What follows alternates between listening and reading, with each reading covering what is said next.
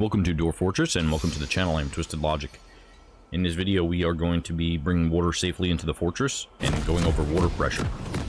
If you enjoyed this video, hit the thumbs up and let me know what you think in the comments.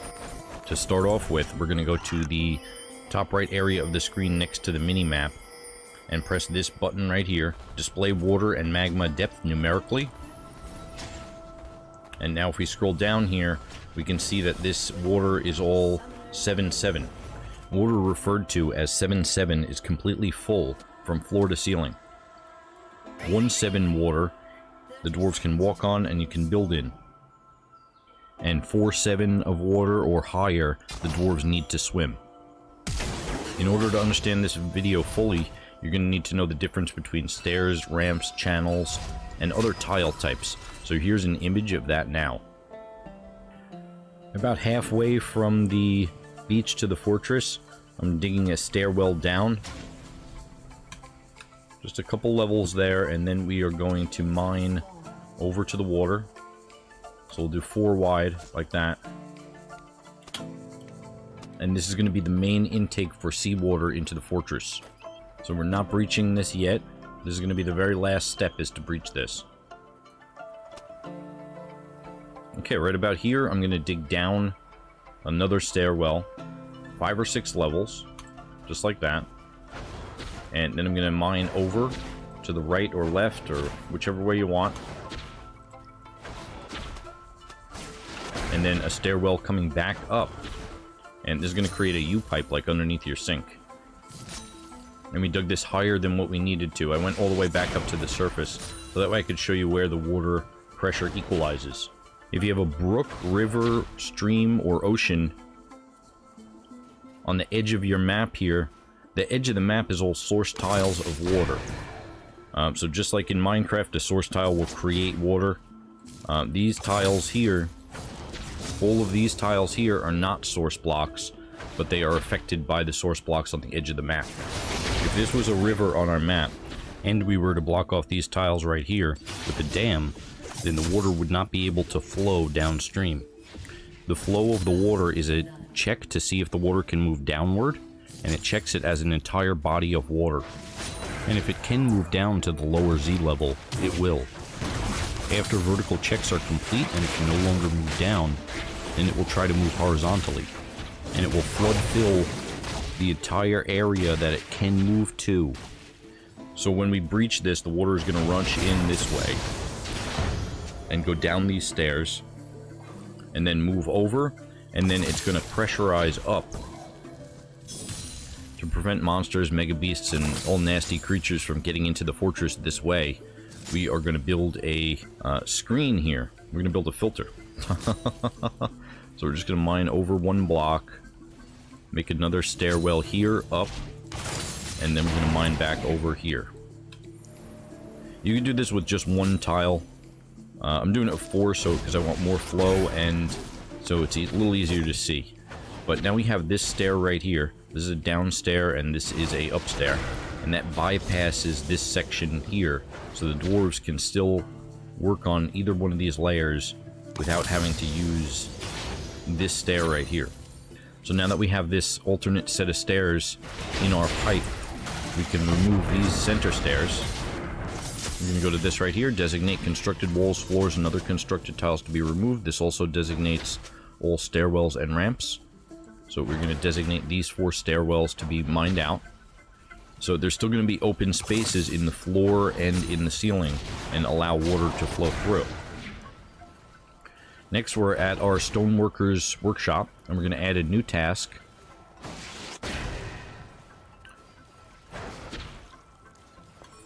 And we're making 4 rock grates. Excellent, they just finished. So now the downstair remains, but there's no longer an up-down stair here. The tile type has changed from an up-down stair to a downstair. And now we can build grates on top of this. So we're going to go to build, and then constructions, and then floor grate.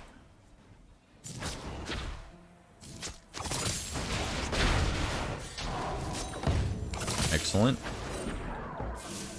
And we're going to have to wait for the others to be made. Now this is going to stop anything from coming into the fortress.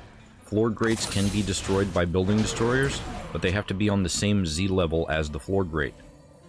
If they're underneath, one Z level down, the grate is going to block them from going up, but they can't actually touch it to destroy it because it's on the next Z level. Excellent, all the floor grates are in place, and we also added a door and forbidded all the stone in the area. And now you can see why we needed this stairwell. Now if we just come down here and mine into this, all the dwarves, all our miners are going to drown. So we're going to go to designations and then channel, right? And then come up one level, and we're going to channel out these 4 tiles. Priority 1. And now the miners are going to breach this from the top. Excellent, here we go. Now the water sees that it can move horizontally, and it is filling up our tunnel. And it's also pushing these stones around. So the 2 depth of water is going to move across the top of the 1s until it finds an empty space, and then it's going to fall off and become a 1. The 1 is not going to move, and if it doesn't get more water, it'll eventually evaporate, leaving behind mud. Now you can farm on the mud that the water leaves behind. Excellent, water is starting to fill up the bottom here.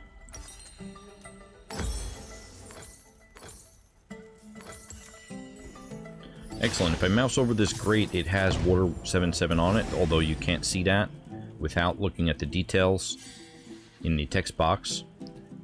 And then up one level, this is now 7.7 as well, and you can see that doors block the passage of water. And this pipe is now pressurized.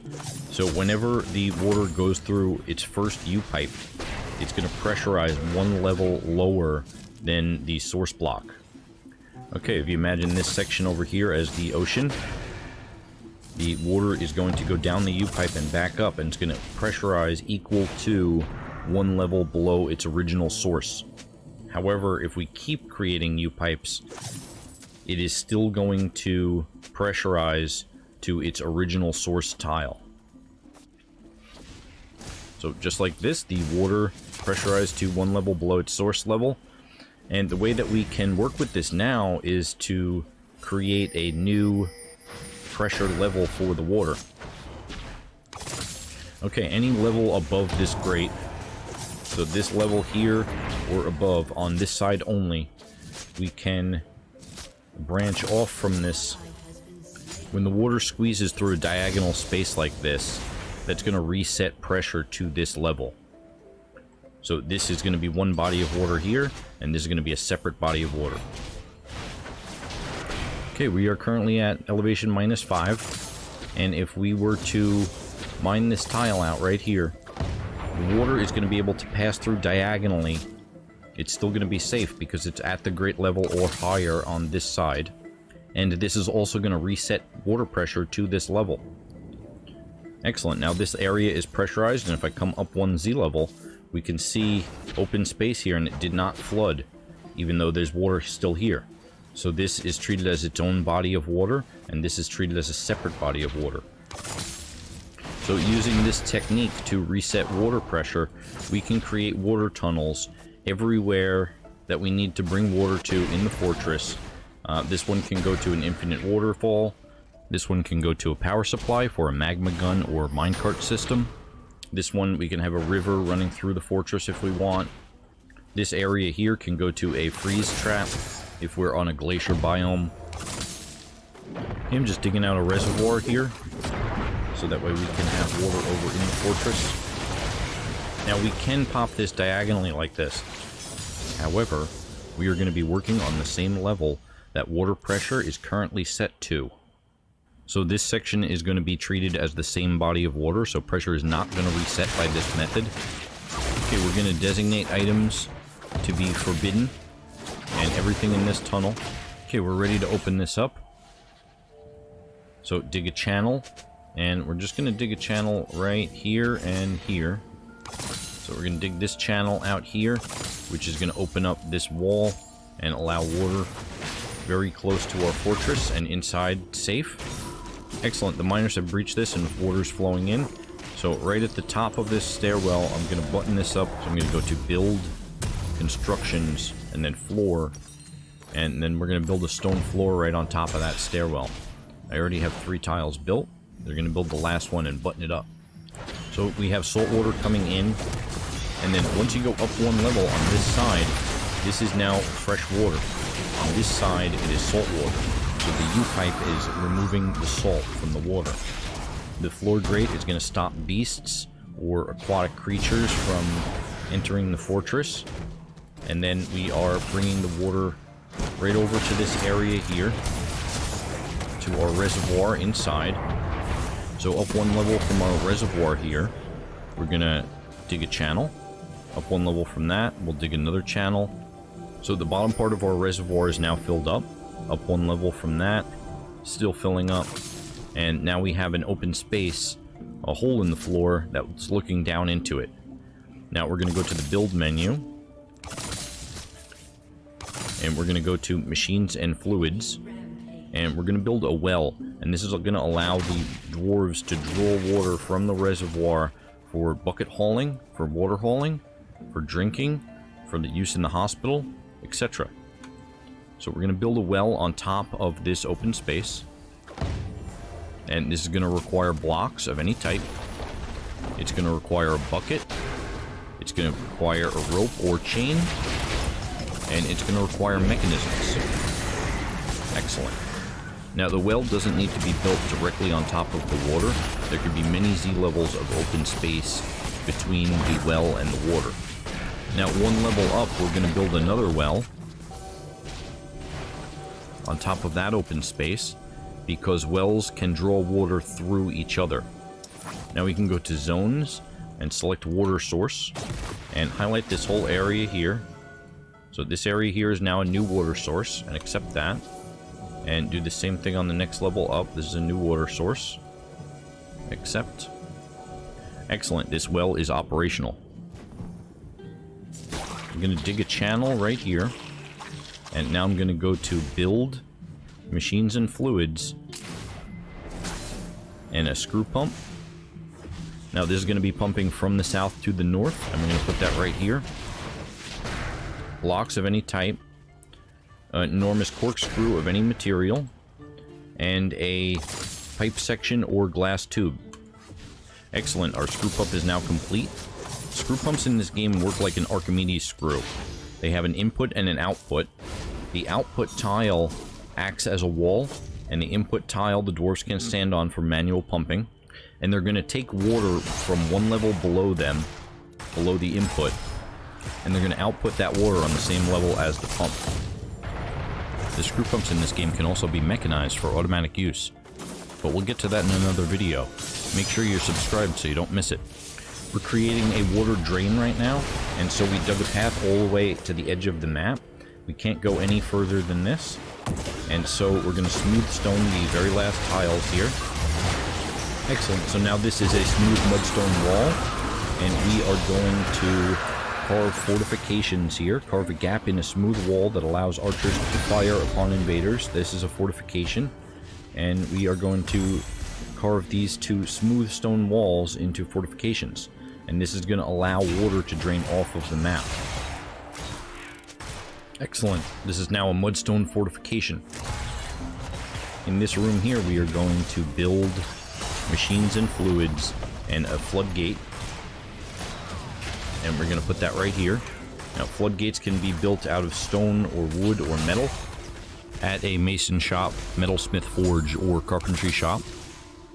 Excellent, that's complete. And now we're going to build machines and fluids again, and lever. And we're going to put that lever right here. That's going to require mechanisms. So now we can link the lever, and we're going to click that. And click building to link the mudstone lever to. We're going to select the floodgate. So at the mechanics workshop, we're creating rock mechanisms. And we are linking the floodgate to the lever using mechanisms. The lever is built out of mechanisms. Okay, now we're going to link the door to the lever as well. Excellent, and now you can see the door's icon has changed, indicating that it is linked with a lever. Let's test this by pulling the lever. Now.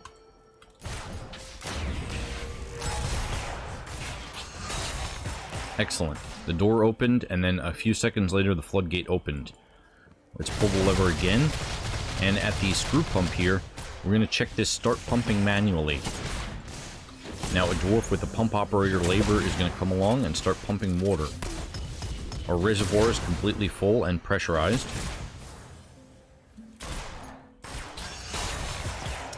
Now, this room is pressurized, and you can see that doors stop the flow of water as well as floodgates. Pull the lever. Excellent. You can see the water is moving a little bit faster under pressure from the screw pump. And if we go down one level and look at it, a lot of water is being drawn up into the pump and out. It draws more than one tile of water at a time, so it can be pretty powerful with even one pump. This is open space right here, but if we wanted to, we can go to the build menu and then constructions and build floor bars on top of the open space. Floor bars are created on site out of any bars of metal. And we're going to select iron bars. So the pump is going to be able to draw water through the iron bars. Dwarves are not going to be able to fall into the water. Now you can see that the water is being drawn through the iron floor bars. And if any of this water was contaminated, salt water or murkier water, sometimes there's contaminants in there, passing through the pump is going to clean that water. Excellent. Now you can see here that the water is being drained off of the map. Okay, and for my final magic trick here, I'm going to dig a small room right next to a cavern lake. Okay. And then underneath this small room, we're going to dig one of the same size. And then access tunnels to both top and bottom. And this is kind of an ancient technique. Excellent. And now we are going to channel out inside this room down to the lower level, just like this, all around the edges. And one level down, we are going to build constructions and ramp. And we're going to build ramps all along the edges down here. Build machines and fluids lever. And we're going to put a lever right there. The ramps and the channels are dug out, so we're going to go to build, constructions, and bridge. And we're going to make this a retract bridge. And we're going to just paint in that whole room, just like that. Excellent. We're pulling the lever to test it. Excellent. Retract bridge works. We're going to pull the lever one more time. Pull it now. And we're going to build a wall right here. Just like that. So that way the dwarves can't access the top of this bridge. Builder a bug. Construction complete on the olivine block pillar. Now, if I tell the dwarves to mine just like this, they're not going to be able to access the top of this bridge in order to mine, but they will be able to access, see it's flashing because the jobs are taken. They're going to access this underside, stand on the ramp, and mine through the bridge to knock out these walls here. See, they're all coming down here, and the walls are being opened up.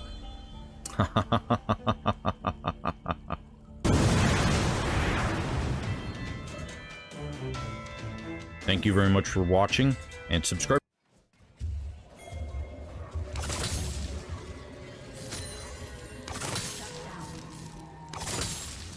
Welcome to Dwarf Fortress, and welcome to the channel. I am Twisted Logic.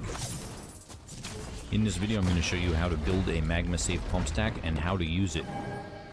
Pump stacks can move water or magma up Z levels, sort of like an elevator. And we're doing this so I can build a large area for magma workshops. So the footprint of the pump stack is going to take up a 3x4 area. Plus we're going to need the stairwell next to it. And we want to make sure that this is all unmined rock and there's no diagonals or anything leading to any cavern areas or areas where we don't want magma. So we're just checking this right now all the way down to wherever you have magma. I'm doing this at the magma sea. Excellent. So this is going to be the very bottom layer of the pump stack, and I already kind of made the shape here. The pump is going to rest on these 2 tiles. These 3 tiles are going to be the output for the pump, and we're going to dig a channel right here for the input of the pump. The pump is going to draw magma from the magma sea. It's going to output the magma here, and then up 1 level, this is going to be the input for the next pump. But we have to change this box shape a little bit. So we're going to go to the erase tool here, and it's going to be a little bit easier if we use this draw tool. So we're going to erase and make a T shape just like this. Excellent. This is going to be the input of the next level pump. This is going to be the output of this level. Up 1 layer, and flip the upside down. So this becomes the input, the pump is going to sit on these 2 tiles, and this is the output. Now the reason that we have 3 tiles here as the output is going to make the pump stack more efficient, because each screw pump is going to draw more than 177 tile of magma or water, but the 3 tiles are not required. So they do increase efficiency and reduce FPS drop. And we are just going to continue alternating this T shape all the way up the pump stack until we get to the very top level. Excellent. So now we're just going to check it. So it's going to be, this is the very top level, and we're just going to toggle every level. We're going to toggle the shape. Make sure it looks good.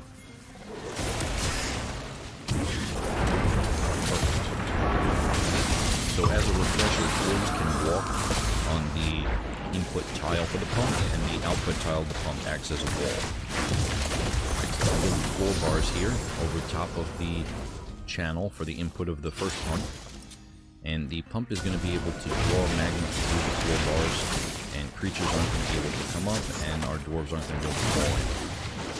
Okay, now that this is all toggling correctly, and we know that it's good, we are going to give a access path for the dwarves to work on the pumps with mechanics. And so we're going to go to mine, and it's a little bit easier if we just use if we just paint it in, so we just hold the mouse like this instead of box select. Okay. Painting a walkway from the dwarf to the stairs, and this is also going to alternate each level. It's going to go to the input tile of the pump, just like this. And this level right here, it's going to alternate. I'm just going to draw this in on every level, and then we can start mining this out. Excellent, we're ready to mine. And if you need a refresher on Dwarven Engineering, I'll link a video here. And this is the point where you want a smooth stone. If you want to take a look, smooth stone's everything. And also at the very top level here, this is going to be output at the very top level. Down here on the very bottom layer of the pump stack, there's the main pump. Build, machines and fluids, and a screw pump. This is going to be pumping from the north to the south. Okay, we're going to use blocks of any material. It doesn't have to be magma safe. And now the enormous corkscrew does have to be magma safe. We're using green glass. And for a full list of magma safe materials, refer to the Dwarf Fortress wiki. And we're also using a green glass tube. Now this pump is the most important pump in the pump stack. This is the only pump that's going to be on a stable foundation. All other pumps are going to be hanging off of this pump. So if this pump gets destroyed, then the entire pump stack is going to be destroyed. Now we're going to come up 1 level, and we're going to dig a channel. We're going to dig the channel right here, and this is going to pass power from one pump down to the next pump. And then up 1 level, we're going to alternate this. We're going to alternate this power channel, just like this. And the power channel is always going to be on the output tile of the pump. Okay, now that we have our channels dug out for power alternating each level, we are going to channel out the input tile on each. So this is also going to be alternating on every level. So this is the tile that the pump is going to draw the magma through. And after these channels are dug out, then we can start building the pumps. Excellent. Okay, so 1 level up above the bottommost layer, right here, we have the intake tile that connects to the output of the bottommost pump. And this pump is going to be on these two tiles. However, it's going to be hanging off of the stable foundation pump on the very bottom layer. And it's going to output this here, and then the next pump is going to draw that up for this intake and alternate every level up. And I put doors in. You don't have to put the doors in, but I put doors in mine. And then we have our access tunnel here for operations. Build machines and fluids. There's two pumps. This one's going to be pumping from the south to the north. So that blocks of any material, corkscrew of magma safe material, and a tube or pipe section of a magma safe material. This is going to be pumping from the south to the north, and we're just going to alternate all the way up until every pump is complete. Now you can see that I can build this pump right here. There's no pump here, and there's one designated one level down. Okay, I can build that. If I come 2 levels up here, it's blocked at this location because it needs ground or machine first. So there's no pump underneath this spot where I want to build the pump. I gotta come down and build the lower pumps first, so we're building from the bottom up. Excellent, the pump stack is complete, and I'm just double checking everything. And I just want to say thank you to all the new subscribers as well as the old subscribers. I appreciate every one of you. So now we are on the very top layer here, and we're going to hook this up to mechanical power. So we're going to dig a channel, and this is going to be a little different. We're just going to dig above the output tile of this pump. So up 1 layer, dig a channel there. So this pump stack is 20 Z levels tall, and each screw pump is going to require 10 power. So we have 200 power needed. Building gear assembly right on top of that open space. And this gear assembly and lever right here are connected. And this gear assembly is disengaged. Anytime you have a pump stack like this, you want to make sure to push it up while this is disengaged.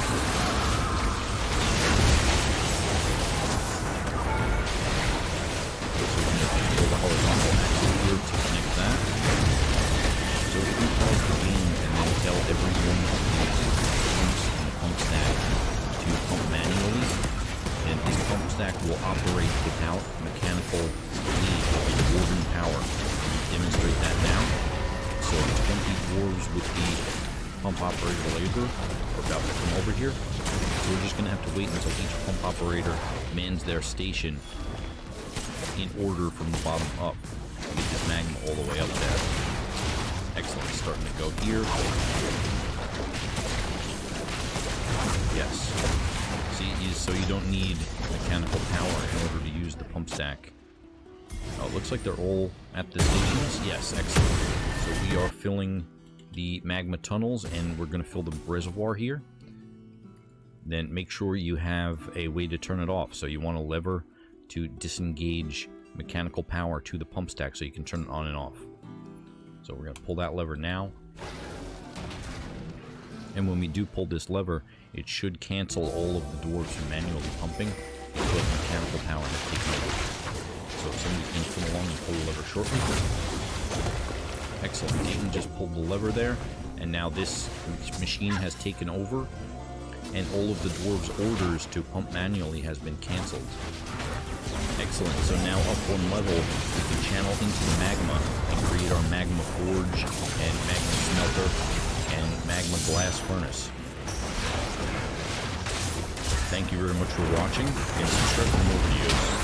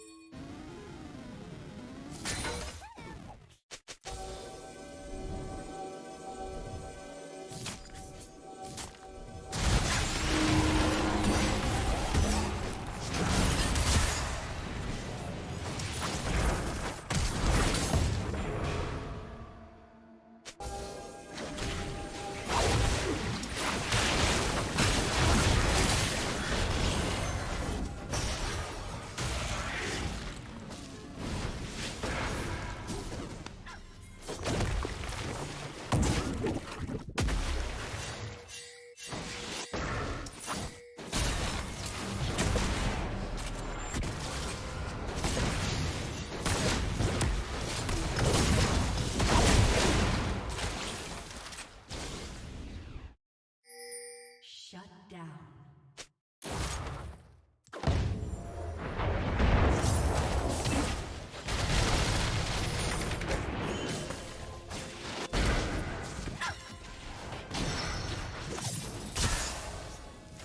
Your inhibitor is respawning soon.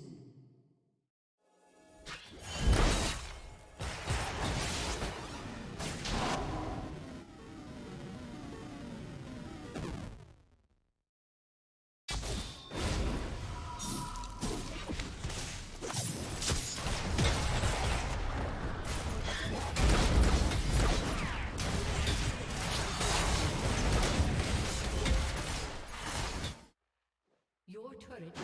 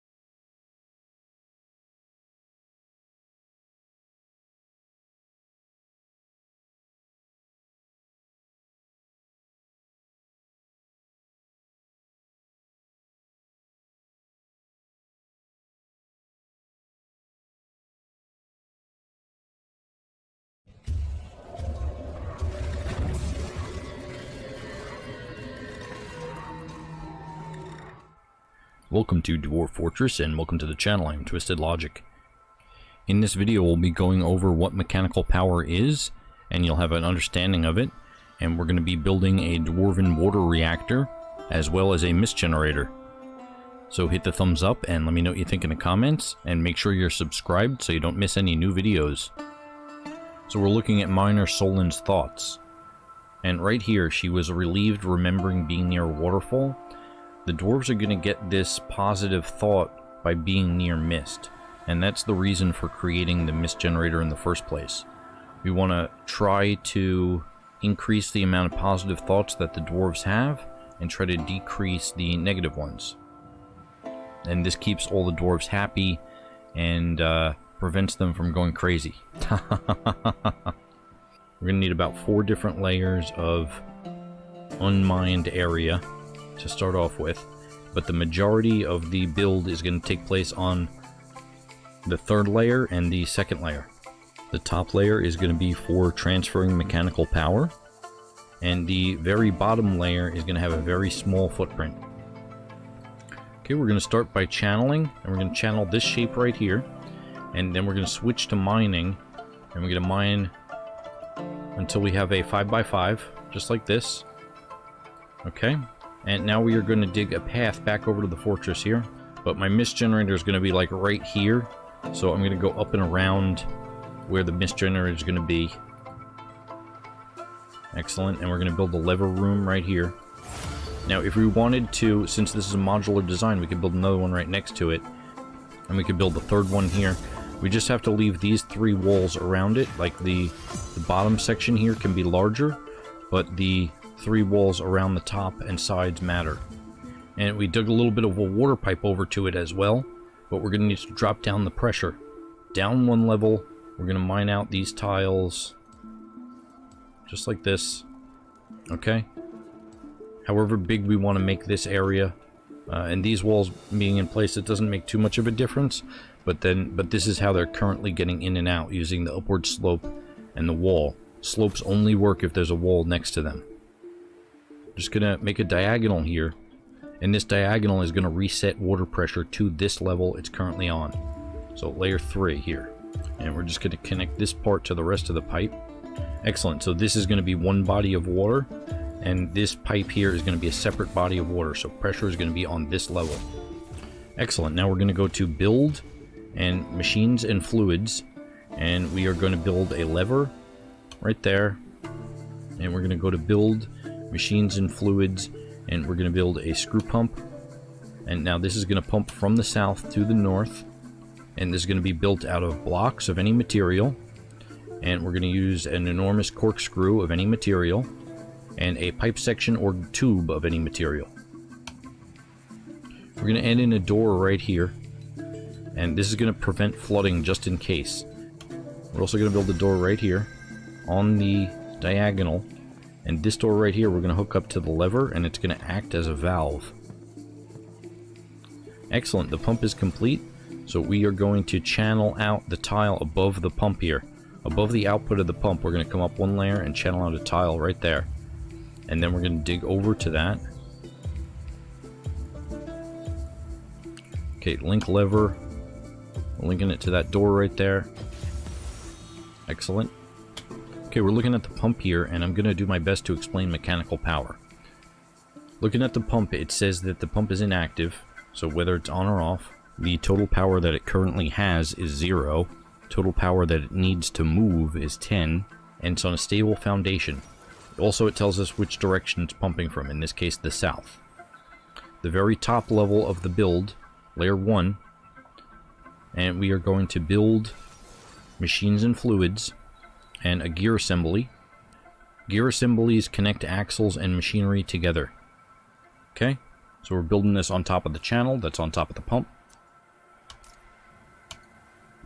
Mechanisms of any type, it doesn't matter what we're using there. And then we're going to build a second one right there of any material. Okay, builder ton here is about to create the gear assembly on top of the pump, and just before he does that, we're looking at the screw pump and it says total power needed 10. Now let's watch ton install the gear assembly and watch what happens. Okay, total power needed is now 15. If we look at this gear assembly right here, the total power needed is 5. So when different pieces of machinery are connected together, the total power needed of each piece is combined into an overall total of the entire system. If we now look at this gear assembly here, it's inactive, total power is 0, total power needed is 15, and it's hanging. So the hanging tag means that it's attached to another piece of machinery and it's suspended as opposed to a stable foundation of the ground. So if we were to destroy the pump that this is attached to, this gear assembly would also destroy. Okay, now we're going to go to build machines and fluids, and we're going to build a horizontal axle. Okay, and we're going to set this direction to east and west, and we're going to paint in the axle to connect this gear assembly to this gear assembly. This is going to require 2 logs, and the amount of logs is going to change depending on how long the axle is. So this horizontal axle is now built and installed, and total power needed is 26. So if I click on this gear assembly now, this total power needed is 26, this total power needed is 26, and down one level at the pump, total power needed is 26. So all of these pieces of machinery are combining into one system. Excellent. So now let's generate some power. So we're going to go to build, and then machines and fluids, and a water wheel. Now, water wheels, for them to be effective, have to be built on open space and connected to another piece of machinery like a pump, a axle, or a gear assembly. Okay? And we're going to connect this to the pump here. And this is going to require 3 logs of any type. Okay? And we're going to build another one here. 3 logs of any type. And then we can't build it here until we build this one. So it has to be hanging first, and then we can build the second one that's hanging off of the first. Okay? So we're building this, and then the final one. Excellent. And the dwarves are going to come and build that. Now, it is possible to build a water wheel on a regular floor tile. However, that's not going to generate any power. The water wheel generates power by when there's flowing water passing through it. Now, waterfalls aren't going to do this, and magma's not going to do this. It's only flowing water. Each one of these water wheels has a total power need of 10. Okay? So they just built 2 and it went up to 60. Now, when the water wheel has flowing water underneath it, it's going to create 100 power, giving us a net of 90 power per water wheel. So this lever right here, we're going to pull the lever, and that is going to open our valve here. When you have a door linked by a lever, the only way to open that door is by pulling the lever. The dwarves can't actually walk over to it and manually open. Okay, great. So our valve is now open, and let's pressurize the system. So our water is flowing into the room here.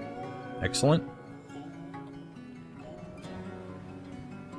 And now this diagonal is going to reset water pressure to this level.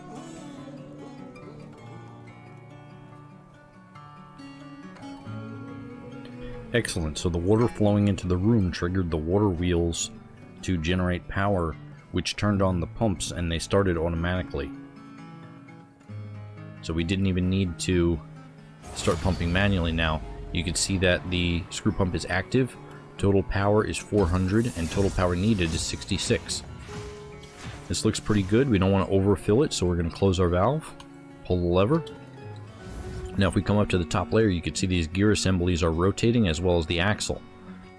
So we're linking this lever to this axle right here, and it's very important that we do not link it to this one. The one on top of the pump, you don't want to link it to that, because this is going to be the very first gear assembly that goes to the mist generator. So we'll be able to turn the mist generator on and off, but we're able to use the power for some other piece of machinery if we wish to hook up some other things to this. And if we had a second power supply over here, we can link them together. All the power generated will also combine. So this is a side view diagram of the mist generator that we're about to build. The light green tile here is the pump's input, and the dark green is an output. The output acts as a wall, and they cannot walk on it. So let's build it. I use layer 4 to determine the location of the channels, which is going to tell me where the pumps are going to go. So if I come up one layer, one pump is going to be here, sitting on these 2 tiles. These are the lower pumps.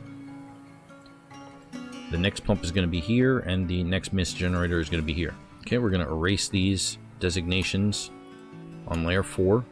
Back on layer 3 here, we are going to channel down right here. And we're also going to remove this wall. Just 1 tile wide right there. Okay, and we're also going to designate the output tile for the lower level pumps. So the pumps are going to sit on these 2 tiles, draw water from here, and this is going to be the output.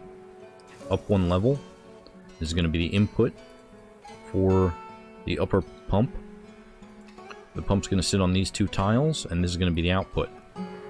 And we're going to remove this wall as well, because this mist generator is going to, it's going to create mist on both levels. It's going to create mist on layer 2 and layer 3. Okay, we're going to paint in the area for the other 2 upper pumps, just like that. Excellent. So this is the time to smooth stone everything. If you're one of the people that likes to smooth stone everything, this is the time.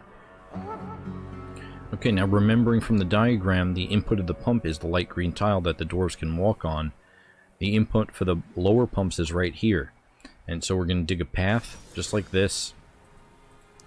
Just a walking maintenance path right here. And then up 1 level, we're also going to dig a maintenance path right here. And this is going to be the input tile for the pump right here. This is going to be the output tile.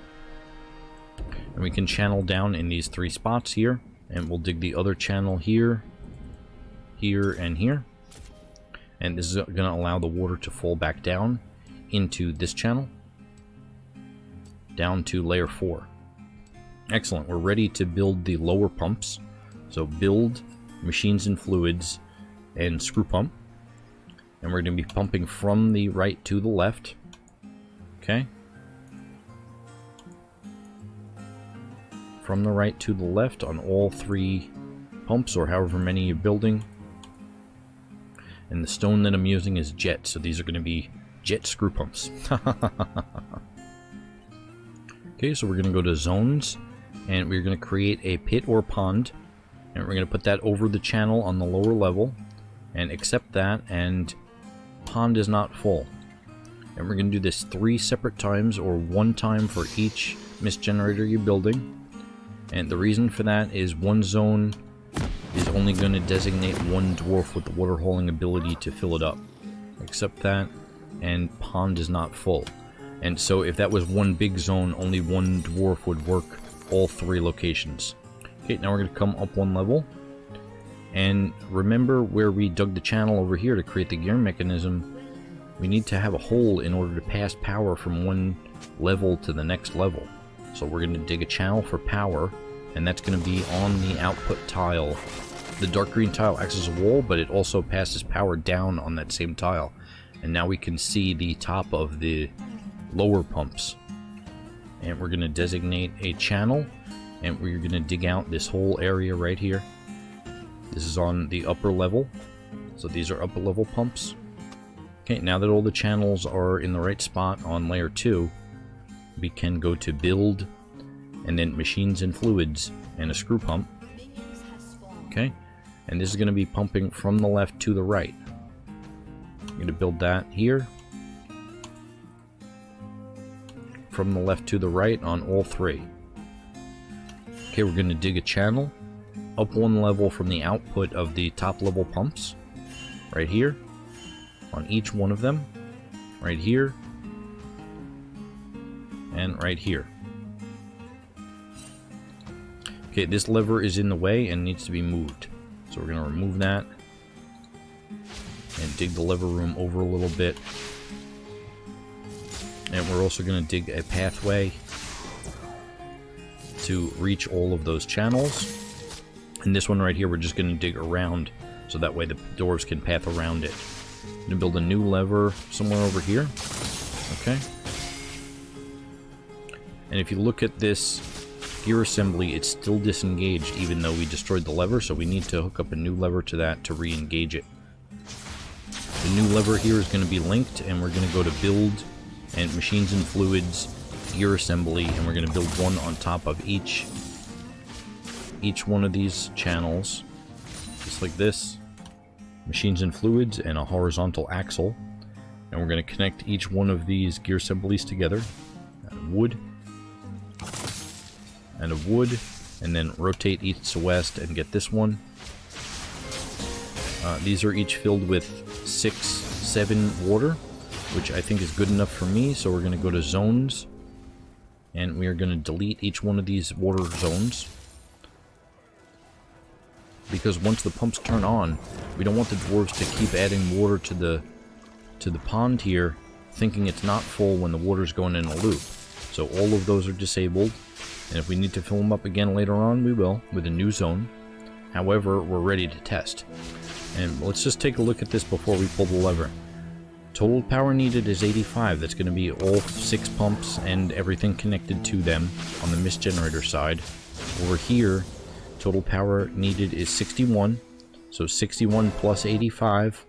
And then we're going to plus 5 for this gear assembly when this engages. And that's going to give us a total power of 151. Okay. He's pulling the lever now. Excellent. Everything's engaged. Let's take a look. Total power is 400. That's how much is being produced. And total power needed is 151. That's every piece of machinery combined into one system.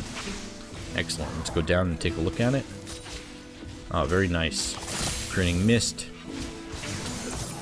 Yes. And now let's just put the final finishing touches onto the mist generator. We're going to go to build, construction, and floor bars. So we're putting iron bars on these 3 channels. And then we're going to put iron bars on all of these channels as well. So nobody can fall and nobody can get hurt. And the pump is going to be able to draw water through the iron bars, so it's not going to affect anything.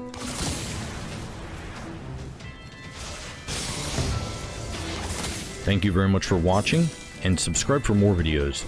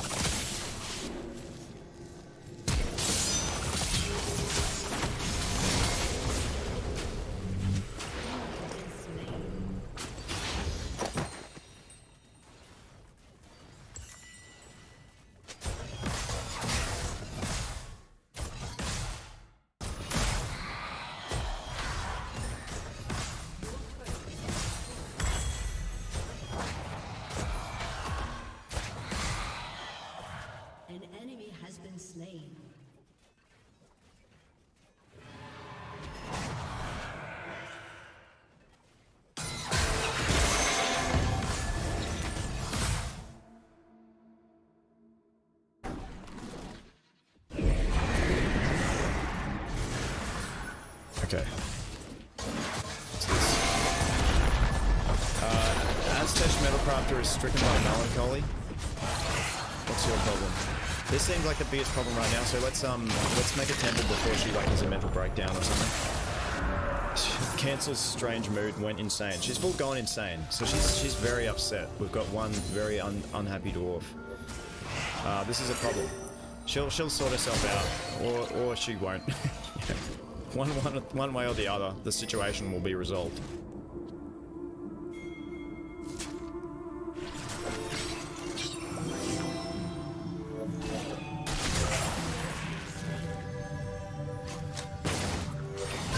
Hey everyone, welcome back to Dwarf Fortress.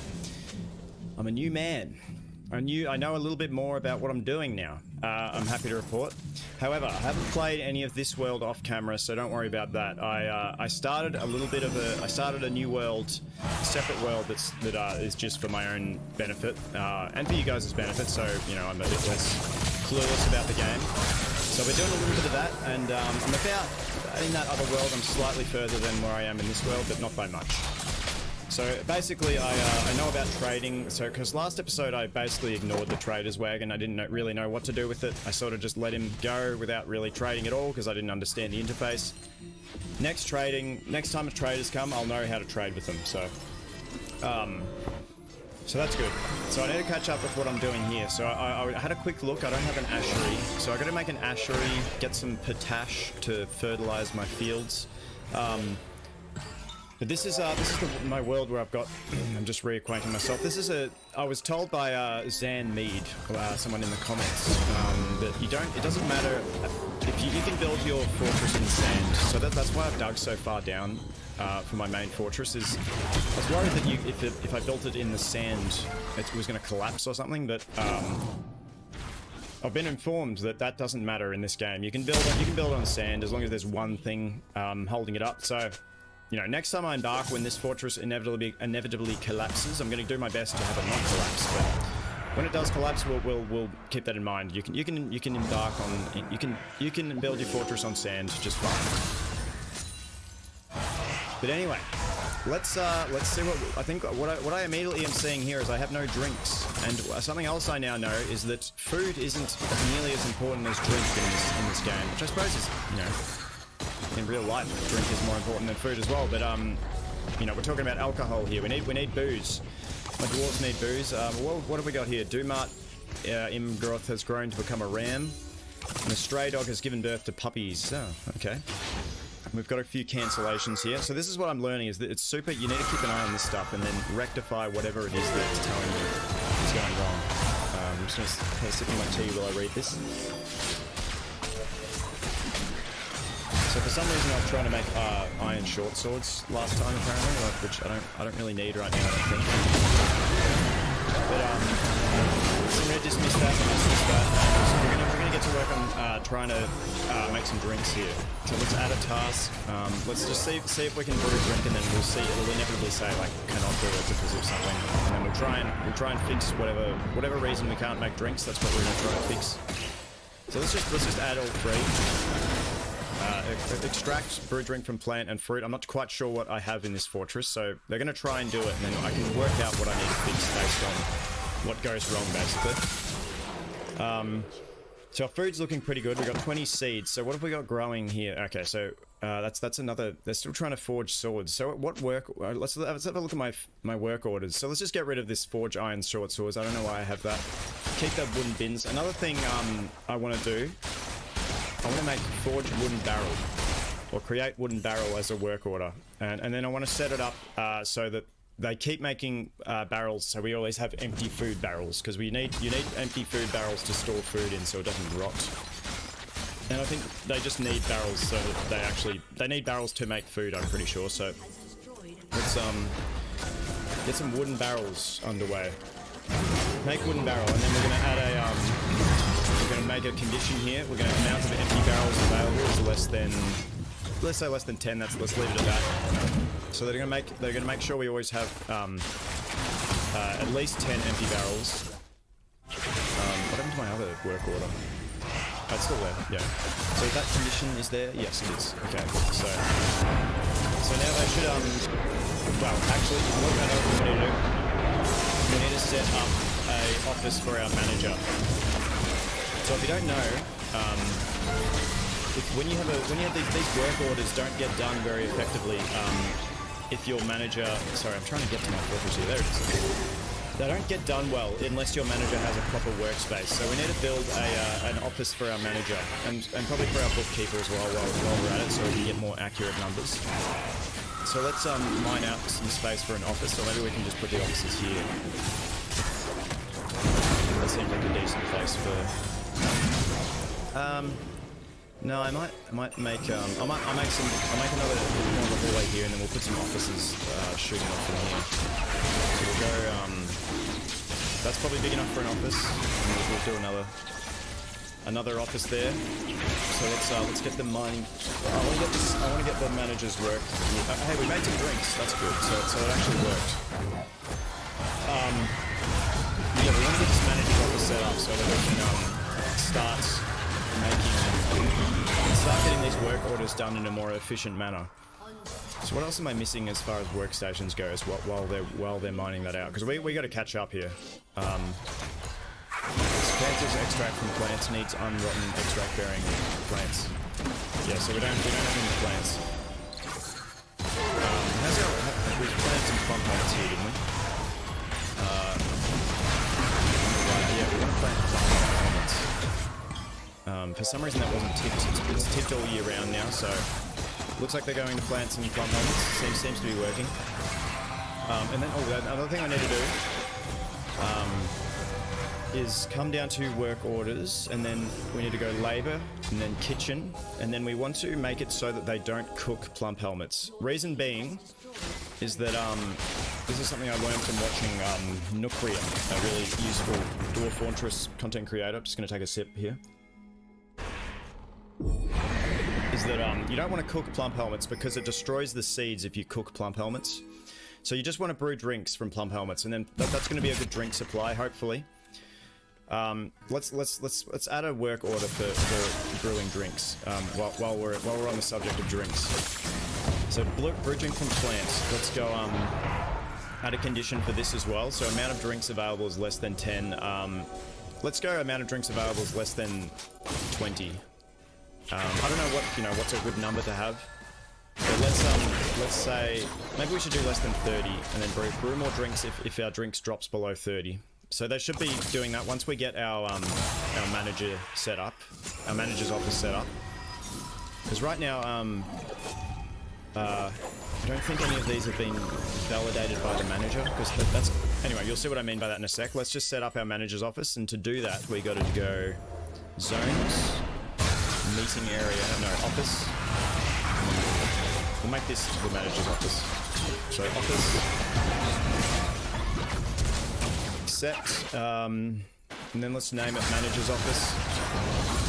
Manager's office. Now we want to assign our manager. So who's our manager? I believe it's Tun. Captain, metal crafter, weaponsmith, woodcutter, beekeeper. We got 2 beekeepers, even though we got no bees. I believe Tun's our manager. As well as I'm seeming to remember, Tun has several jobs. She's doing a lot. So let's just we're gonna have to check who our manager is from a different screen. So we've got our citizens here. Weaponsmith, beekeeper, bookkeeper, expedition leader. So who's the manager? Yeah. We've got to go nobles and administrators to find that out. Messenger. Manager. Tun. Yeah, Tun's our manager. Requires meager study. Needs meager study. You can see in the top there. So let's assign Tun to that office. Come back to zones. Click there. Click add dwarf. Tun. So now she has an office. It has nothing in it right now, but let's build a door. And I don't know if we have any doors available. I doubt it. Okay, we need to make let's make a direct order. It seems like if you need something done, you've got to make a direct order rather than a work order, at least until you have the manager's office set up.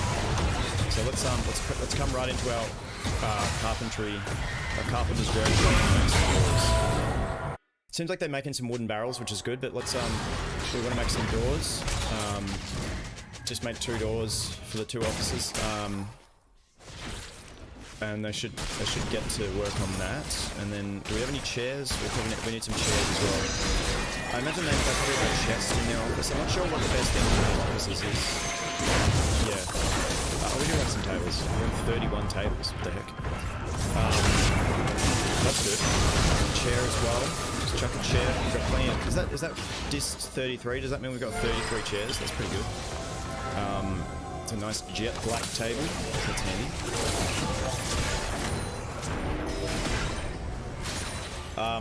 And then let's chuck like a cabinet or something in there. Furniture. Do we have any chests? Just those material. No, I think they prefer. I don't know if it matters that much. Let's just make a chest. So let's go. Carpenter's workshop. Add new task. Chest. Make wooden chests. Boom. They're doing that right away. I think my dwarves are just happy to finally have something to do.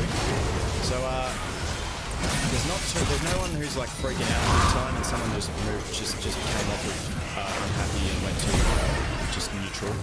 So that's good. How's our stockpile looking? It's looking a bit full, isn't it? I don't know how big should you just make these like enormous? Like, I don't know. But we might dig this out a bit more so we have a bit more space here as well. How many doors do we have here? We have 20. We might assign another dwarf to be another miner. So we have a few more miners. So labor, miners. We already have 3 miners. Three seems good enough for now. I mean, what? The peasant. Let's just make the peasant a miner, so that they can do something at least. We need to make a tavern as well. We need to, there's a few things on the to-do list, but let's just do one thing at a time. But yeah, I'm excited to. We just got some more migrants. Right. I was gonna say I don't remember having 20, but yeah, they just arrived.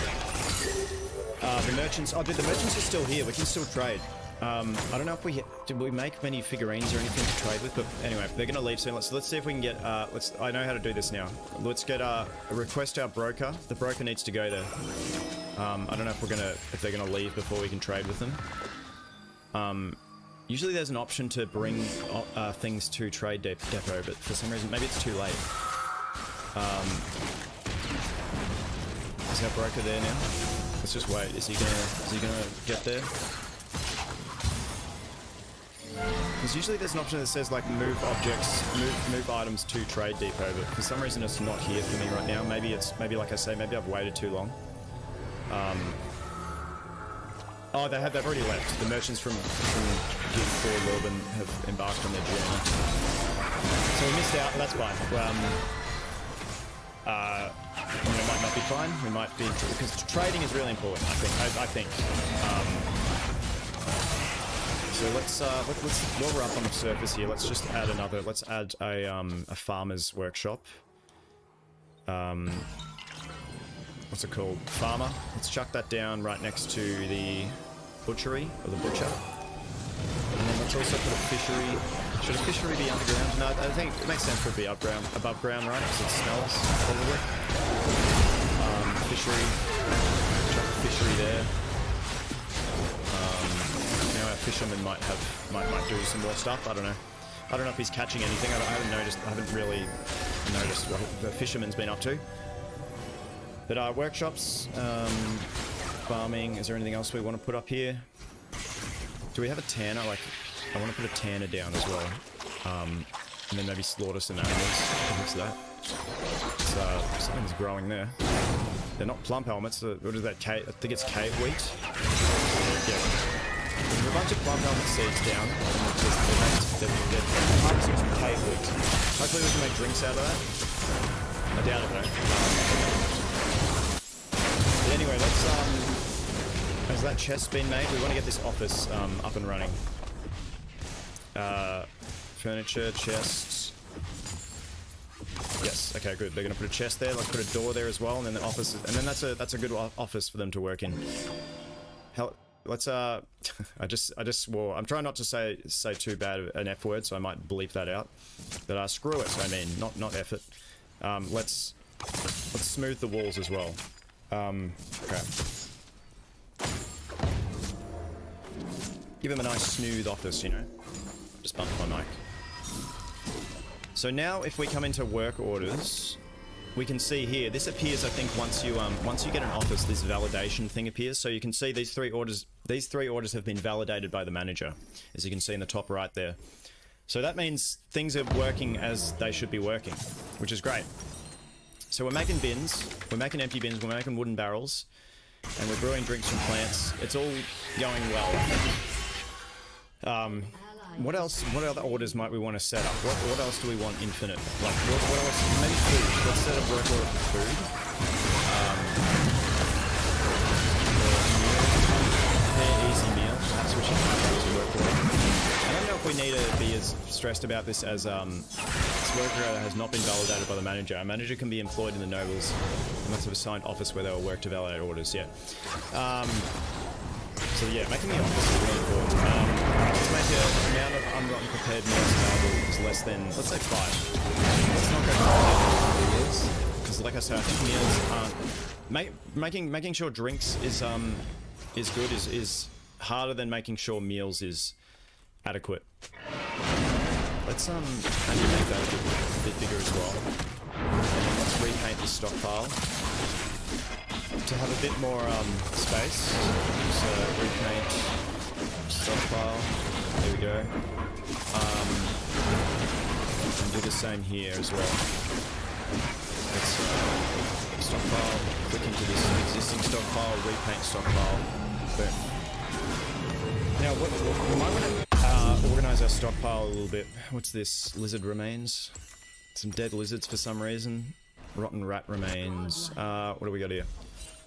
Dude, we're making some drinks. I'm happy about it. So our dwarves are going to be happy about that.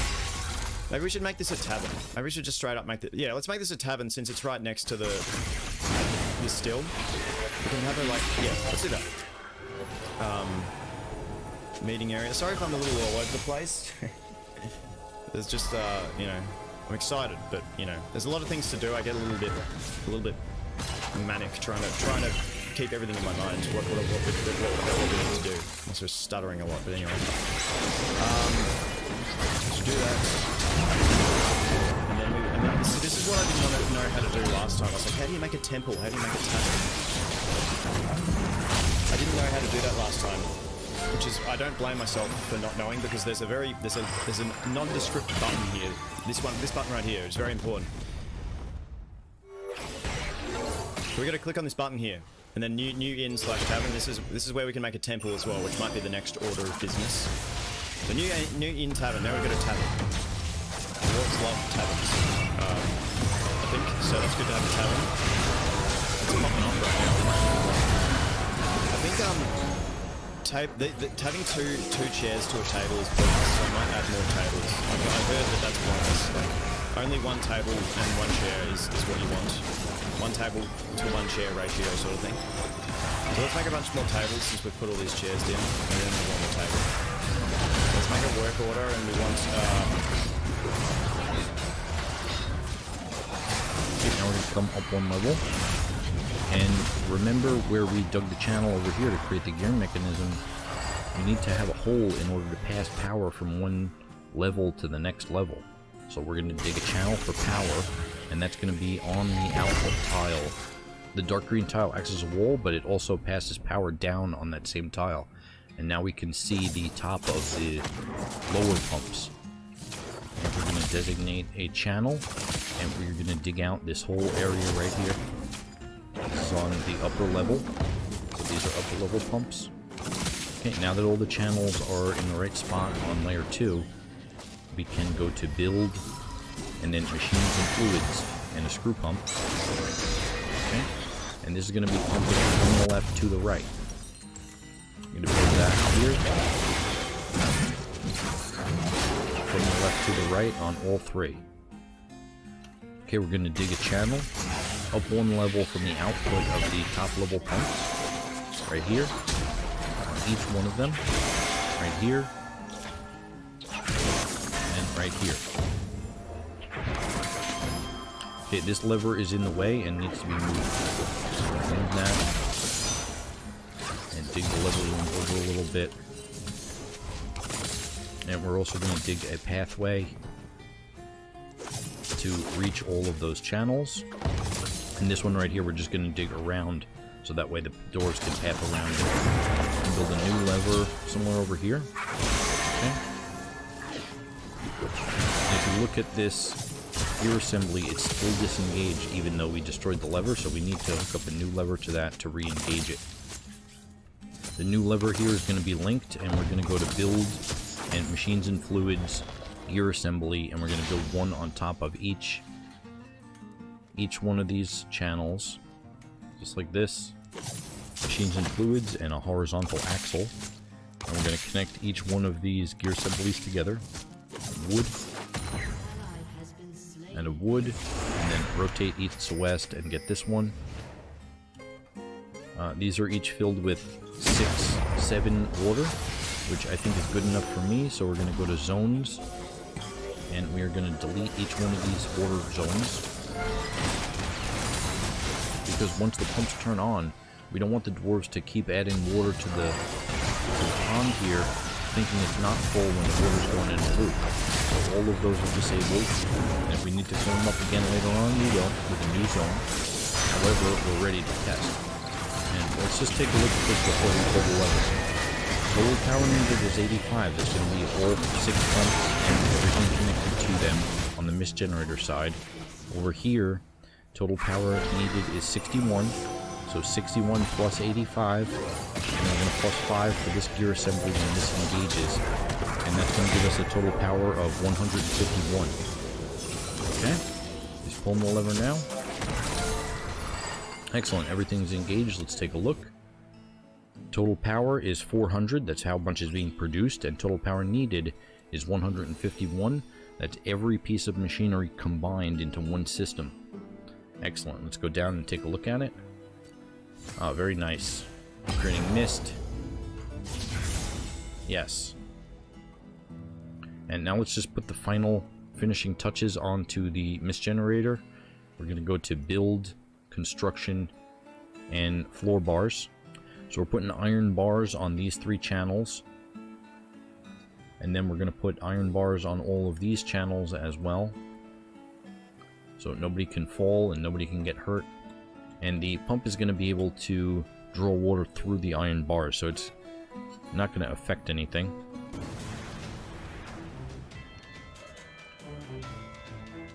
Thank you for beach and bark. And I'm loving the ambience of it.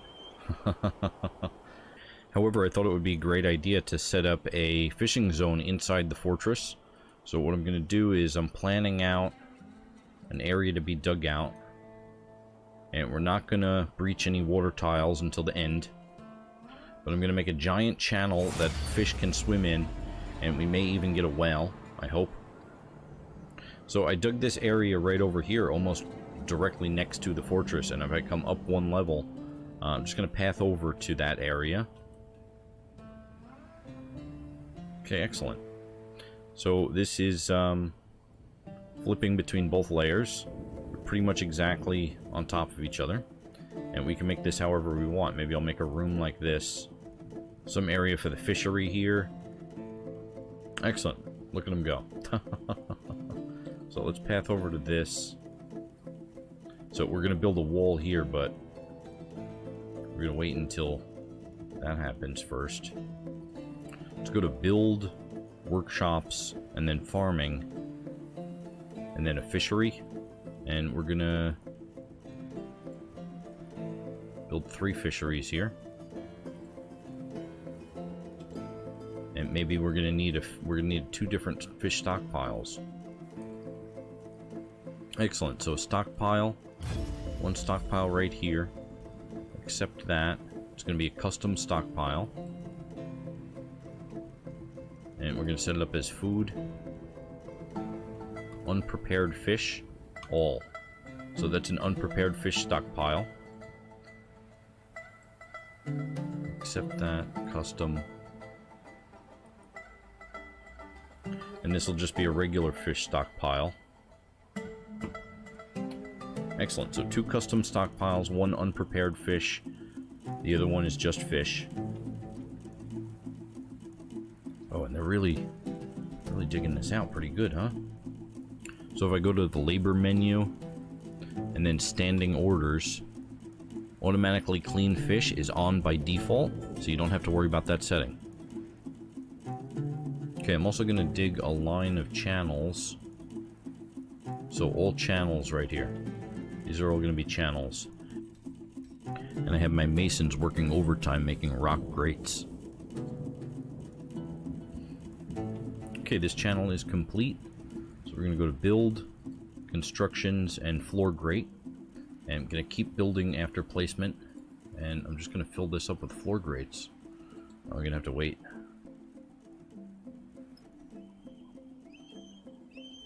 Oh, nice. Excellent. So this tunnel is empty.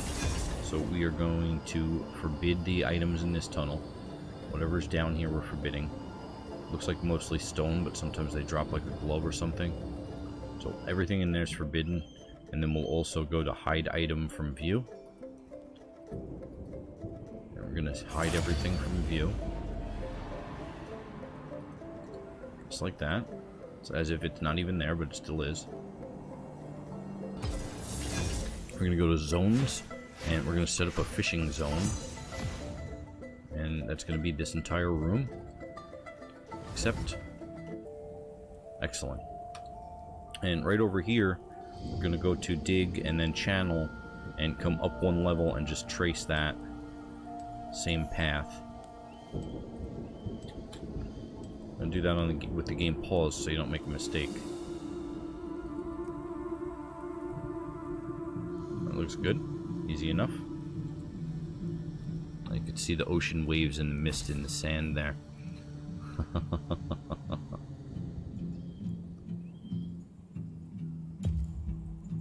Excellent. They're breaching it now. It's starting to fill up.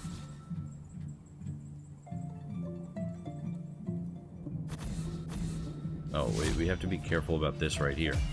So he is standing on this tile.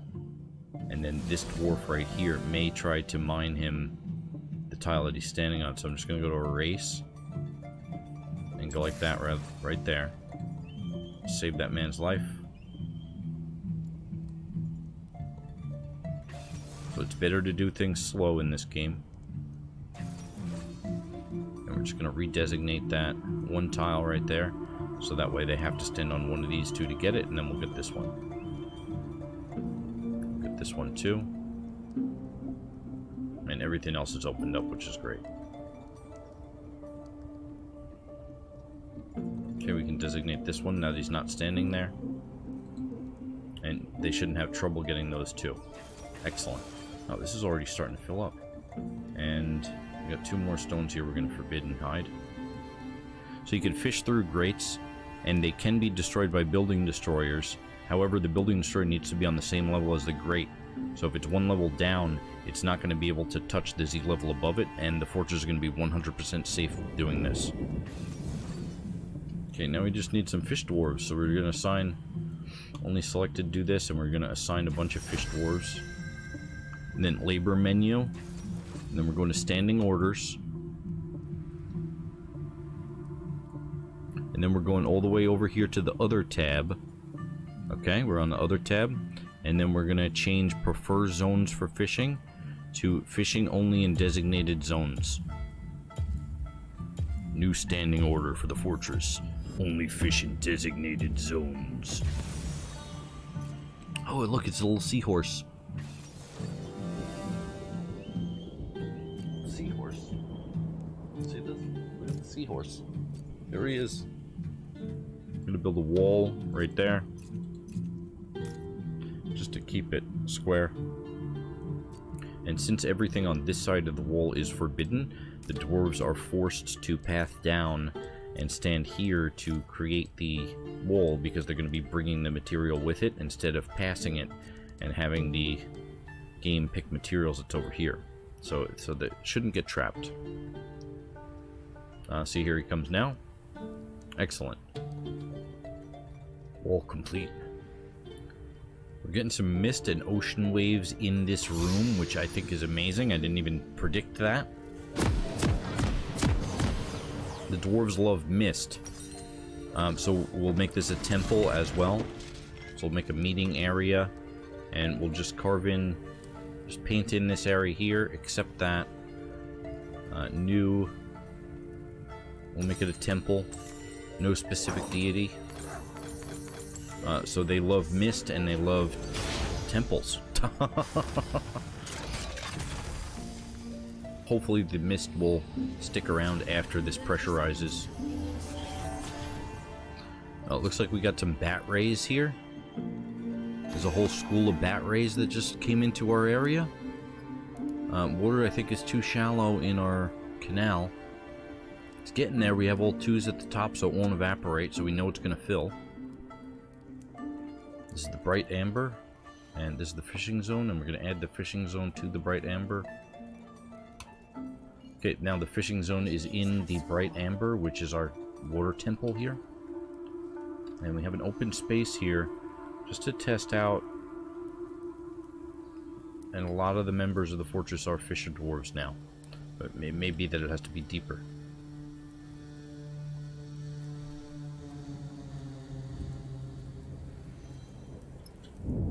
Yes, it's working. They're fishing through the grate here. All of these dwarves are fishing. The 2nd of Granite.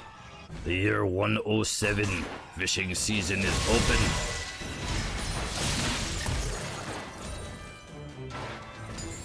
Thank you very much for watching, and subscribe for more videos.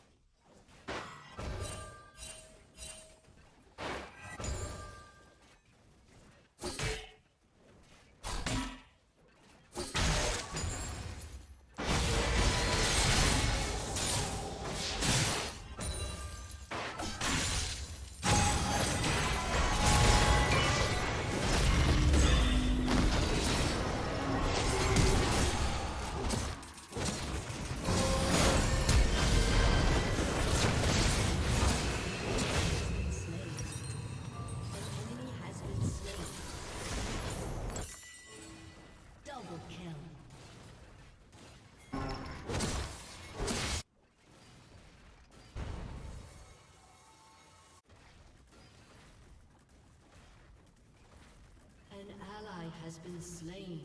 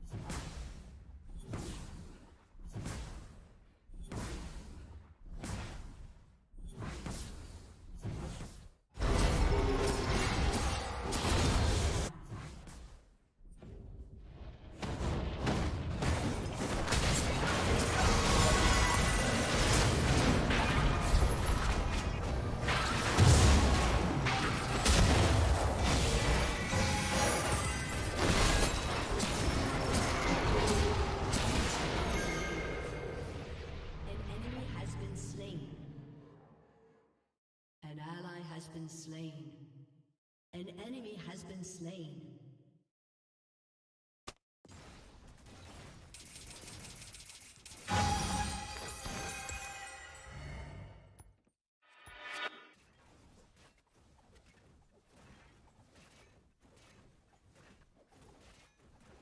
An enemy has been slain.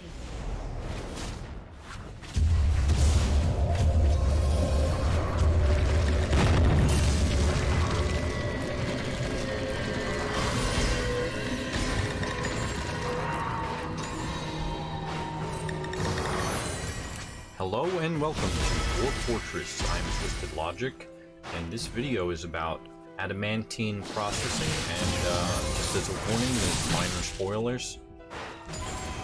If you enjoyed this video, give it a thumbs up, let me know what you think in the comments, and subscribe for more videos. So my miners just struck raw adamantine. Praise them. Okay, so I'm gonna just probe this vein at a few different Z levels, see what we can get it. Yeah, so this is a warm stone right here, so he's gonna stop mining. That's okay though, we're just gonna see what we can get into over here. Because I want to start tackling that adamantine vein at the from the top and then go down. Because the way it semi-molten rock. Okay. We're pretty far down. We've dug very deep. Okay, so this right here, I gotta cancel. I just accidentally breached the I can see here, so I have to cancel everything underneath this layer. Yeah, so all of this has to be canceled. It's gonna that up downstairs goes to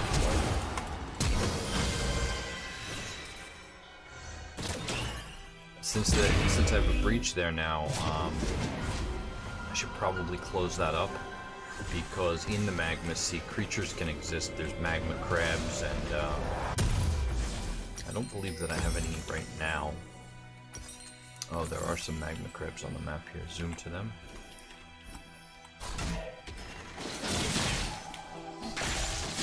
They're not that big of a deal, but there might be forgotten beasts that can come up through that. I'm not entirely sure. Just gonna get back to where I was. So this area here, I set up for adamantine processing. So this stockpile, if I go into the settings of this is a stone stockpile. I have everything disabled.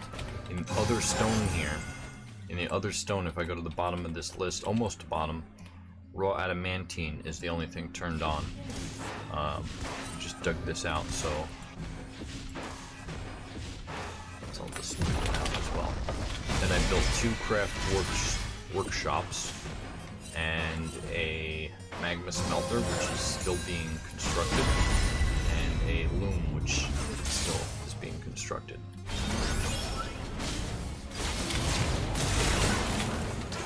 So I went over in Dwarf Therapist and adjusted some of my labors.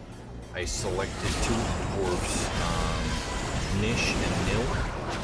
Nish and Nil, the only thing they're going to be doing is strand extracting. And if I go to this craft workshop here, and press A to add new task, come down in this list to extract metal strands, press enter, and then repeat that, Alt W. Add a limit, thread of any adamantine, press enter. I'm going to adjust the range of this. I'm just going to adjust the range of this to 1000 by 1001, let's say. I don't think they'll hit that number, and that's the reason why it's this high. So that way they keep doing it, but they're not gonna overdo it if I ever get up that high. And then on this workshop here, I'm just going to do the same thing. Extract metal strands, repeat.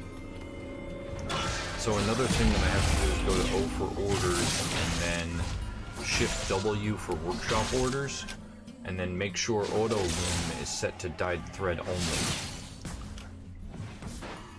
So another thing that I'm going to do is go to the hospital and press I for zones, and then move the selection box over top of the hospital zone, and shift H for hospital information, and then hold down shift and press 4 until this thread amount here is pretty low, because what they're going to do is they're going to take the extracted metal strands as thread and try to use it in the hospital. And you don't really want that happening. So I guess for right now, maybe I'll just turn it to 0. So shift and then 4 all the way down, and I can go up and down this list with the arrow keys if I want to adjust anything else in the hospital. So I'm going to come back down here. Turret plating will soon fall. Your team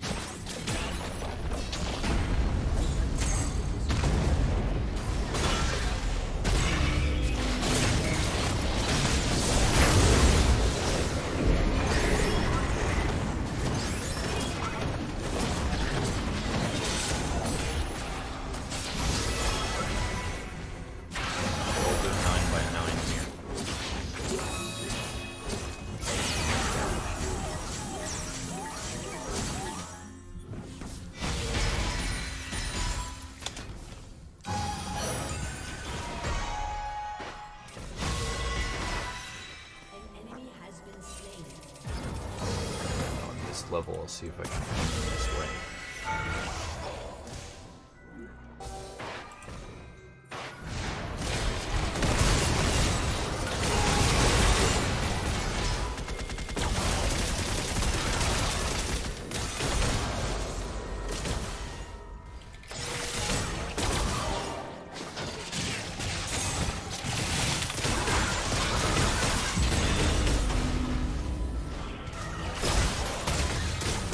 So the adamantine vein is a vertical vein, and usually it's hollow in the center. So I want to attempt to find the top of it and then channel through it. So I don't want to dig it too much until I find the top of it, otherwise I may have to make like a temporary floors or something in there.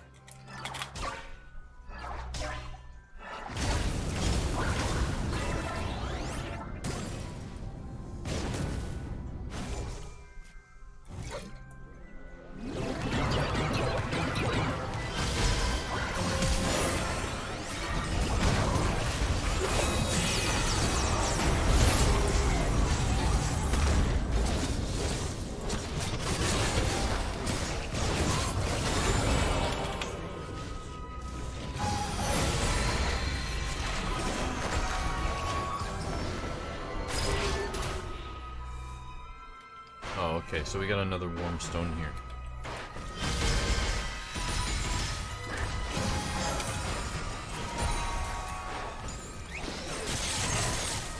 So if I press G to dig, this flashing icon around the stone wall indicates that it's a warm stone, and usually there's magma on the other side of it. So it's kind of a hard time digging around down here. I can dig through it, but I'll breach the magma and start getting a magma flow. So I'm going to just set a hotkey right here, F3. So in this stockpile here, they already started bringing some up. I'm going to press W, and I'm going to change the maximum wheelbarrows to 10. The way that the wheelbarrows work is that it's one wheelbarrow per dwarf. So if there's one wheelbarrow assigned to this stockpile, only one dwarf is going to be working this stockpile. So instead of 10, so we now have 10 dwarves working that to pull the stones up and down.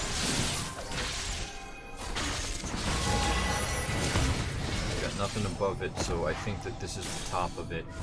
Although I have some warm stone down here, so I'm gonna see if I can strip mine this section. Maybe I'll make it a little bit bigger. But what I'm gonna do is dig a channel, just like this, and then just do this one section at a time. So I'll dig this line, and then if it's safe after that's complete, dig this line here, and then so on.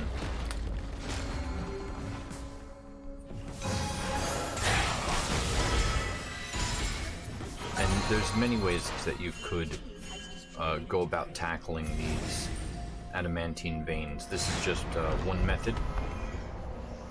The trick is finding them. Oh great, so yeah, so I have some more right here, but I do have some warmstone there, so try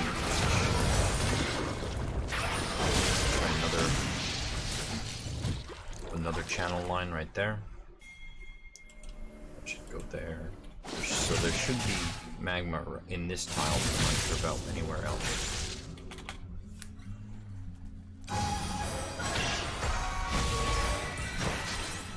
So with the channel here, since they dug down into the rock below this channel, it automatically mines that up, which is great.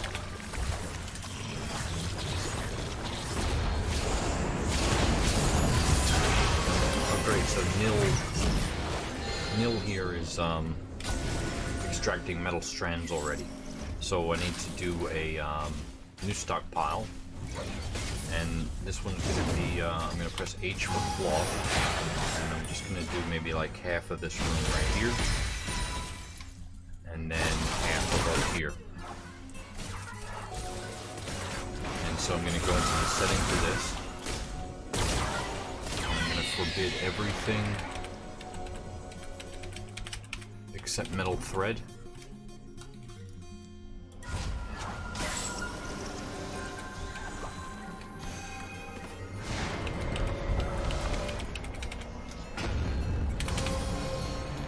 Another cloth stockpile in the room.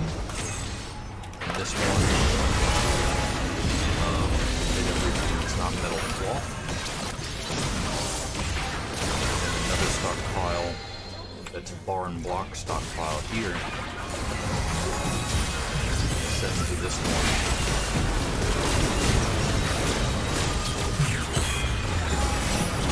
I'm going to forbid everything except for adamantine. So it looks like so I gotta go into the settings of this. I'm not sure where he's taking this.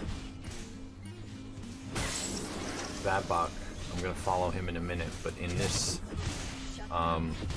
stockpile I'm gonna press T to take from the pile of workshop, and then move the mouse selector over the craft board, press enter. And then do the same for this one. Take from this workshop.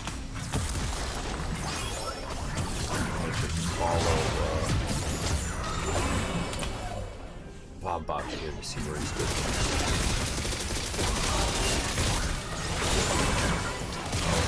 So I think he's taking it to another 12 stockpile.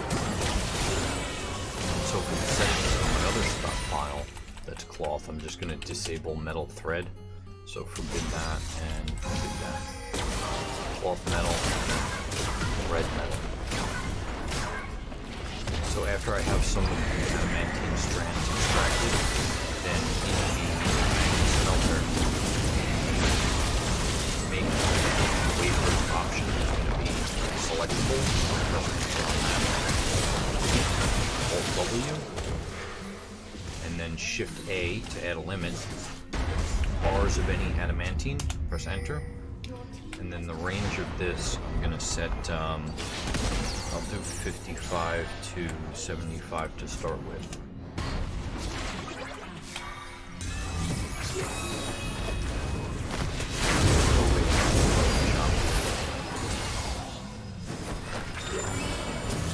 So I want to make sure that they take a bunch of these stones out of here.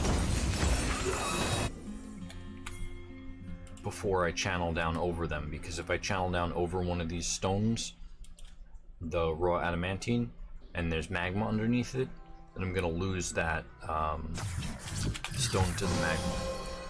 And so I'm gonna try not to do that by just going about this area pretty slowly. With any time you dig down like this, you should have an area sort of like this where you transfer over and in there.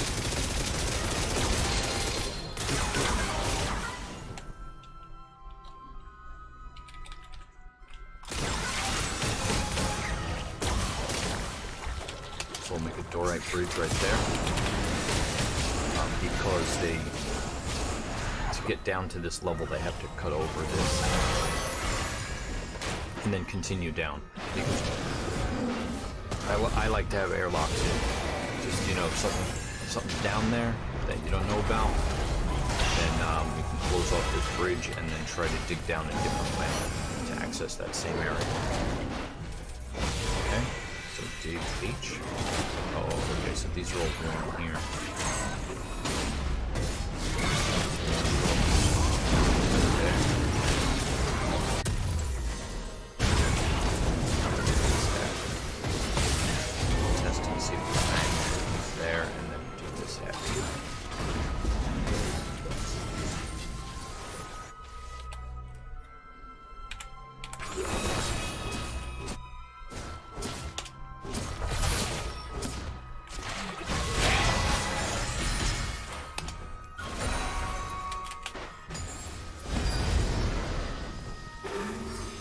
Okay, so there doesn't seem to be magma there.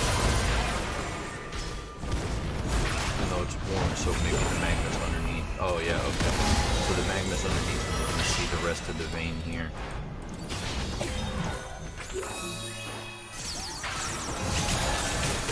So it should be fine then. We're just gonna try to dig the whole area here. And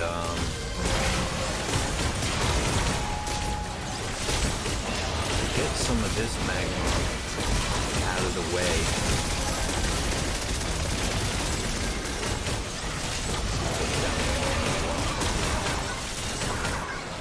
Dig a pathway for water, and then from the surface, from the stream on the surface, all the way down to this area, and then in some controlled way flood out this area with water to cool it off, and the magma will turn into obsidian, and then we can mine through the obsidian and get to the rest of this adamantine here and here. You may have to, I'm not going to do that in this episode because that's going to take a very long time to set up for me. However, that's how you do that. You would somehow pretty easily channel water down, and then make sure you put in a floodgate or some kind of control method in that system somewhere, and then just start. So maybe like right here, you just pop a few holes in this section here. So I'd pop one here, destination H, put a hole there. Is that the area? Yeah. Move it over one.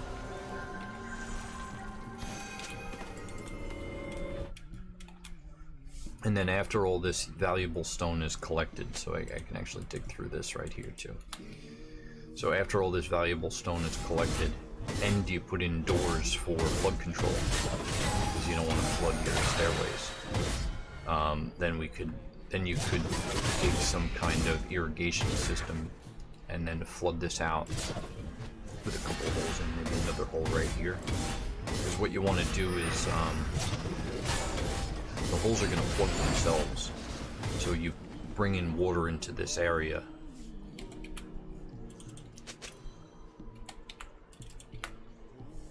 and the magma is going to turn into obsidian rock. So there should be stairs right here.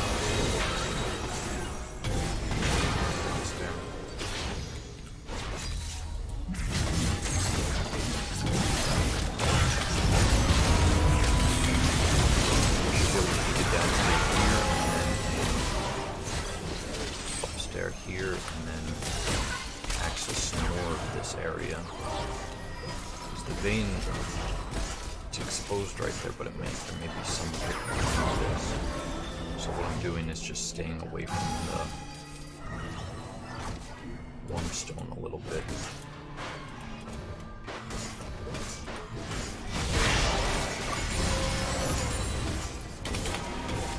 So we'll see how this is.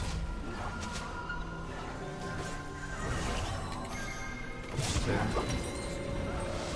So he canceled the ups there because all of this is warm stone underneath. Just canceled again, ups there. So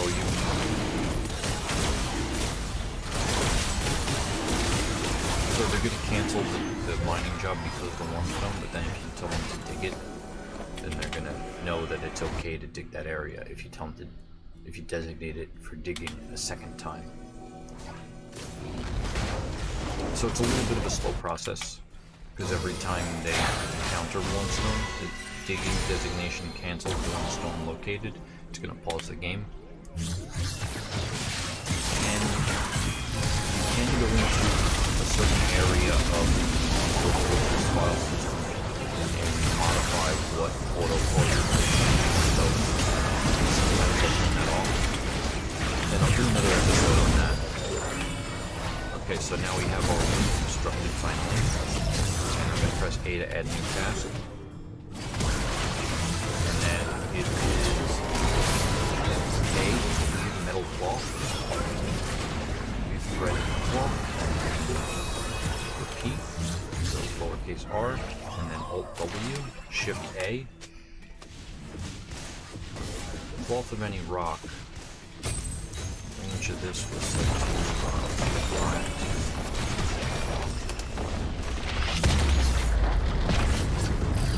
so I'm over here on the Dwarf Fortress wiki page on the metal tab. And I'm going to go to the bottom of this list.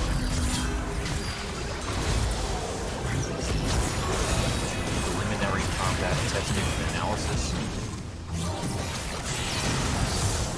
And this is going to tell us that edge weapons and armor for adamantine and steel take first and second place respectively. In the table here, the best armor is adamantine, the best edged weapons are adamantine, and the worst blunt weapons are adamantine. The ammunition has adamantine at good here, and there's a note here that says adamantine bolts deflect off adamantine armor, but otherwise their performance is on par with bolts made out of other metals.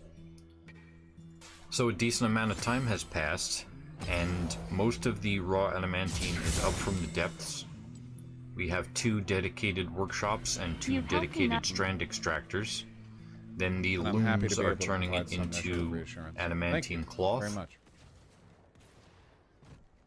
Anyway, you know, John Halo and the Arbiter play the same, so okay. They're having fun down there.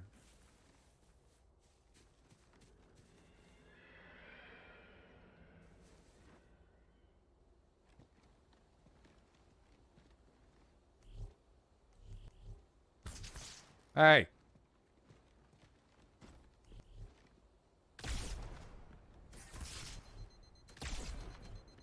Asshole. You looking to play Armored Core 6 on stream? Is that gonna be the new one, or is that the one before the new one?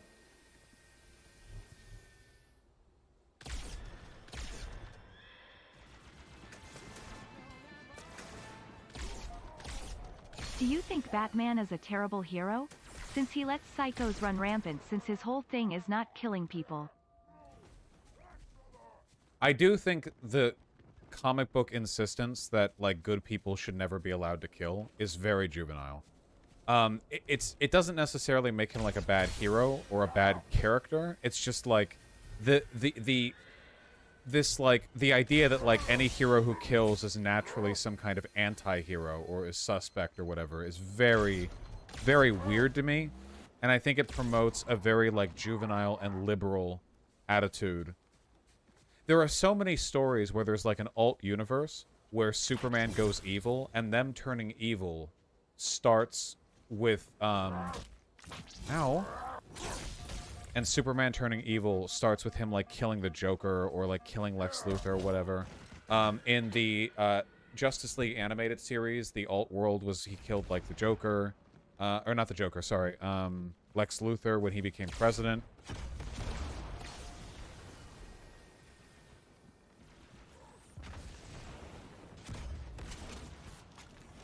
I always thought it was pretty juvenile.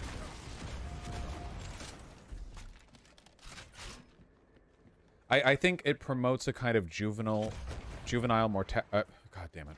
A kind of juvenile morality because it encourages people to see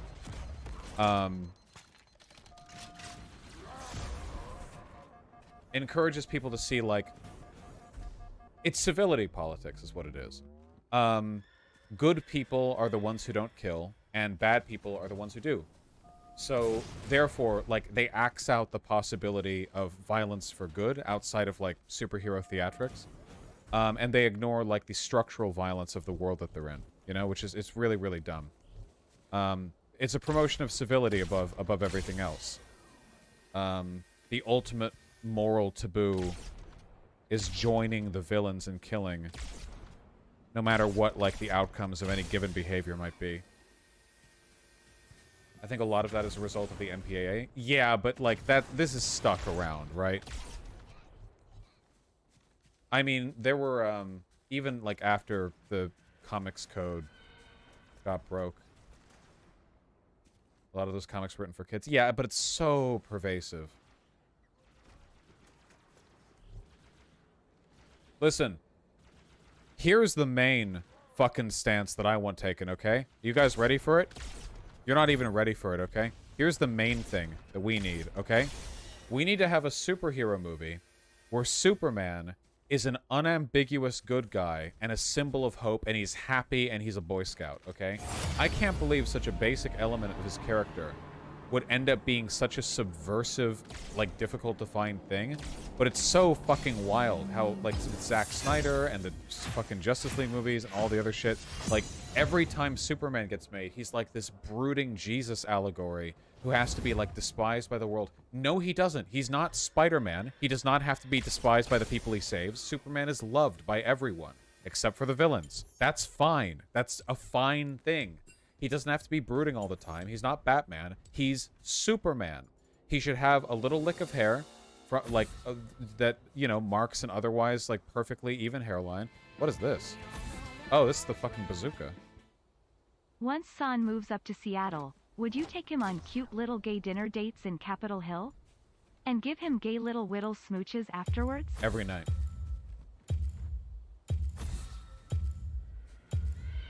Yeah, the little cow lick. Seriously though, like why are they so afraid of depicting Superman in that way? That's what literally everyone wants to see. Stop with the gritty bullshit. Nobody cares. Wow, you made Superman a tragic character? No, fuck you. He's not tragic. He's not. That's stop. Every other character is tragic. We are oversaturated with tragic media characters. Stop.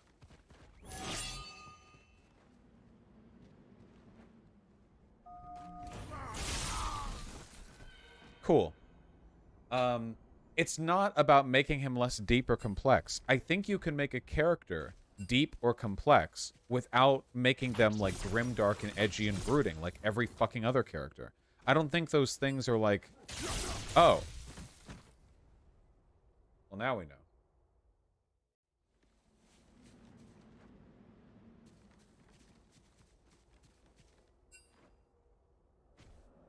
Okay, fucker.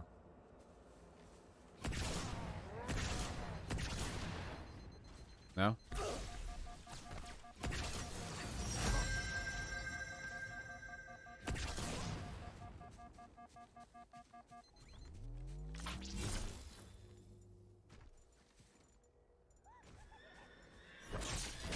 Ah, there we go.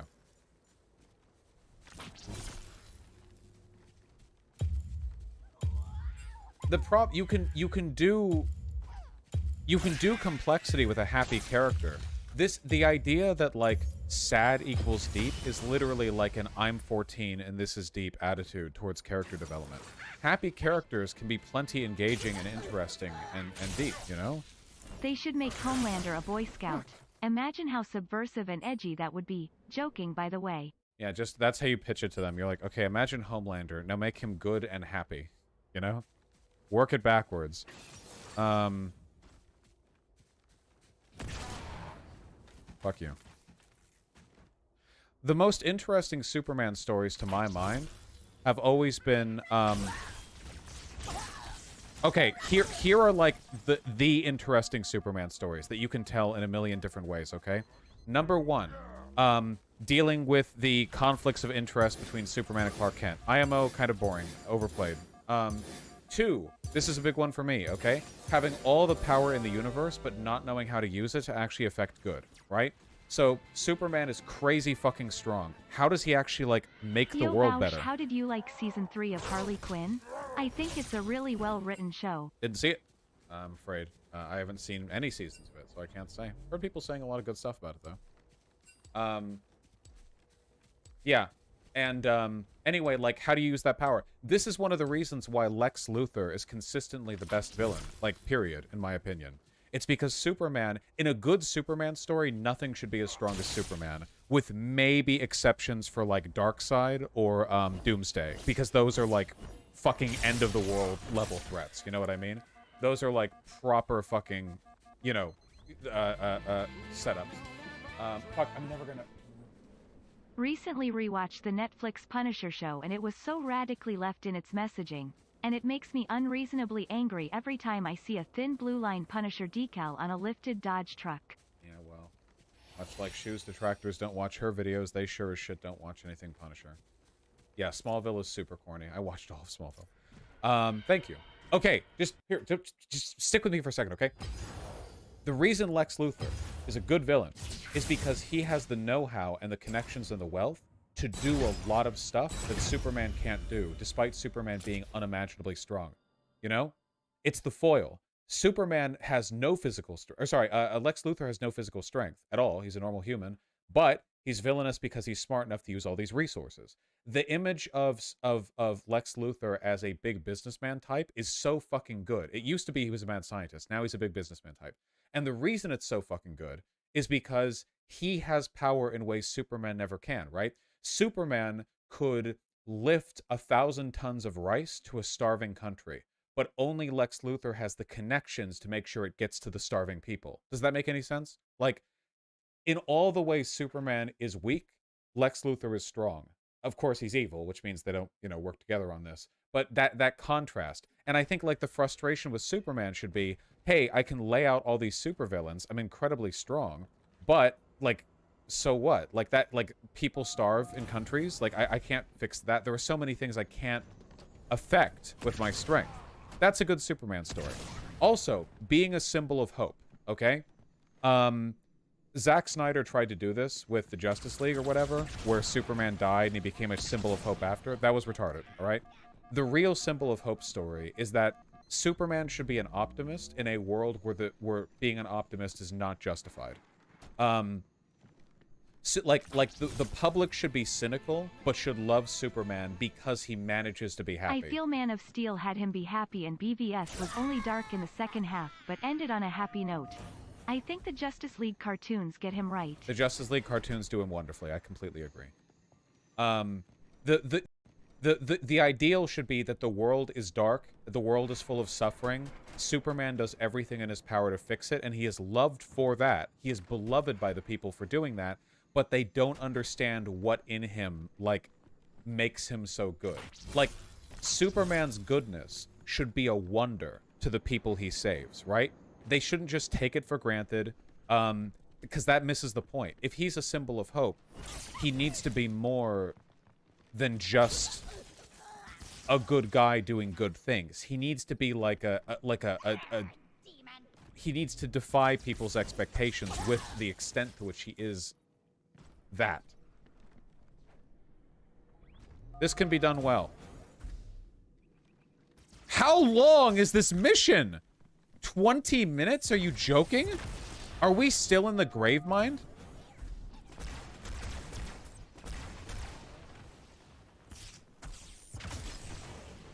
Just a few more rooms? This is insane!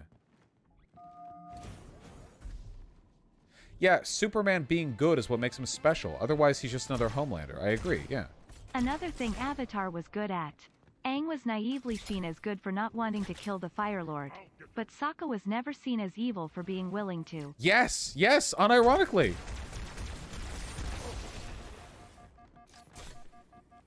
And Aang was a baffling symbol of hope to people around him, right? Like, Aang went through so much, but despite all of that, he was still, hopeful and optimistic and trusting of people.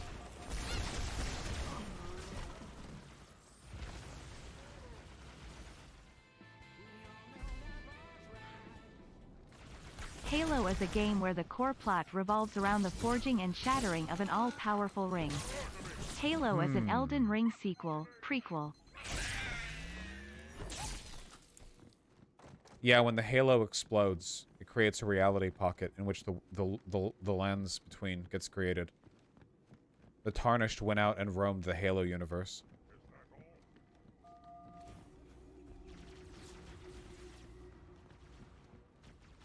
Oh, whoops. Oh, wait, isn't Sokka right? The Don't Kill the Fire Lord ending always felt more like the writers couldn't justify killing someone flat out.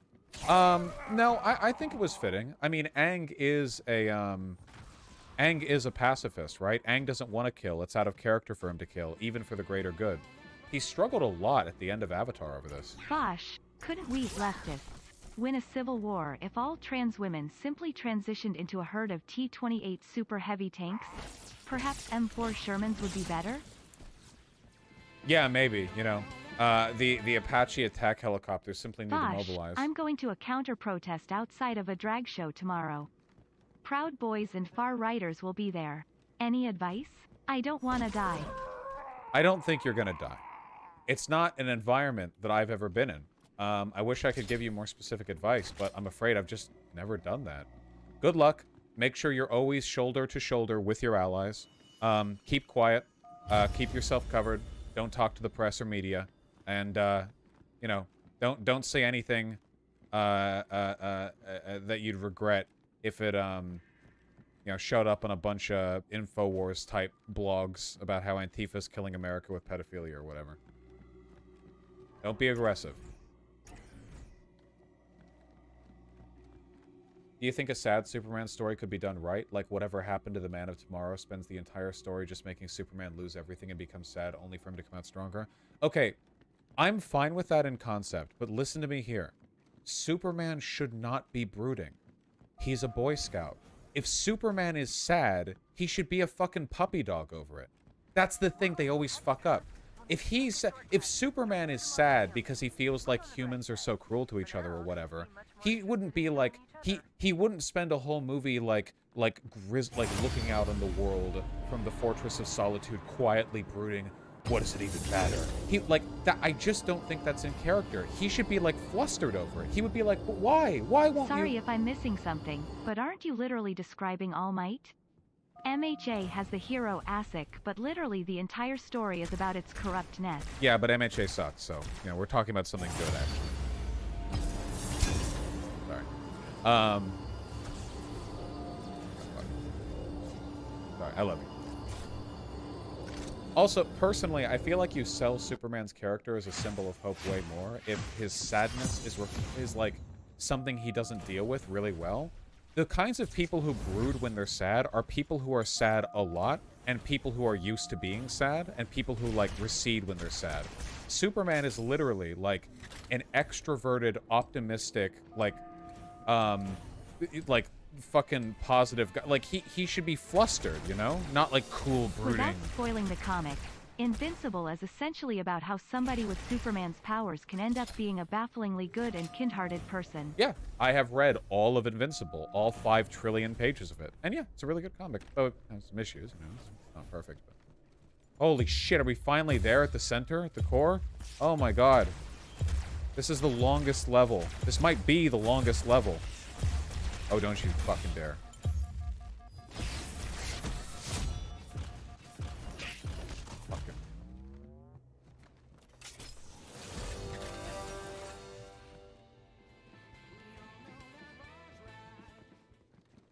Can you go on a rant on why MHA sucks?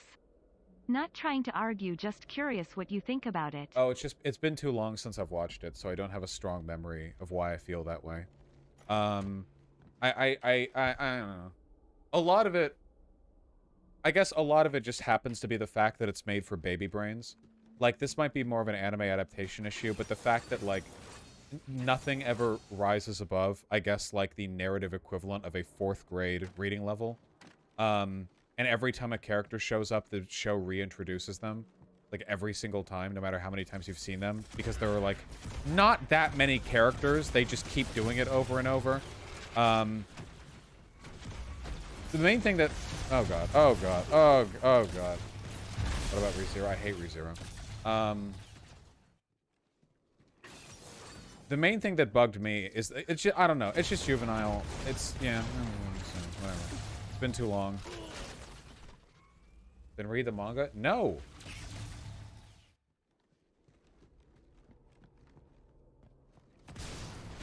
ReZero's Lolicon trash. No, you don't understand, dude. The twin, servile, dedicated maids who are 4 feet tall and have the bodies of children are actually 18.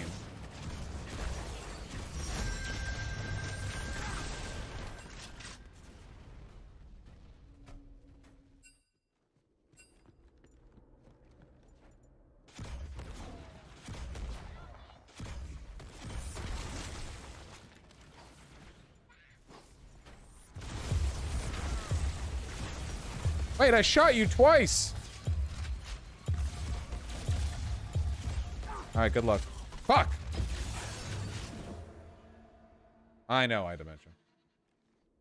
Was Rebecca a lolly or a short stack? Answer the question. I personally, I don't think Rebecca was, like, to me, looked like a child. Rebecca literally had, like, an hourglass with wide hips and tits. She's just short. Like, she was just small. I guess, like, some people call her a lolicon, and I guess, like, obviously a lot of this is where you draw up the line, but I do not think she looked like one. Darling in the Fox, cuts on that. What's so bad about ReZero? I don't like it. The greatest crime an anime can commit. Okay. Don't shoot me, though. Oh, fuck. Oh, God, fuck. Oh, my God, the wall. This one level has taken an hour.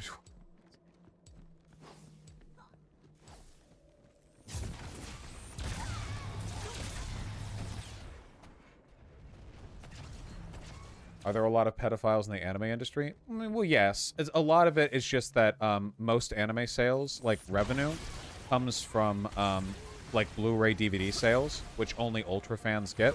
And the kinds of people who are Ultra fans of anime are usually like the most creepy shut-ins that you could imagine.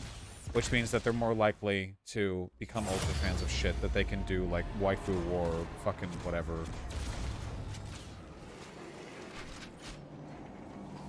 It's creepy and it's enabled by the industry.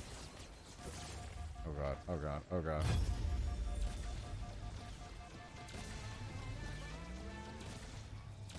Ian, wake up. You've been in a coma and haven't even started playing Halo 1 yet. God help me. It might be true. Oh, fuck.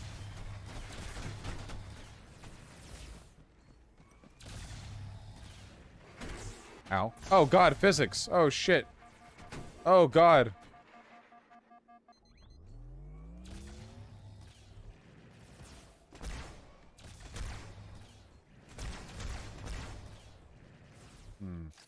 How to best handle this.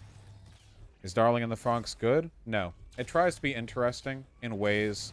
It desperately tries to, like, modernize the things that made Evangelion interesting, and fails in that respect. I think it's above average, but in that industry, above average still doesn't mean good.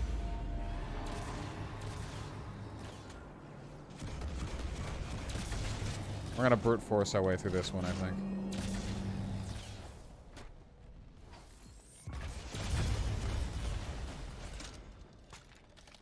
One day, Shadow 39. Come on. Gotcha. Perfect. Ah, shit. Oh, boy.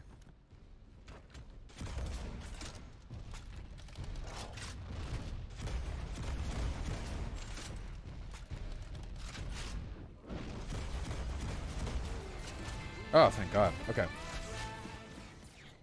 Chainsaw Man. The manga right now is going so smooth. Yeah, I like Chainsaw Man. Manga and the anime adaptation's going really, really well. Dude, hold that shield completely protects from the front. Stop. Fuck, stop.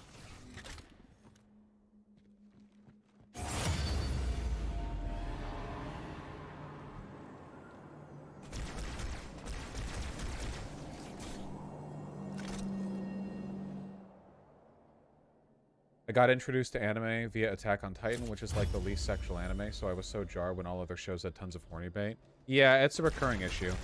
You should watch, Full Metal Alchemist Brotherhood. That's a really good show, and it's got basically no horny bait. I guess it has incredibly light horny bait, like main character gets flustered when he notices that his childhood friend is wearing a low-cut top kind of horny bait, but that just happens in real life.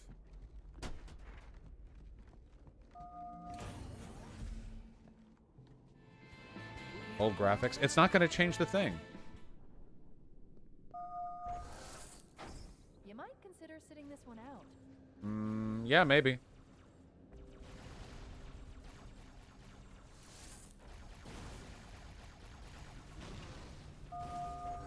Lust is kind of horny bait. Yeah, Full Metal Alchemist Brotherhood has so much restraint that they have the literal physical embodiment of lust. There we go. They have the physical embodiment of lust, and the most you ever see of her is like a low-cut top. That is a remarkable amount of restraint.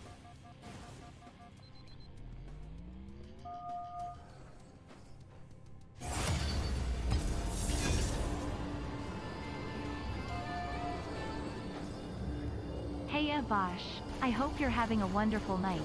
I really enjoy your content. Have you thought of playing Ready or Not? I like that game a lot. I'm afraid I don't know anything about it.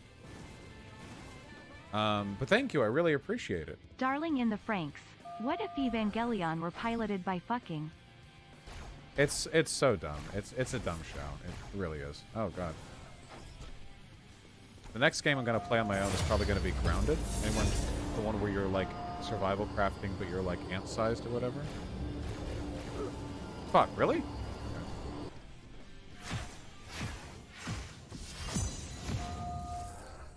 You might consider sitting this one out. Yeah, I've heard it's good too. I'll talk about it. I don't want to play Dwarf Fortress. I don't like simulation games that have no end.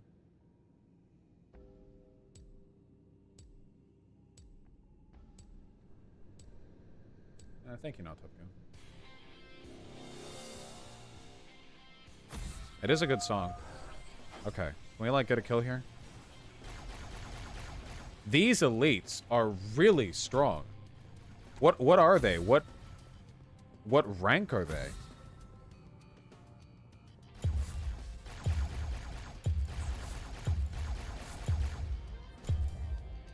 Ultras? Okay. What's up with so many shonen anime having brooding protagonists who barely want to be there? I want to see a hardworking protagonist who wants to improve. It's just like what teens think is cool, or what they think teens think is cool, at least. It's just a way of appealing to, like, juvenile masculine tendencies. It used to not be the case, right? Like, Dragon Ball Z is basically like the apex of an anime tendency where the protagonist of a shonen story would actually be like a super boisterous, like, hyper-enthusiastic dude. It's just not in vogue these days. But I think it's one of the reasons why people like Goku in retrospect. Yeah, Naruto too, yeah. I think that's one of the reasons why people like Goku in retrospect. It's because he's just happy to be there, you know what I mean? Like, the world can be exploding around him and he can just be like, yeah, you know? Luffy? Yeah, Luffy as well. Yeah, and Gon from Hunter x Hunter. And all these are, like, older, right? Like, all these started in the 90s or 80s or whatever. I don't, Quoteth. I don't pre-order either. Okay, I'm gonna try this, maybe.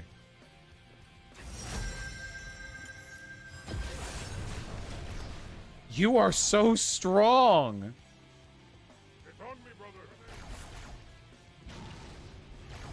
Holy shit! I can't... I don't even know if I have enough ammo to punch through these. Guys.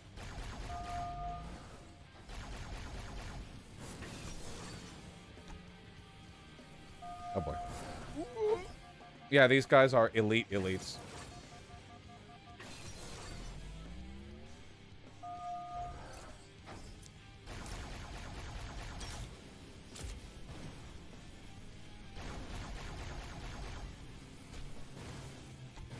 I don't want to play Project Zomboid. I've seen it. I've seen other people play it. I do not like playing games that have no end. I hate simulation games with no end.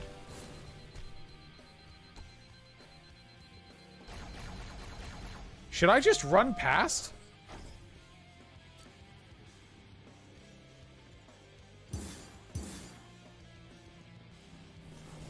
Let me in. Oh, guess that's not how that works.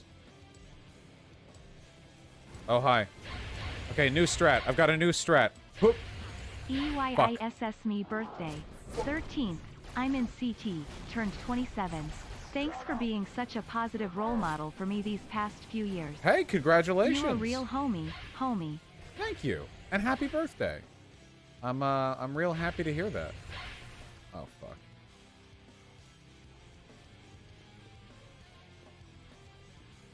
Happy birthday. You ever mess with Gary's mod? Oh, I used to have lots of fun with Gary's mod. But that was back when I had friends I could reliably play video games with, you know?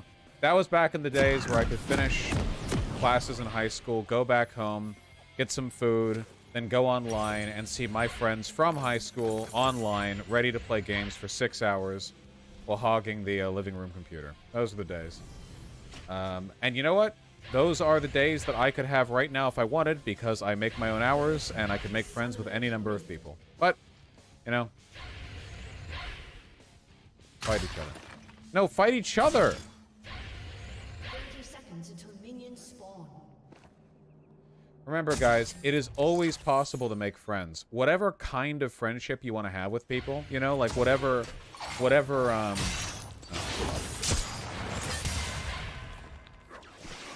God damn it.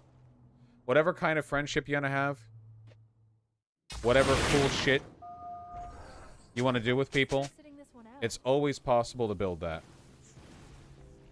Minions have spawned. No, I get that Vulture video, but there's no end. I don't like games where the only goal is to survive, because there is no end except for your death. Alright. Fighting them with this gun alone is not worthwhile.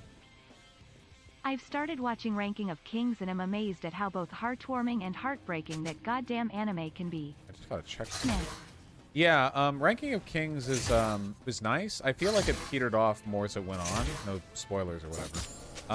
One of the reasons I loathed the last part of Bleach was that the only person who liked to fight and learn and improve was Hollow Ichigo.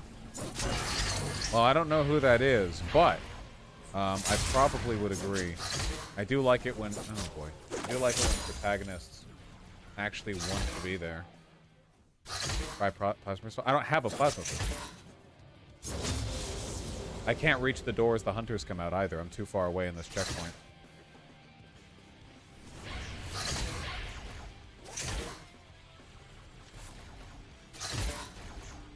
Here's one.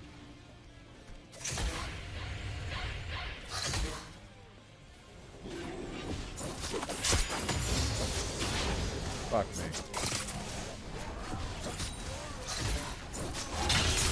Okay. Killed one of the hunters. Ow, ow, ow, ow. No, fuck! God damn it. Hi Bosh, just wanted to say thank you for all the content and countless evenings of entertainment watching your VODs. I rarely watch the stream as I am Brit Bong. Oh, I forget. Thank you very much. I really appreciate that. I know I provide entertainment to a lot of people. I think that's very valuable.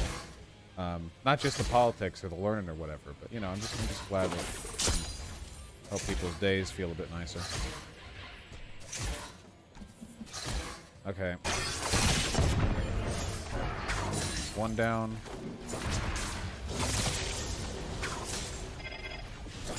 Getting rid of the hunters makes this so much easier. Fuck yes, dude. Okay, nice. Okay.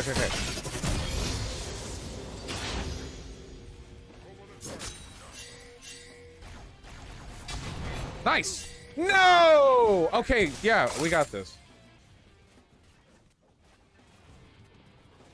So, does the plasma pistol... Oh, okay. Does the plasma pistol have, like... the noob combo? Okay, what if not the plasma pistol is meant to take down the shields on these guys? Because I shot one of them with 2 grenades, then 4 of the brute shot grenades, and then a bunch of I'm carbine a massive shots. fan of Halo. I was really glad to see you enjoying the game during the charity stream. What do you think of the Arbiter? I don't think... nothing about this game is making me invested in any of the characters. Oh, fuck, I dropped the wrong weapon. You know, none of them talk that much. There's very little dialogue, as the level progresses. I like playing as him just fine, but, oh boy. Yeah, he's got a very deep voice.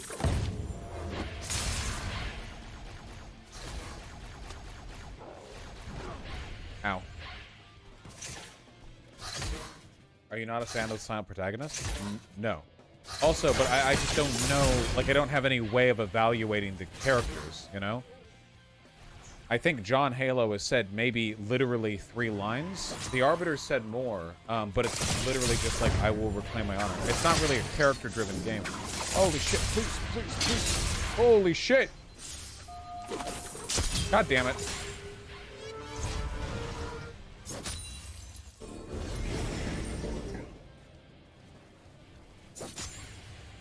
Oh, Duke the Nuke, if you donated via Super Chat, I'm afraid you can't. Super Chats can't be refunded. If you donated via the website, then you can. You should email us. How much did you donate?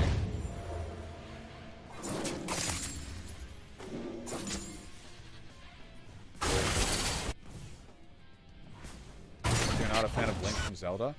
No, he has no character at all. It was 100? Wait, how'd you add emojis to your Who would donuts? top and who would bottom John Halo or the Arbiter? Arbiter would top. How'd you add the stickers to your donuts if it was from your pocket? How's that even happen? I don't know.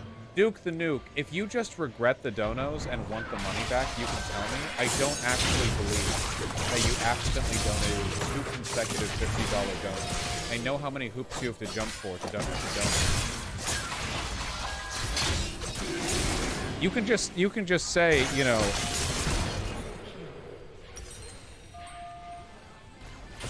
fuck, we almost had that. Halo was my first big kid video game and I've really been enjoying watching you play it. Are you planning on playing Halo 3? Yes, I did make that pledge. Didn't we have a situation like this last night? Same guy. Oh shit. Oh god. Oh Christ. Oh fuck. Oh.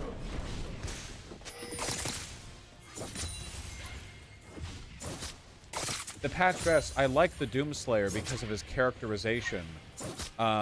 His silent characterization. But John Halo doesn't get any of those moments. There's no silent characterization in these games. There's no like special animation or cutscene or whatever where he does some like neat thing outside of the stuff that he says.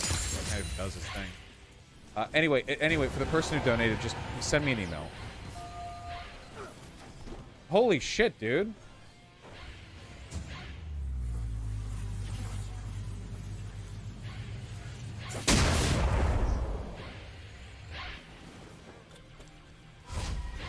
So what you're saying is you can't insert yourself into a character like Link, which is the point of the silent protag? Wait. What? No, I just don't care for it. I just don't care about it. Like, the point of a silent protag is to be like an inoffensive, like, block that you can just project yourself onto. But you can't ask me, oh, well, how do you like this inoffensive silent block? Because that's not the point. Oops, I didn't mean to make this $500 donation. Please refund it. Fuck! Thank you, I appreciate that. An ally has been slain.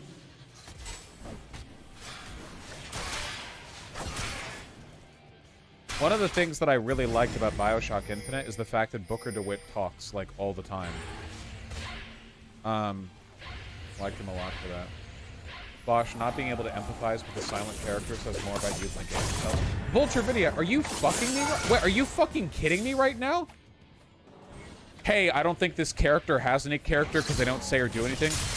You can't relate to someone who does or says nothing. It says a lot about you. Is this a fucking joke? Are you doing a bit right now? Puts you in the story as a character yourself. What are you guys talking about? Guys, you can't evaluate the character of a character who is designed to have no character so you can project yourself onto them. Boss or chat, any advice on getting through COVID symptoms? Can't go to Dr. B, CI in China. I do not have doctors. I have no idea. Boosh, but what is your opinion on the protagonist of the original GameCube Animal Crossing? Right, I don't know. Yeah, it's like, ask me what I think about Mega Man, the character or whatever. I don't know, he doesn't do anything. I do it. He smiles, I guess? I don't know. Do you know about RB and the Chief? If you do, the creator recently finished his 8th season. You should check out the lore of Machinima Downfall. I have literally no idea what you're talking about. Mega Man does a lot, though. Not in the games, which is where I experience him. I'm not talking about the,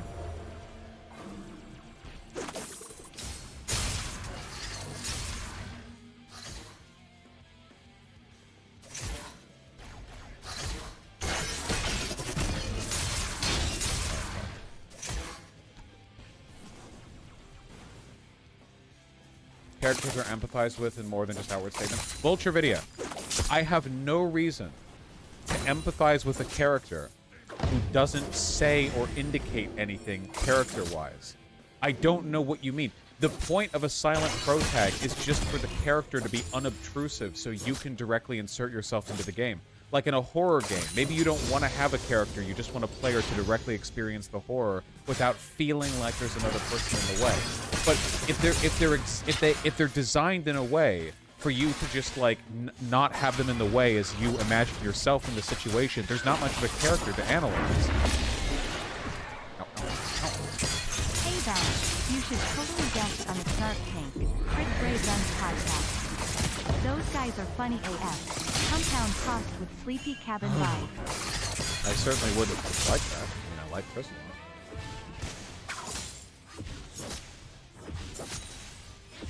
Can't relate to the ball and pong says a lot, yeah. Hang on. I'm picking up 2 more transfers. Let me out of this level. Commander and Johnson. They're closing in truth position, Chief. I'll need your help. Dozens Please. of people spoke at the Ohio School Board meeting today against the anti-trans resolution. Oh my They fucking... vote on it tomorrow. Here's hoping for good news. I hope so. How long have you been in this level? It's been like an hour and 40 minutes on this one level. There are 3 levels after this, and chat was telling me at the end of the 24-hour stream that I was almost there. This would have been at least 6 hours of content when I was sleep deprived. Oh, there we go. Holy shit, that's so much nicer.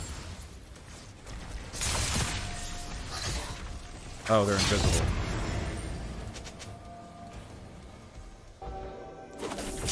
Does chat play on me? Yeah, probably. Oh, fucking, yeah, I gotta bait them in here so I can take cover. It's like Isaac Clarke from Dead Space. Yeah, well, Isaac Clarke is characterized through some of his, like, mannerisms. Through some stuff about him that isn't, like, verbal.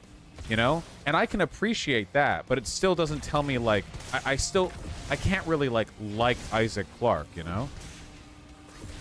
People have relationships with silent protagonists in ways that I don't really understand. Like, a big example would be Gordon Freeman. I don't give a fuck about... Oh, God. Yeah, of course. I don't give a fuck about Gordon Freeman. Not only does Gordon Freeman not say anything, he also doesn't have any character demonstrated through any other behavior. There's never a cutscene where he acts in some way or does anything. Fuck you.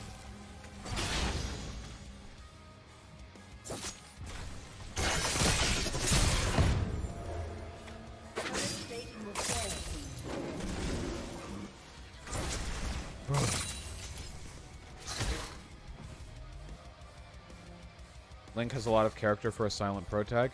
Man, at least Link will like reliably get cutscenes where he reacts to what's going on.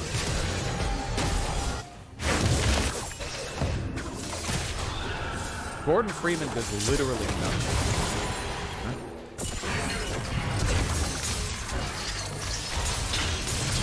Gordon is a suspect pro tag. People are insane who try to defend this character.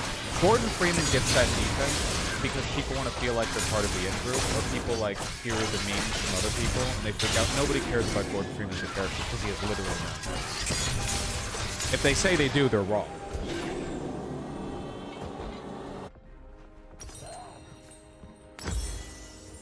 The hopes of all the Covenant rest on your shoulders, Chief. My faith is strong and will not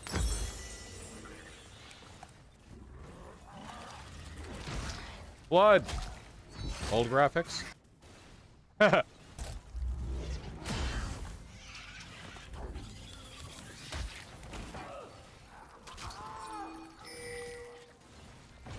him be. The great journey waits for no one, brother. Not even you. I like Gordon Freeman. You get to insert your own thoughts and words in the character. Then that's not Gordon Freeman. That's just you projecting on him.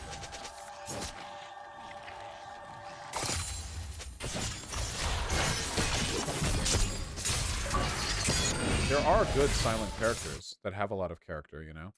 Like, Shell from Portal 2, I think you could argue, has a lot of character. Kind of as a reflection of GLaDOS' interest. Like, Shell herself does basically nothing, but I feel like there's so much implied character from the way other people bounce off of it. But it's in an abstract way. I think you can make that argument. But people don't even really talk to Lord Freeman as anything other than, like, generic pro tag, right?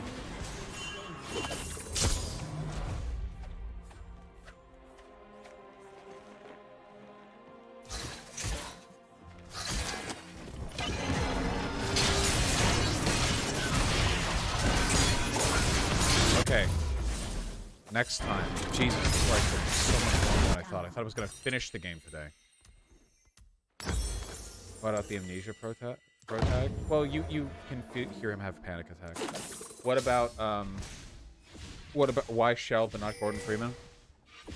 This is just my opinion. But, oh. You should have Lucy Hayes on one day. The Polish girl you talked to the other day in that group chat for her mom's fundraiser. Her content is awesome. Yeah. I hope she's doing better. Maybe one day. But I can make no promises. I have a lot of stuff booked up. I think you can do more with Shell than Gordon, mainly because Shell gets implied personality from others' interactions with her, but Freeman doesn't because everyone treats Freeman like John Norman. Does that make any sense?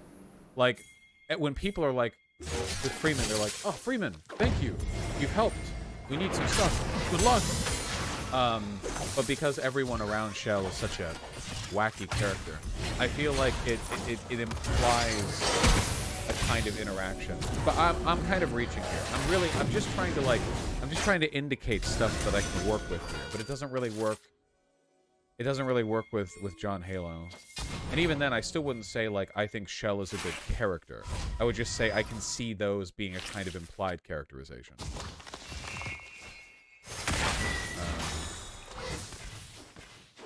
I don't find Blank Slate characters relatable with Vulture because, like, not even a little bit, because I'm talking.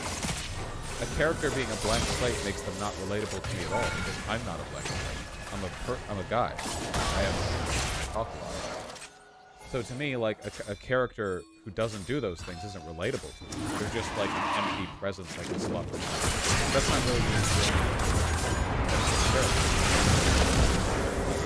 Vessel.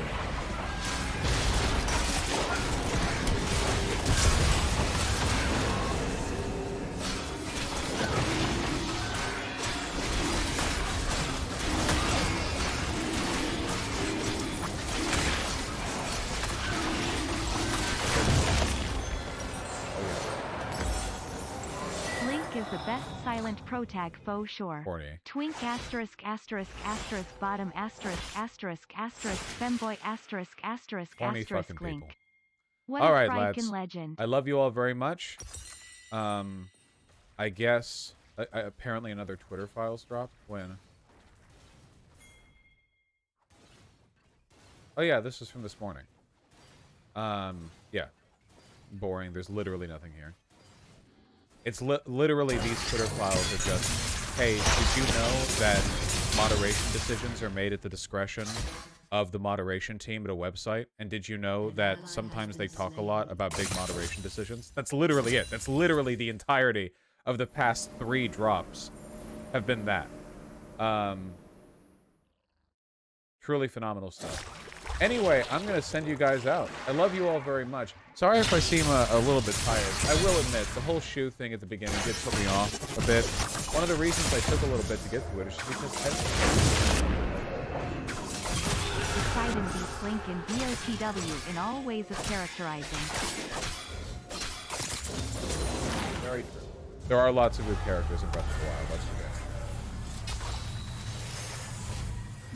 What happened with Shoe? Oh. Anyway, one of the reasons I put it off for so long is because it's just fucking tiring. It's just tiring. You guys are tiring. I just want to say, be clear, I do love you guys, but a vocal minority of you were the worst part of it, okay? Just so you know.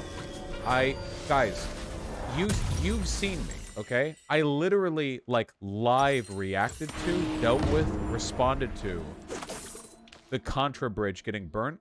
In that stream, I sent her a DM that opened with, hey, just so you know, I'm completely...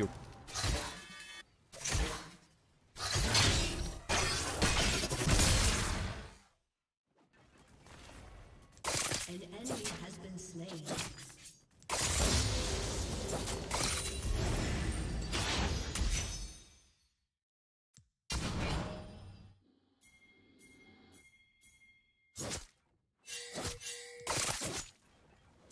Your team has destroyed a turret. An enemy has been slain.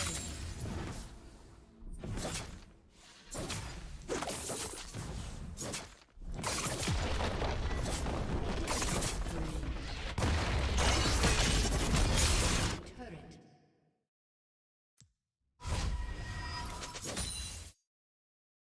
Your team has destroyed a turret.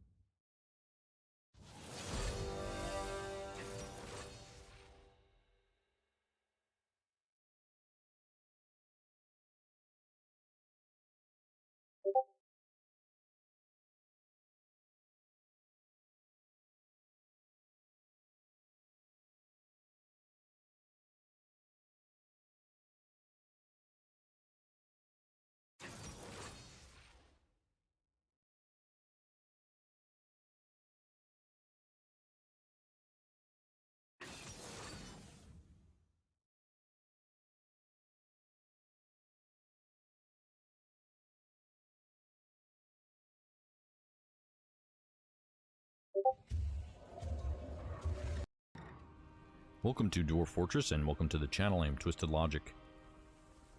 In this video I'm going to show you how to build a magma safe pump stack and how to use it. Pump stacks can move water or magma up Z levels, sort of like an elevator. And we're doing this so I can build a large area for magma workshops. So the footprint of the pump stack is going to take up a 3x4 area. Plus we're going to need the stairwell next to it.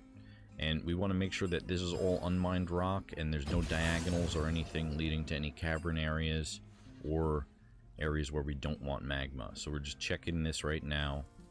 All the way down to wherever you have magma. I'm doing this at the magma sea.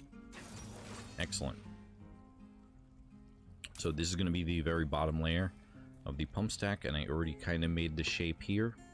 The pump is going to rest on these two tiles. These three tiles are going to be the output for the pump, and we're going to dig a channel right here for the input of the pump. The pump is going to draw magma from the magma sea.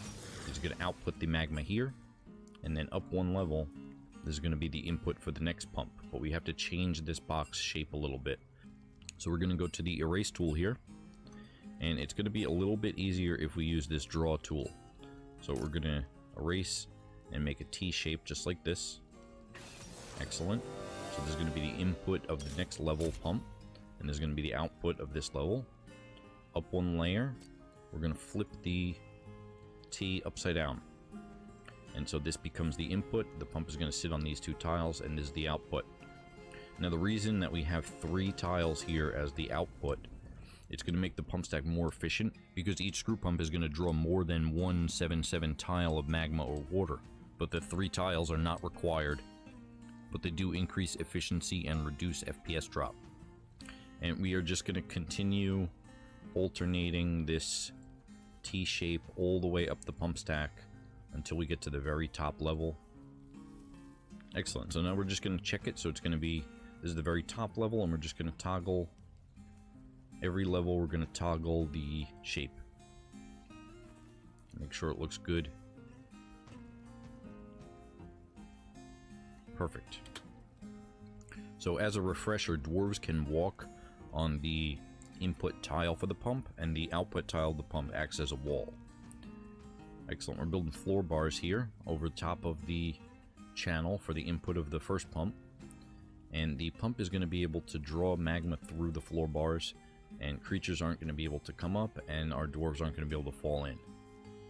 Okay, now that this is all toggling correctly and we know that it's good, we are going to dig a access path for the dwarves to work on the pumps for the mechanics. And so we're going to go to mine, and it's a little bit easier if we just use if we just paint it in, so we just hold the mouse like this instead of box select. Okay, so we're going to paint in a walkway for the dwarves to the stairs, and this is also going to alternate on each level. It's going to go to the input tile of the pump, just like this. And this level right here, it's going to alternate. And we're just going to draw this in on every level, and then we can start mining this out. Excellent, we're ready to mine.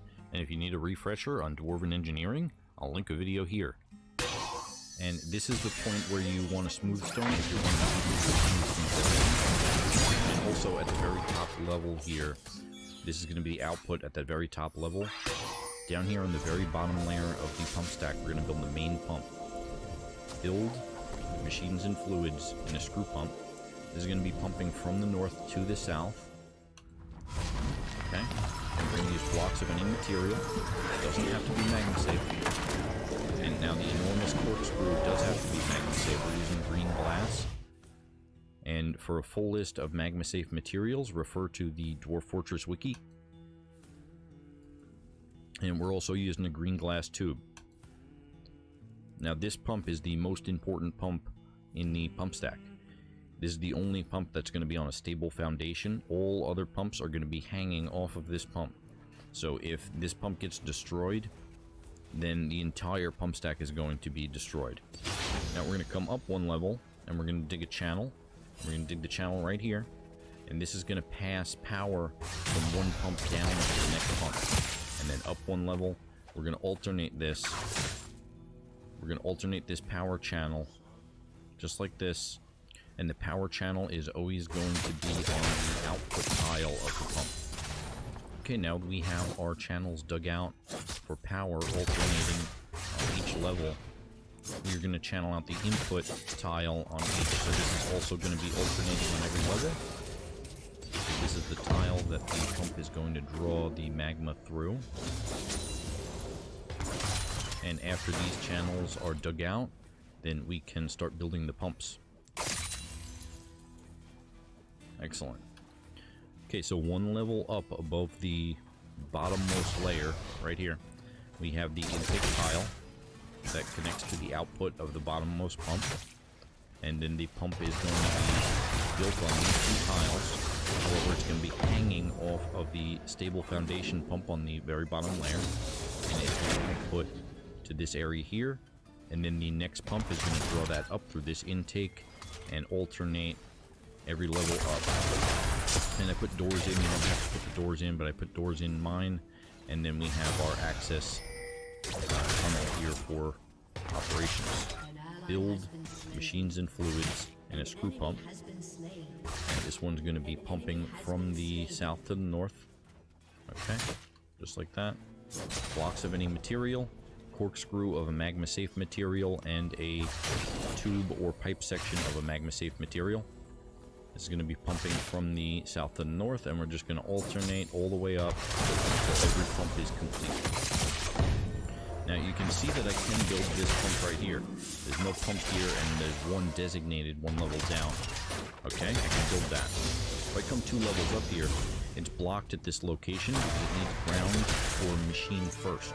So there's no pump underneath this spot where I want to build the pump. I gotta come down and build the lower pumps first, so we're building from the bottom up. Excellent, the pump stack is complete, and I'm just double checking everything. And I just want to say thank you to all the new subscribers as well as the old subscribers. I appreciate every one of you. So now we are on the very top layer here, and we're going to hook this up to mechanical power. So we're going to dig a channel, and this is going to be a little different. We're just going to dig above the output tile of this pump. So up 1 layer, dig a channel there. So this pump stack is 20 levels tall, and each screw pump is going to require 10 power. So we have 200 power needed. Building the gear assembly right on top of that open space. And this gear assembly and lever right here are connected. And this gear assembly is disengaged. Anytime you have a pump stack like this, you want to make sure to hook it up while this is disengaged.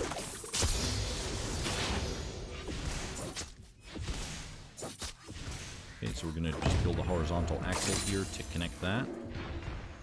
So if you pause the game and then tell every one of the pumps in the pump stack to pump manually, then this pump stack will operate without mechanical need. It'll be dwarven power, and we're going to demonstrate that now. And so 20 dwarves with the pump operator labor are about to come over here. So we're just going to have to wait until each pump operator mans their station in order from the bottom up to get this magma all the way up there. Excellent, starting to go here.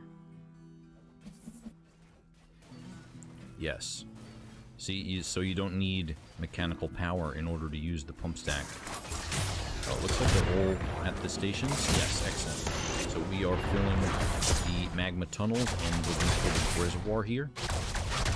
And then make sure you have a way to turn it off. So you want a lever to disengage mechanical power to the pump stack so you can turn it on and off. So we're going to pull that lever now. And when we do pull this lever, it should cancel all of the dwarves from manually pumping because mechanical power has taken over. So somebody's going to come along and pull the lever shortly. Excellent. Dayton just pulled the lever there, and now this machine has taken over, and all of the dwarves' orders to pump manually has been cancelled. Excellent. So now up 1 level, we can channel into the magma and create our magma forge and magma smelter and magma glass furnace. Thank you very much for watching, and subscribe for more videos.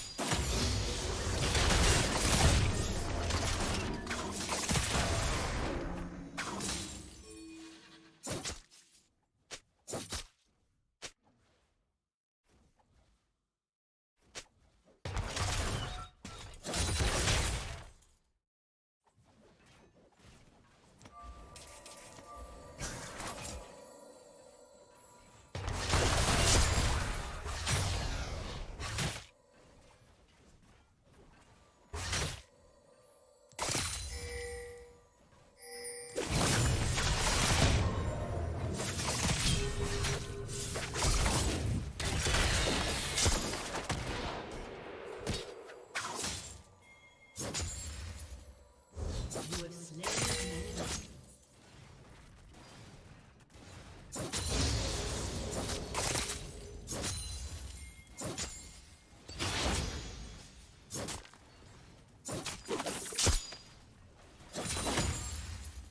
Rampage.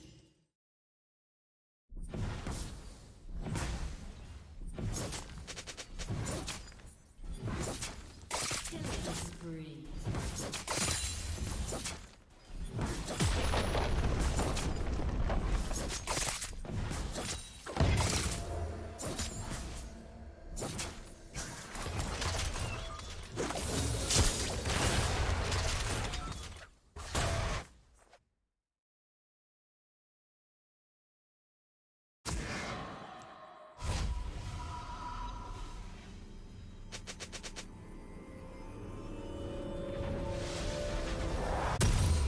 Ally has been slain.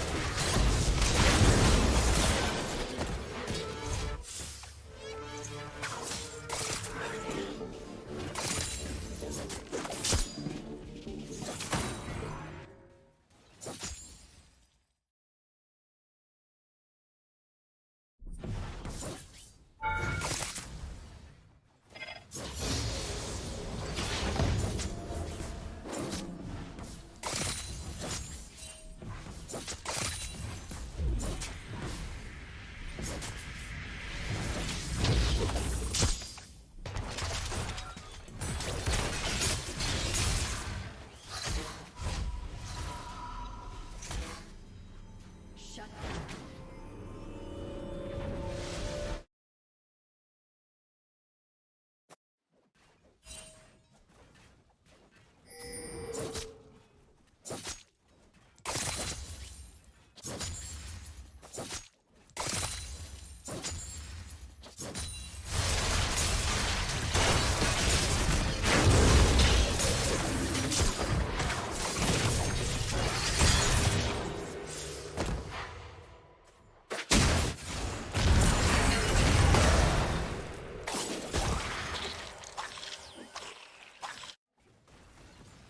An ally has been slain.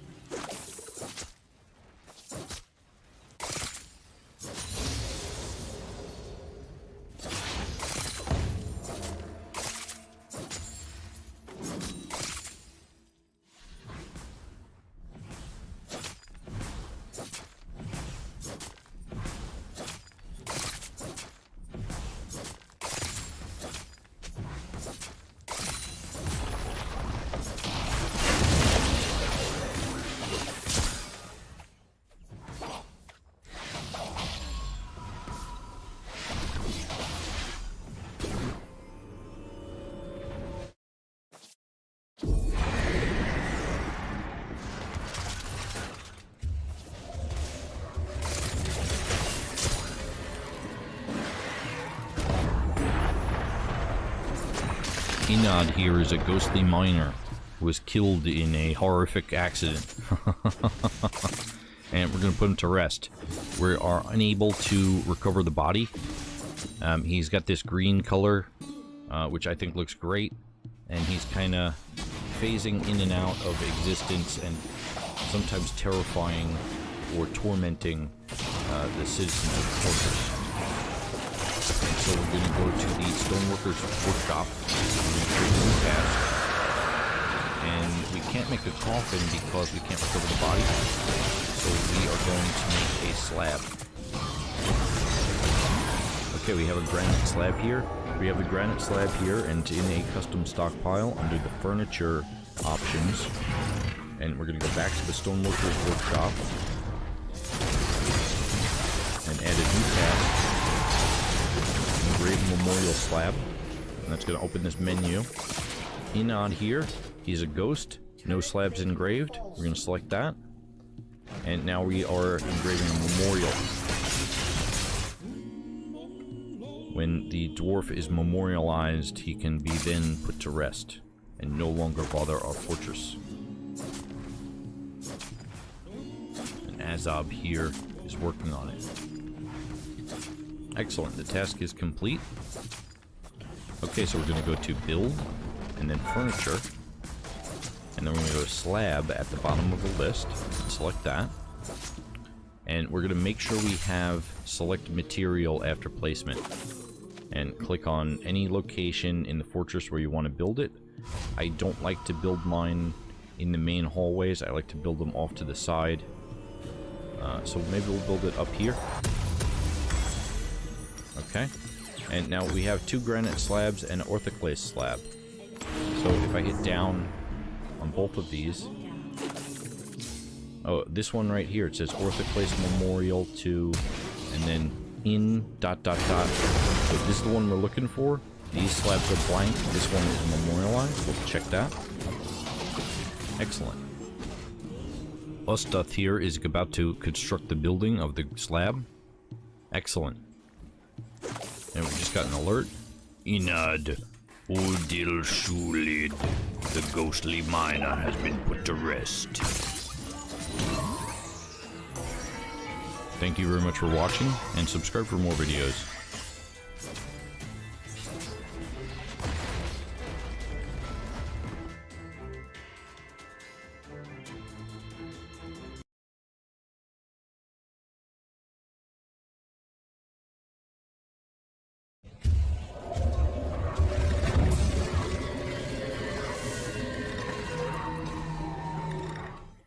Welcome to Dwarf Fortress, and welcome to the channel. I'm Twisted Logic.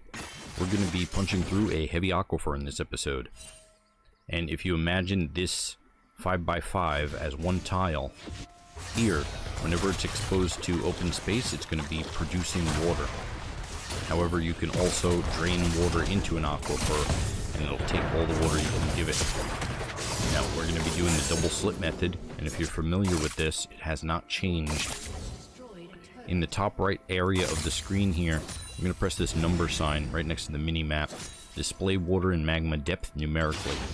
And now after we click that, we can see the depth of the water. A tile with 1.7 water is very shallow, and the dwarves can walk into it. A depth of 3.7 water is about waist deep for the dwarves, and any number higher than that, they're going to have to swim, and construction will become cancelled. And a depth of 7.7 water is 100% full from floor to ceiling. Now, aquifers are only going to produce water on exposed surfaces. They will not produce water diagonally. So only the tiles north, south, east, and west end on the bottom. If you dig underneath, it's going to rain down upon you. At the carpentry workshop, we're making wooden pipe sections, we're making wooden blocks, and we're making enormous wooden corkscrews. These are the 3 ingredients to create screw pumps. The blocks go into a barn block stockpile. The enormous wooden corkscrews go into a weapons/trap component stockpile. And the piping sections go into a furniture stockpile. If your parts are sitting in the carpentry workshop and not in a stockpile, the dwarves are not going to build it until those items are moved to a stockpile. So I'm going to channel down here and here. This is the double slit method right here, but I'm going to add a 3rd row to it because I want to make it a little bit bigger to have more room down there. And we are going to go to build, machines and fluids, and a screw pump, and we're going to pump from the center out on all of the pumps. So on these 3 right there, center out, and we're not going to worry about this side yet. So the dwarves are going to build that.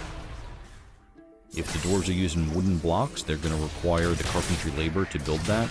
If you're using stone blocks, you're going to need the masonry labor.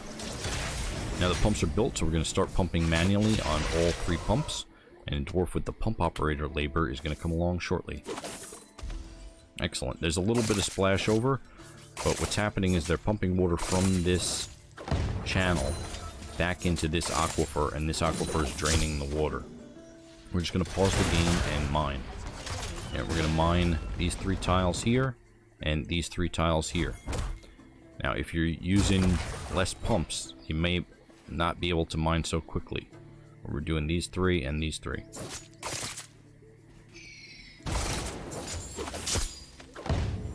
Build, construct wall, and we're going to try to do the 4. We're going to try to do this one right here, and this one right here, as well as this one and this one.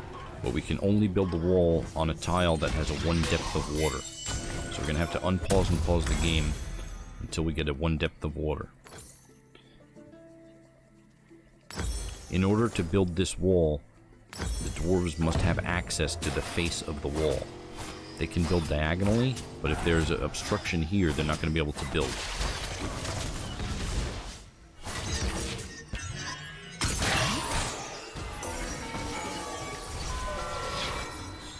Okay, excellent. Excellent, excellent. Build, construct wall, and we're going to fill in the centerpiece on both ends. Right there and there. And then we're also going to mine these 5 tiles here on the right side.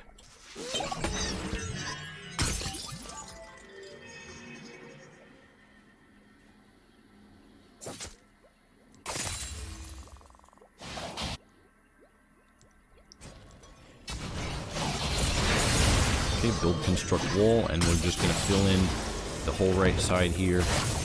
Walls. Just like that.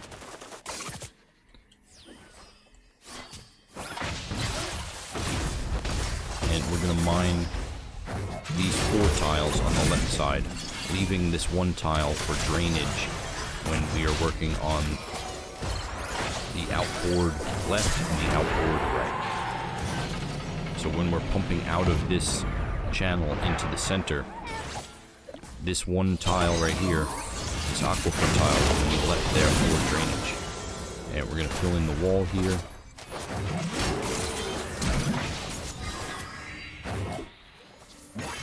Excellent.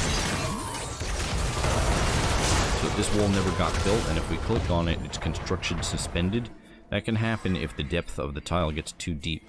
So we're just going to hit resume construction and unpause the game and just keep an eye on it. Constructions are constantly being suspended. Add another pump. Complete. How about this one? We're going to resume construction, but keep unsuspending the constructions because every time the dwarves suspend construction, some progress is made towards its completion. Excellent. Now the center is done and we left 1 tile for drainage. Up 1 level. We are going to dismantle the pumps. Top right hand corner here. Remove this building. And now the pump is stalled for removal. This water will evaporate. We'll be okay. Build, machine and fluid, screw pump. And now we're going to pump in the opposite direction. An ally has been slain. And we're also going to add 3 pumps to the other side, pumping into the center.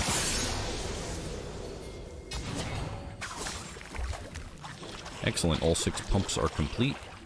And we're going to turn on pump manually. Start pumping manually on all 6 pumps.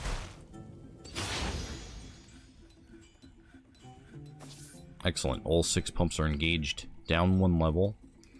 Dig. We're getting these 6 and these 6 all at once. And we're going to go to build and constructions and wall. And just be ready on that. I'm just going to try to get these walls in place in the same order. Just like this right here. And we're going to let them build that. We're going to dig out the center right here. Because this is constructed wall, it's not an aquifer, so once we eliminate these tiles here, it's going to slow down water on this side. build construct wall, and we're gonna get this one right here, and that's gonna block water from this aquifer tile from producing water onto this side. And we can also get this one and this one.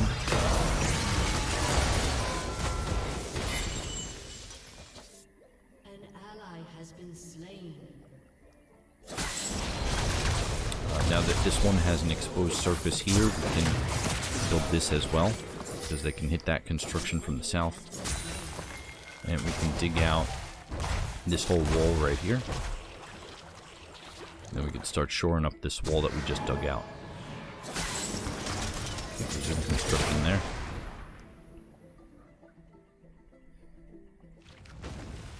Excellent. This side over here is complete.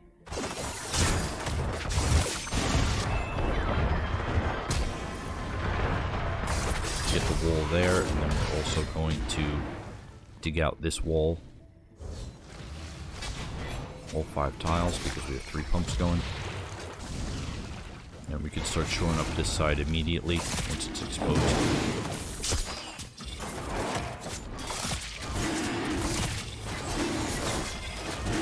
One more. We can dig out these 5 tiles.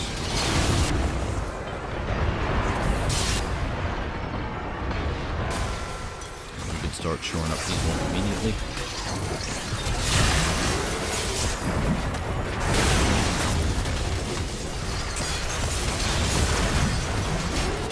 Mining orders can designate constructed walls, floors, and other constructed tiles to be removed by miners.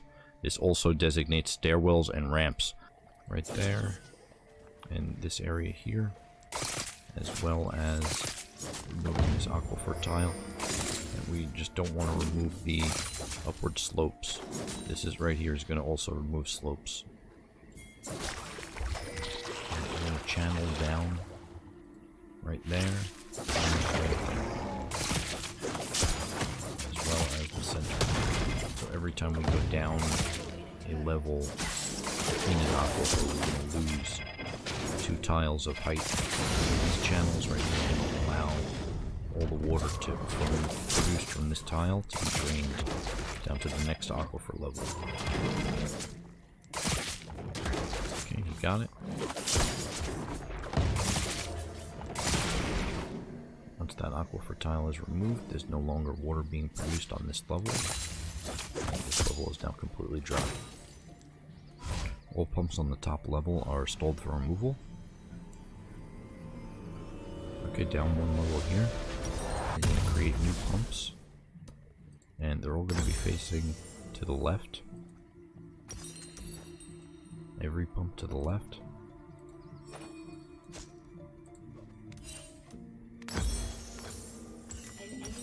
Okay.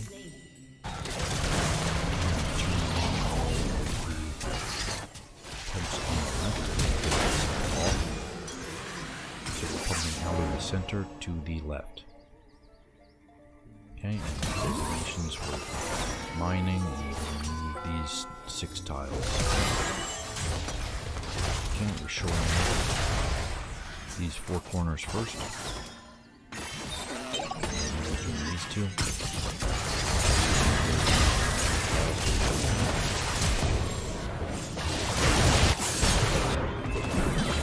As soon as they're done, and now we're going to dig out these 2 tiles only, and we're going to leave this one for drainage. I'm going to shore those up as soon as we can as well. Excellent. Up 1 level. We are going to remove these pumps to the bottom.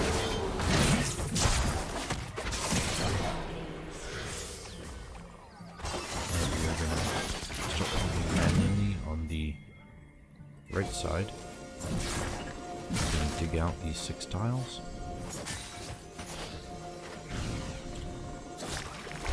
Okay, and we're going to shore up these 4. Now we're going to do these 2. Okay, these 3 tiles here we can dig out. And we don't have to worry about shoring up, but these are the walls that we made. And these 3 tiles we can dig out. Shore up this wall.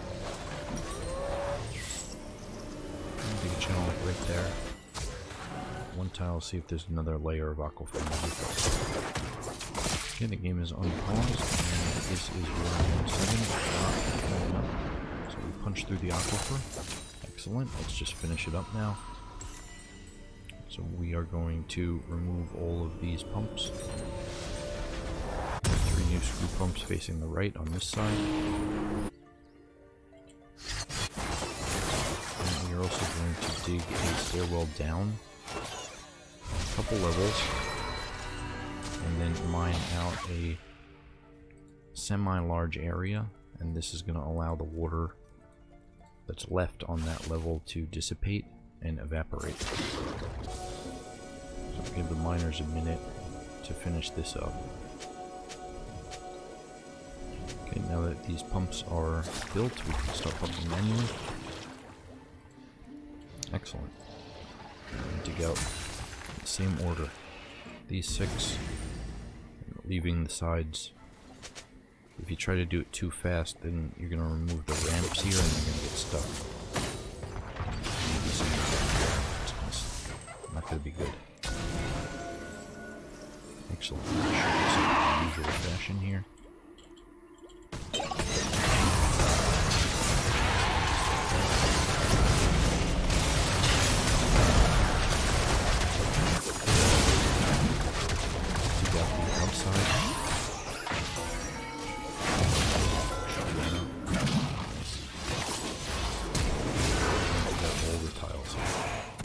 Now at this point, we just need to put all the tiles, just like that.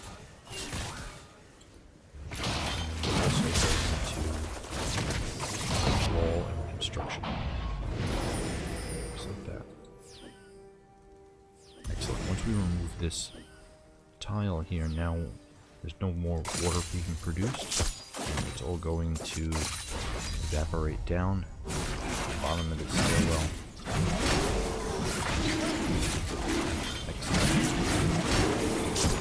We successfully punched through the aquifer. Moving them. I'm going to channel down here. I'm also going to channel down these tiles. So these 4 tiles here. Channel down.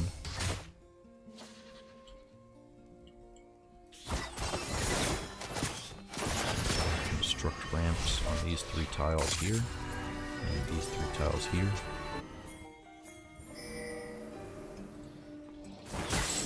And channel down again, down 1 level, channel down 1 level, channel down.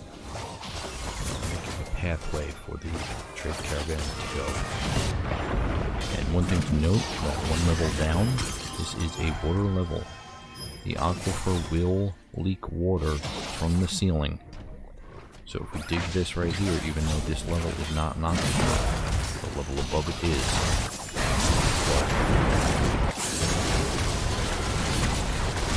Now we have a 3x3 ramp aquifer. Thank you very much for watching, and subscribe for more videos.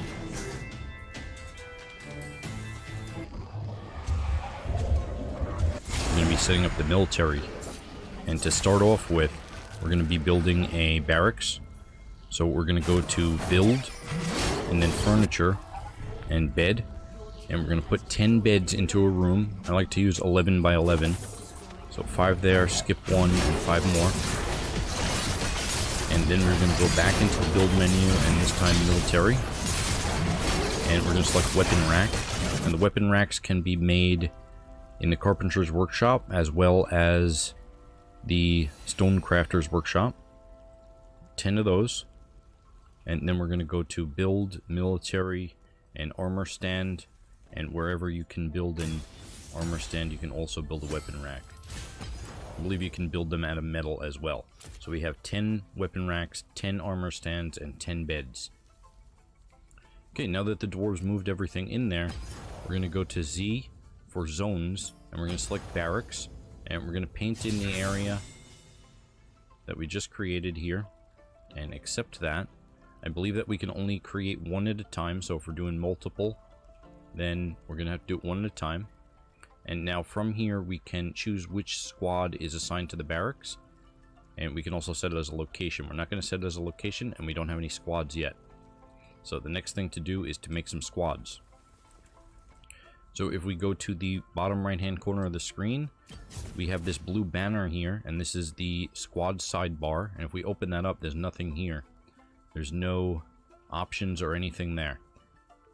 In order to enable this menu, we need to assign a militia commander. So we're going to go to the Nobles and Administrators menu. And we have this militia commander position, and we are going to assign Zuthin. He's a novice tactician and a novice leader. Excellent. He's also the mayor, broker, and manager of the fortress. You can have many roles. After we exit this menu is going to change. So escape. Now we have an option to create a new squad. We're going to select that. And we're going to select militia commander. Now we're going to select archer.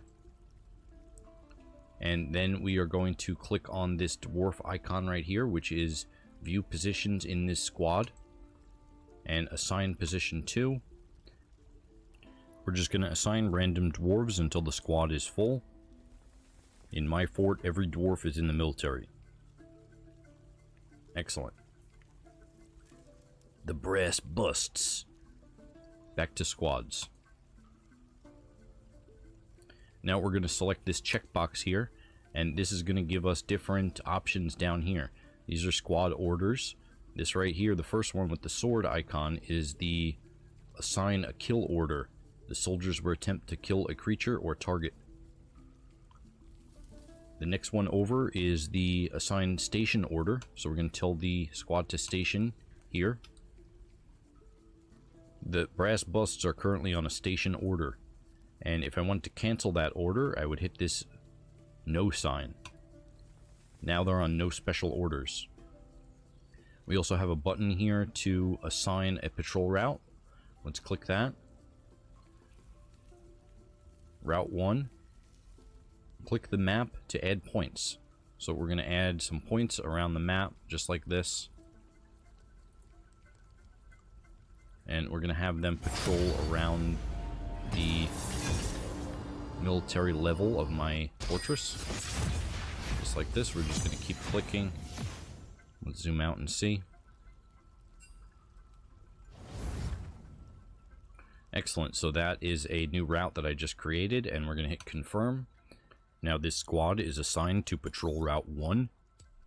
Here they are right here. Their current task is to patrol route 1, and we are going to zoom and follow. Excellent.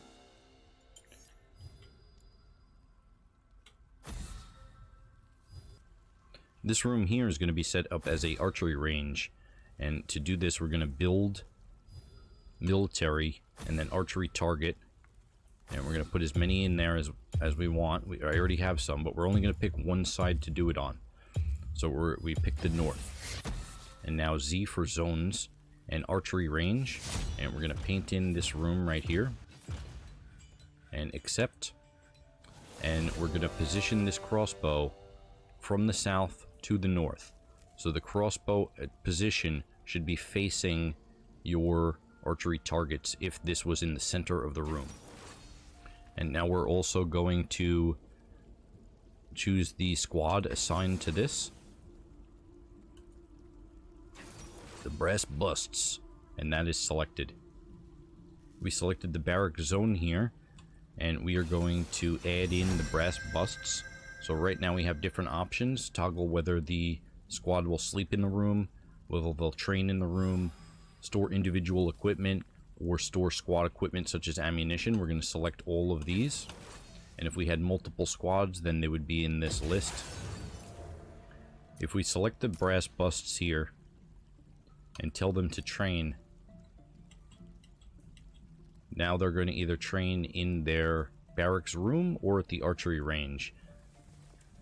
Rimtar here is shooting at the targets, which means that's set up correctly.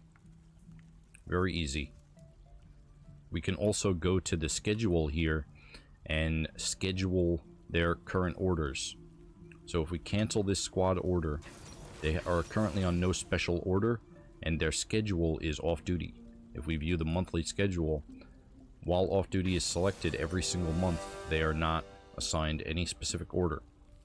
Staggered training is 3 months off and 3 months on for training. But what I like to do is constant training. So you just select the gray area. You select the open area to set this squad to train. Okay, we'll back out of the menu by right-clicking. So currently the brass bust is set to train, and we're going to back out of this menu as well. And now in the units list, these recruits are waiting for combat training. And if we watch them for a little bit, one of the more experienced dwarves is going to give a demonstration or possibly sparring if they're high enough level. In the equipment tab, it shows which equipment we have for the uniform. And if we don't have enough quivers, then we can make them in the leatherworking workshop or trade for them. In the craft dwarf workshop, we can make wooden bolts and bone bolts. And in the metalsmith forge, we can create metal bolts.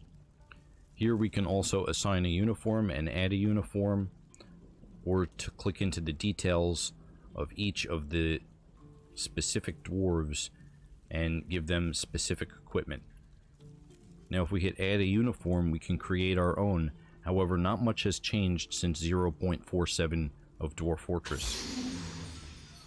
I find this incredibly easy. So if we create a new squad, new militia captain squad,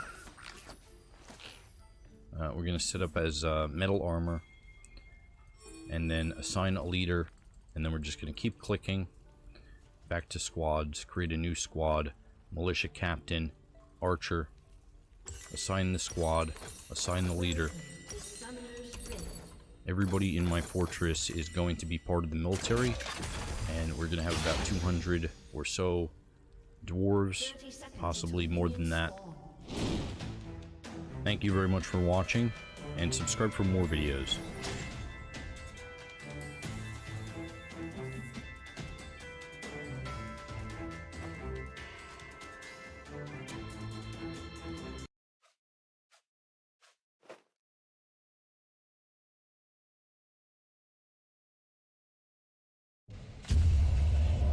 And then history is short, and press Y to go, because we just want to initiate for our journey. Hello and welcome. This is Dwarf Fortress, and I am Twisted Logic. In this video, we're going to be designing a world with advanced parameters. We're going to be looking for an embark location and preparing carefully for our journey. If you like this video, hit the thumbs up. Subscribe for more videos. After we do the embark, I'm going to be uploading this file to the Google Drive that's in the description of this video, and if you'd like to play it, you can download that and put that in your save file location, which I'll go over in this video as well. So if you don't have the Design New World with advanced parameters when you first open the game, you're going to have to create a new world, which we'll do now.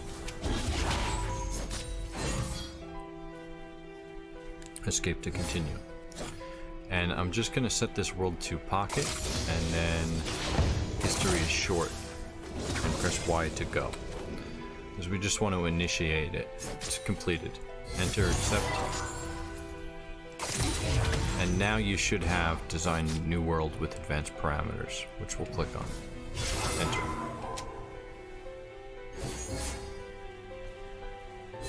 So you're going to have large island, large region, medium region, small island, and small region. The three down here I created in my WorldGen text file, which I will also show you now and upload to the Google Drive in the link in the description of this video. Okay, so here's our worldgen.txt. And large island, these are the dimensions of it. Embark points, end year. And I'm going to scroll down to my custom world creation parameters, the bottom of the list. So this one here is This one here is new. That one's going to be worked on later. So this one here, so it said Logic Evil Land. This is a 129 by 257 world. The same amount of embark points, so I leave that default. I set the end year to 300. The beast end year is set to 150. And at year 150, it's going to check that 52% of the mega beasts are still alive. I changed the elevation, rainfall, temperature. I set down a little bit. So this is the minimum here, and this is the maximum.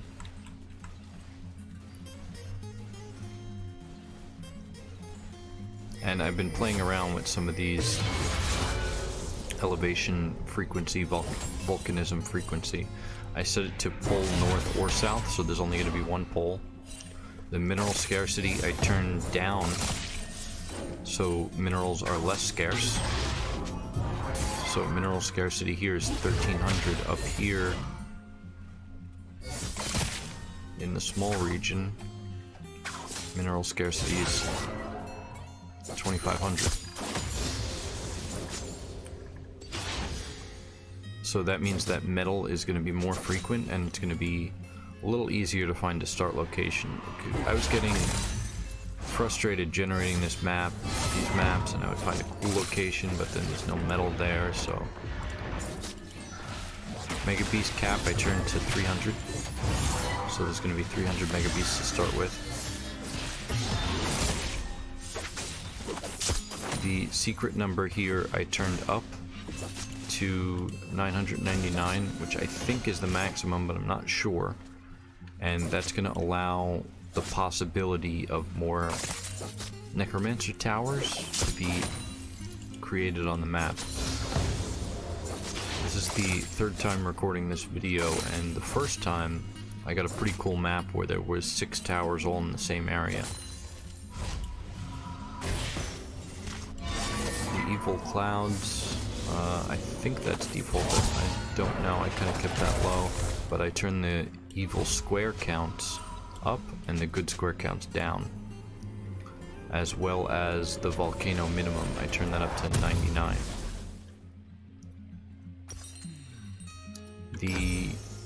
I have the region counts here.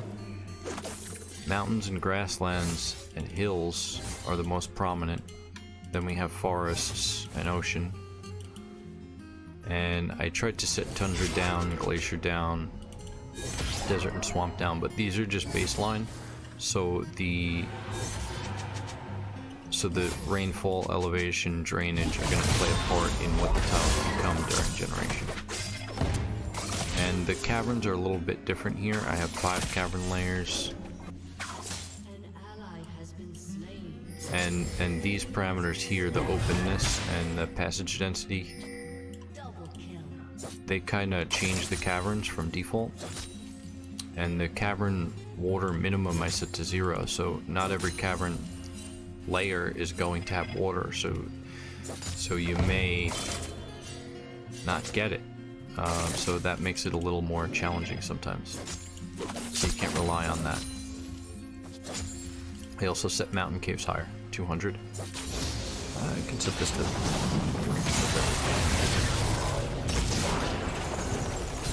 And the total civilization number I set higher to 75. And this... I had to play around with this because of the amount of extra mega beasts that I added. They would come in and destroy places. And the playable civilization required is 1. And so I'm going to save this. So after you download it from the Google Drive, you can go into the starter pack version you're using. And then go into Dwarf Fortress. Data. Init. And then paste it over the top of this one. Replace. And now when you load back into the game, so I'll close it and reopen it and get back to the screen. I'll cut that out. Okay, so we're back, and I'm just gonna run Twisted Logic Evil Land, and we're gonna press. We can press E right here, and then we can set all those same parameters. So we can set the end ear here. We can set that up or down, and then escape for done. I'm just gonna press enter now.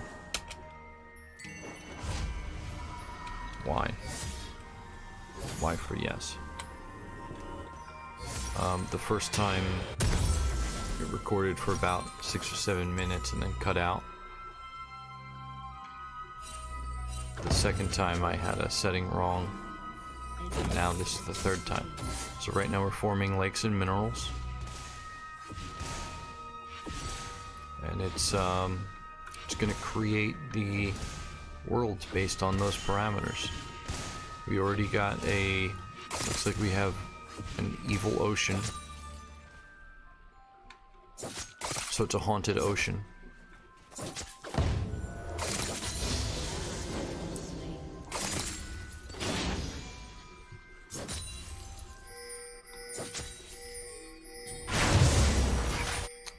And now it's running through the history. I'm gonna press enter, and that's gonna kind of pause it, and I can move around and look.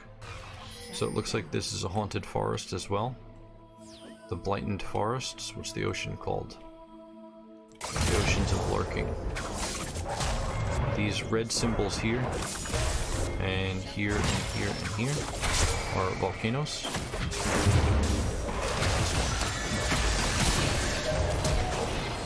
It doesn't tell me the volcano name, just the Blighted Forests and the continents of emptying. We got some more volcanoes in here, in this lake. We got one over here. Looks like we got a tower right here. The yellow symbols here are elven settlements. This is, up here is a dark goblin tower, dark goblin fortress, and some goblin pits. And then here's an abandoned fortress, an abandoned dark fortress. Looks like the pole's in the north. Let's see what's down here. Got a lot of volcanoes over in this area. Shut down.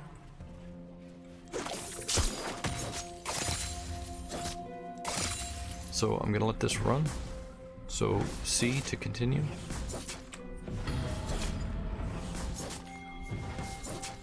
And I'll cut the video out until the end. We may run this 1 or 2 times. So now I'm gonna hit start playing. And I'm gonna pick region 3. Enter. Dwarf Fortress.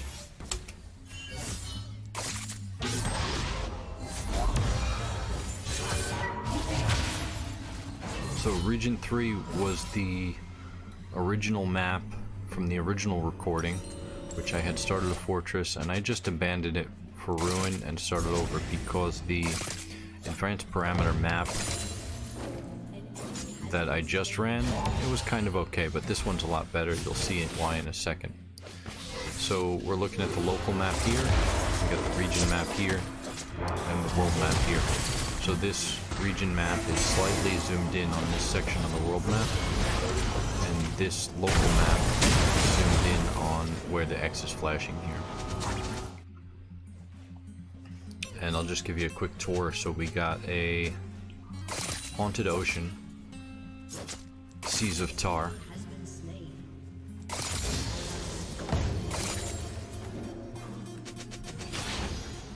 We got some swamplands around here. Here we have goblins and elves.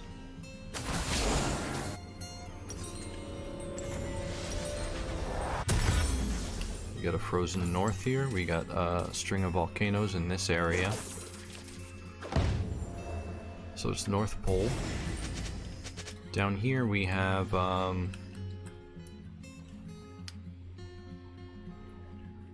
it looks like a goblin took over an elven settlement here.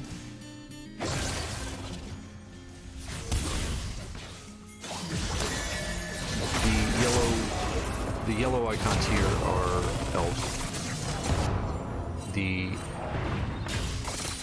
well-looking tiles are, I believe, are caves.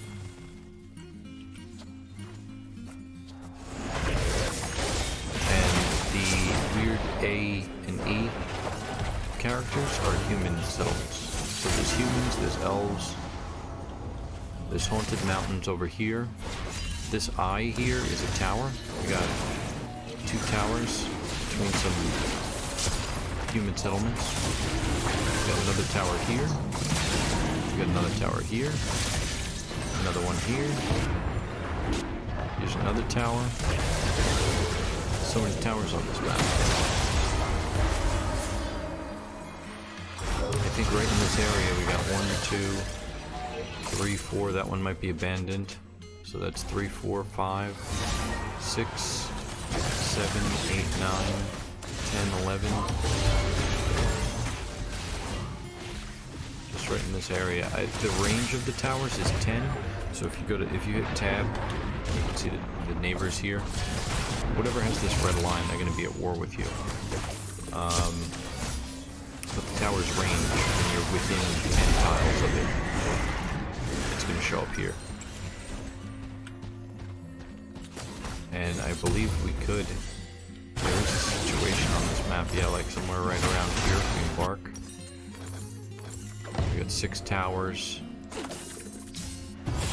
Thought there was also goblins in this area. That's alright, we'll move on. It looks like down here. Yeah, there are goblins here. I believe that when the icon is purple like this, the goblins had taken over the site. So we got some more goblins down here.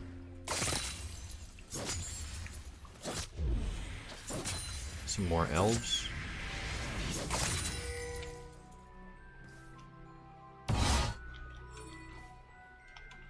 If I hit tab, I can go between the biomes, the neighbors, the civilizations, which we can pick. I don't see the second civilization. Barricades of circling. Whatever you leave highlighted here is going to be the civilization you depart from. And if you depart from a civilization that's large like this, you have kind of more options for starting gear, maybe. Crafts of fog, I'm not really seeing where they are. Which is barricade of circling. Crafts of fog. We're gonna go with the crafts of fog. So whatever, when I tab off of this menu and that's highlighted, that's the civilization that we're a part of. This is the relative elevation over here of the area that we have selected. And then we have a cliff indicator. And then this also tells us about the biomes of the map. If I press F1, it tells me one biome. If I press F2, it tells me another. And if there's even more biomes than that in your square, because this square here is going to be where the fortress is, that's going to be the boundaries of the fortress, and you can increase and decrease that with U and K, or H and F.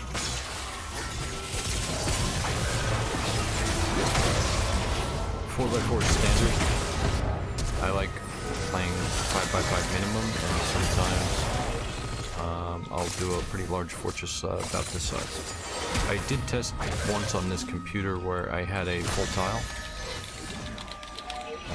like this, but after about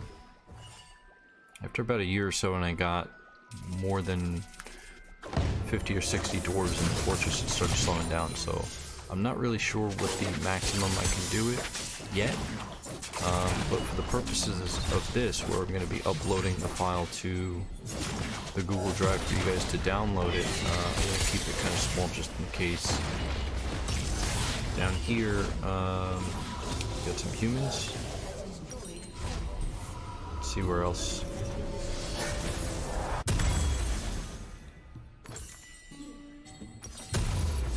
So we got a small peninsula here, and then down on this southern island here we have goblins and humans. And 3 volcanoes here.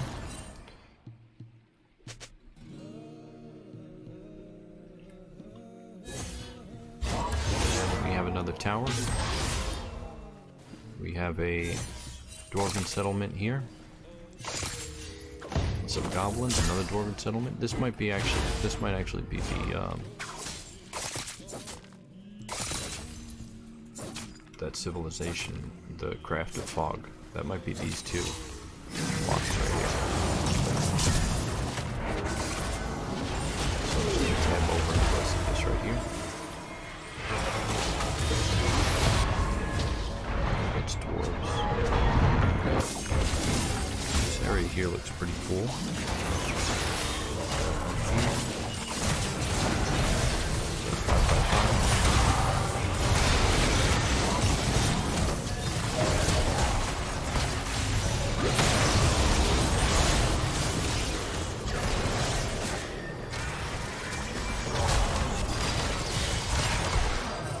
This area here, put with this here.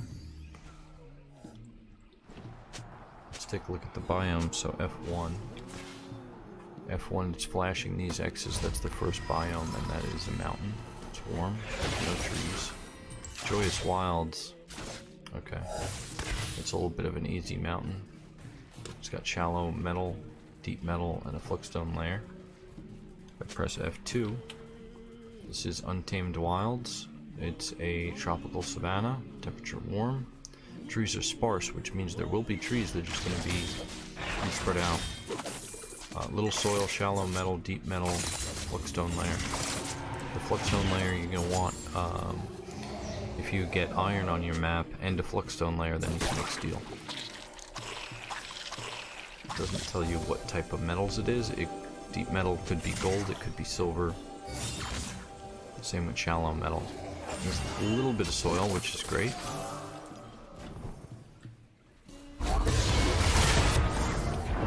of check out the edge of this mountain because I think I want to start over in this area here.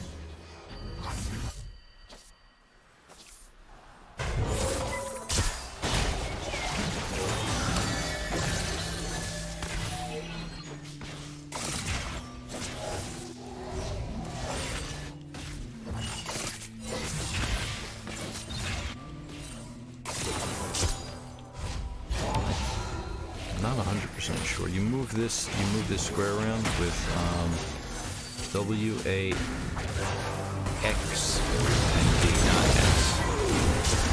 S is for sand indicator and mouse control.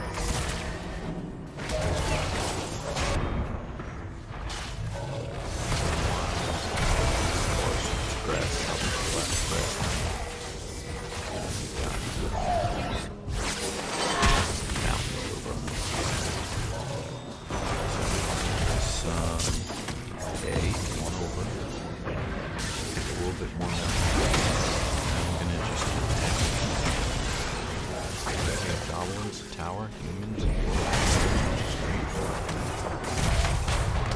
you know what the goal of this upcoming series? We'll build a small fortress here and then go and attack this tower and try to conquer that tower. Maybe one or two goblins settle this. And if I set a goal like that, I think it'll be a pretty nice tutorial. And then we'll see from there. Tab again, it's elevation. It's pretty relatively low elevation in this area. It gets higher up through here. But we have a pretty good slope here. We've got an 7 and 8 on the cliff, so it's flat and then almost like a cliff face. Which, if I move this box, A and W. Got more of that. Let's do maybe here. So we have a decent cliff that cuts across the map. Tab. And we also have a stream running down the middle. This is a pretty good start. We got fluxstone, shallow metal, deep metals, with an S, one deep metal.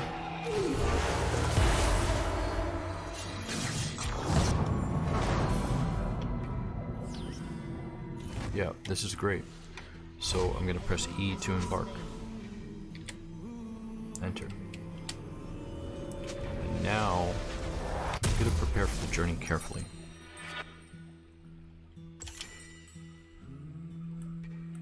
And so the reason for preparing carefully is that way, you know, if you just hit go, then when you're learning, then you are not going to know how to think about the next time you play. This particular map, there's not a lot of trees, so I'm going to have to bring in some wood with me. At least a little bit. I think there's some trees, but not a lot. And there, I think we're going to be doing a lot of digging. So with this instance, I'm going to bring maybe 3 or 4 miners. So I'm hitting up and down, and left and right. And I'm gonna go down to this second dwarf, and then plus, plus, plus, left, down, over, plus, plus, plus, left, down, over, plus, plus, plus. I'll make him a woodcutter and a carpenter. I'll make him competent woodcutter and novice carpenter. I'll come down here. I'll make him an axe dwarf. It's novice axe dwarf. I'll make him a novice dodger.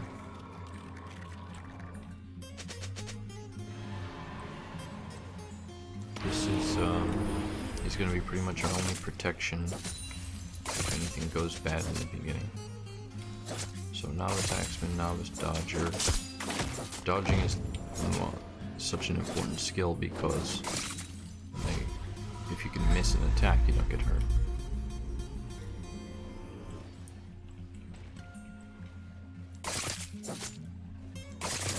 Yeah, okay, so next guy. I'm gonna make him a grower. He's gonna be a competent grower. Novice butcher tanner.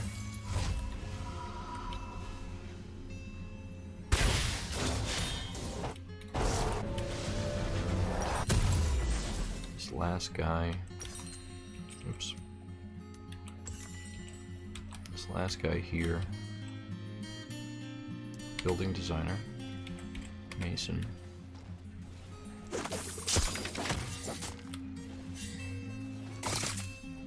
Mechanic.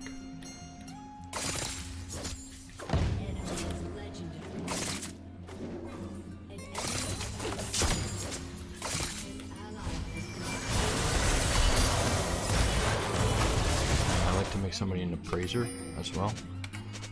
So a competent appraiser. And maybe even a record keeper too. Novice record keeper. So the record keeping ability appraiser is going to be pretty good for trade negotiations, and also when you go to stocks to look and see what we have, we have a little bit more accurate once that skill increases. So now I'm going to press tab and the items. If I press tab again, I'm back to the dwarves. So I have 4 miners, so I'm going to take a bit. I'm going to get rid of the anvil. So I'm going to get miners. The reason for getting rid of the anvil is because I can trade for that later. So I'm going to take, so if I have 20 rum here, exactly 20 rum is going to give me 2 barrels of rum and 10 units of rum in each barrel. If I go to 21, I'm going to get 3 barrels of rum. And one of them is only going to have 1 unit. So I'm going to get an extra barrel for 2 points. So I'm going to increase this to maybe 41. It'll be 41. This will plump helmet spawn, I'm going to bring up to 11, at least for now. Pigtail seeds I'm going to get rid of. Wait. Pigtail seeds is cloth. I'm actually going to... Maybe I'll set that up actually. Yeah, I haven't set up pigtail cloth in a while. I don't grow those pods or rock nuts. So difficult spawn is a dye that they can make. I don't dye it. If I can trade for like emerald dye for the humans, I'll dye some cloth, but this is a prepared camel brain recipe for us, which is delicious. The lobsters are also delicious. Club helmets here are also thread cloth bags rope. I'll leave that. It's not important. Maybe take one off. Get some extra points. The quivers here. Naked mole dog leather quivers. We don't need quivers. We don't have any archers. Let's take that out. Buckets, splints, crutches. I'll take one off of each.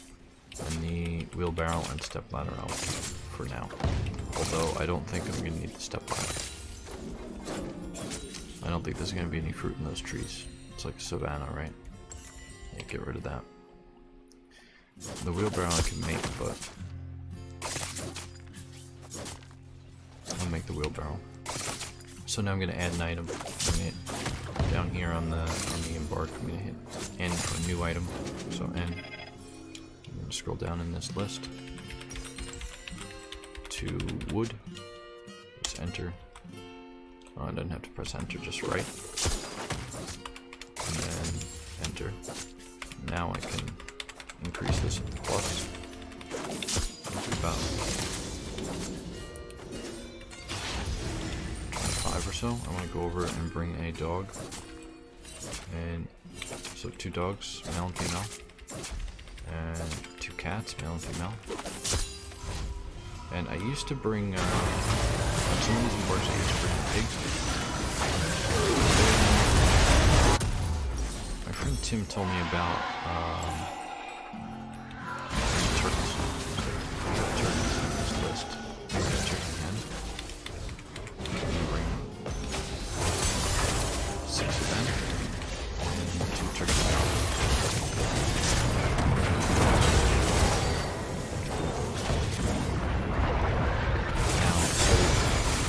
Shift and F. I can name the foil. Usually I'll hit random just see if anything comes up. And then if not, diamond evens, anvil faith, basement graves. That's nice. Basement graves, and then press it. And then you go up and down this list and press enter.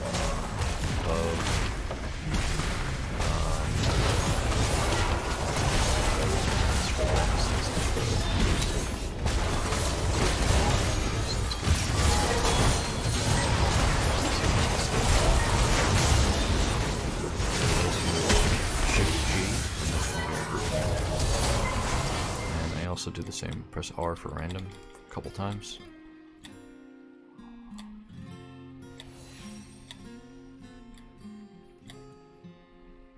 The Hall of Adventures.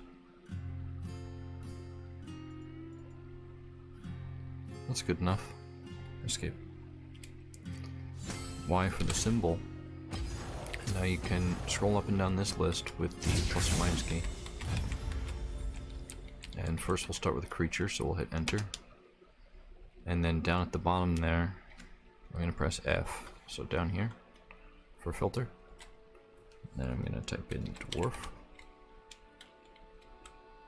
And enter, and then enter again. I'm gonna put maybe 7 dwarves, and I'll add a object.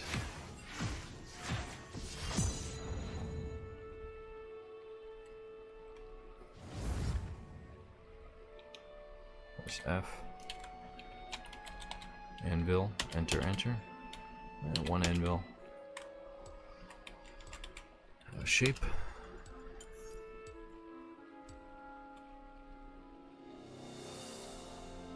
Half moon.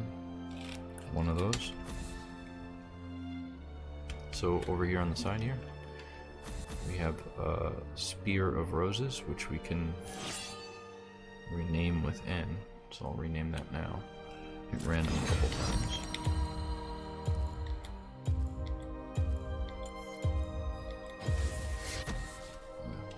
Okay. So front component, enter, and then right, and then we can go down in this list to ancient. Rear component, and then you can go through this list.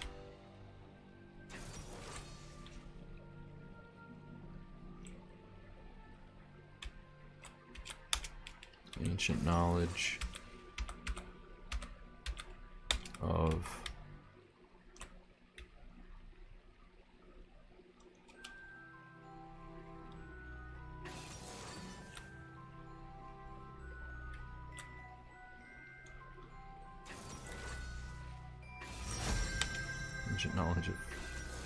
ancient knowledge, the whirling paddles of cat, and then so the I think that's first adjective, I think. Oh no, the X. The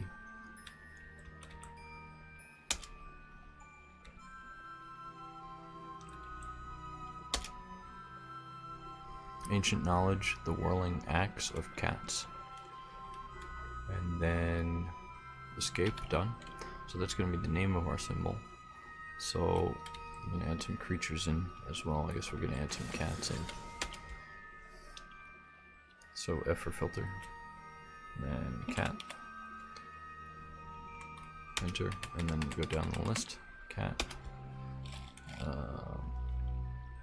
99. So it's an image of 7 dwarves, an anvil, a half moon, and 99 cats. And now we're going to go to action or relationship.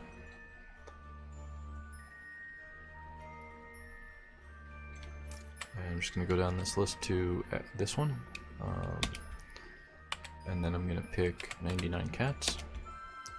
So this is an image of 7 dwarves, an anvil, a half moon, 99 cats. The 99 cats are smeared out into a spiral. And we can go back to action and relationship.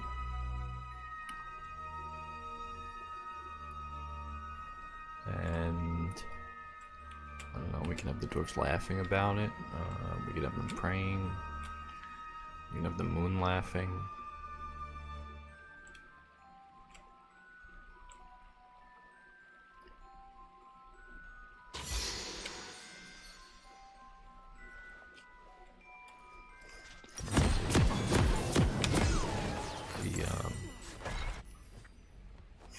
The anvil is screaming, and we go back to this, and the dwarves are crying. And then Y for done, so down here, Y for done.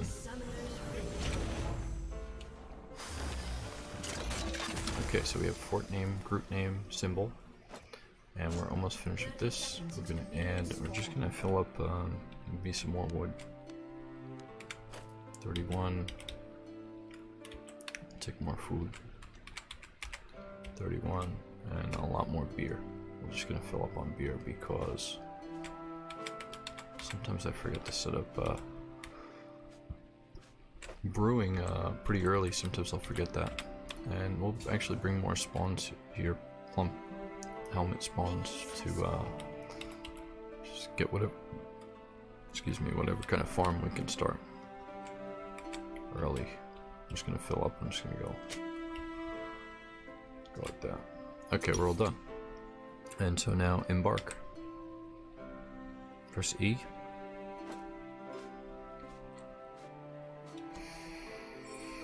You have arrived. After a journey from the mountain homes into the forbidding wilderness beyond, your harsh trek has finally ended. Your party of 7 is to make an outpost for the glory of all Rishgoth among. There are almost no supplies left, but with stout labor comes sustenance. Whether by bolt, plow, or hook, provide for you dwarves. You are expecting supply caravan just before the winter entombs you. But it is spring now, enough time to delve secure lodgings. The giant lions that get hungry. A new chapter of dwarven history begins here, at this place. Basement graves of beers. Strike the earth. Enter.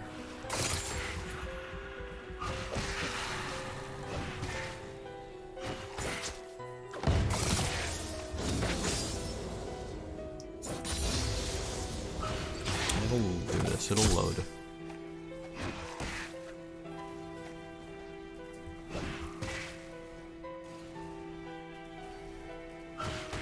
Let's take a look at the map a little bit. Okay, yeah, so it looks like we got a cave right here. So if you get in, down slope right there, and then you got some cave. We started it right next to it. And, okay, native silver wall right off the bat. I wonder how far down. Yeah, we can't. There's more cave here, but that's as far as that we can actually see.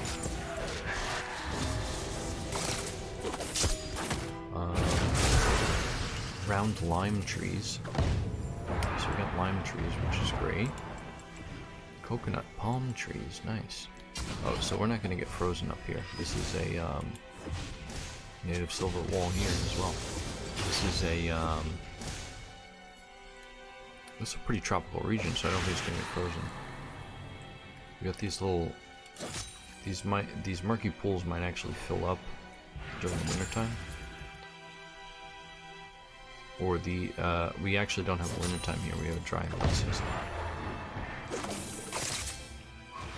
And now,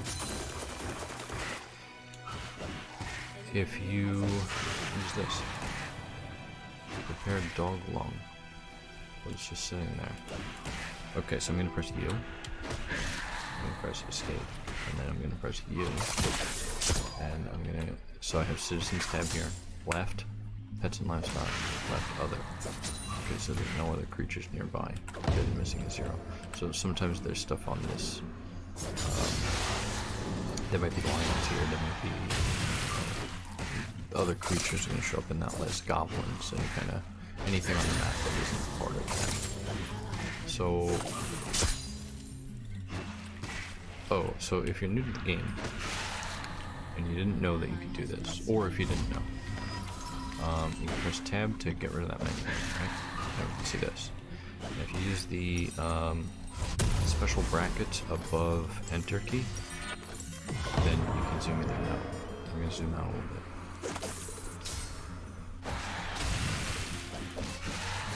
Move up to the top of the map here, and then I'm going to scroll through the Z layers with the mouse wheel a little bit slowly. So it's down 1, up 1. If you don't want to use the mouse wheel to scroll up and down the layers, then you can also hit the greater than and less than buttons on the keyboard. So I'm just going to take a look at this. Okay, this is the top left of the map. Kind of zoomed out a little bit so you can see a lot. Just kind of zoom up and down. Check it out. Okay, I'm gonna check that down here now.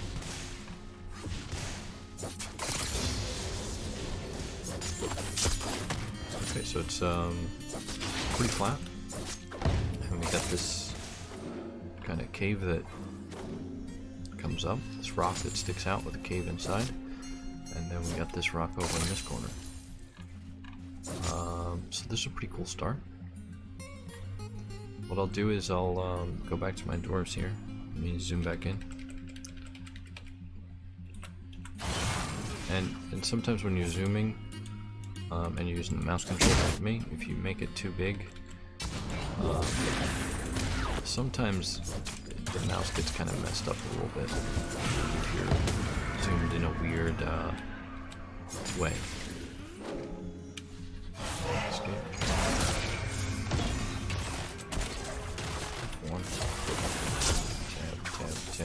Tab. Okay, so I'm gonna just save the game, and I'll show you where the save file is generated.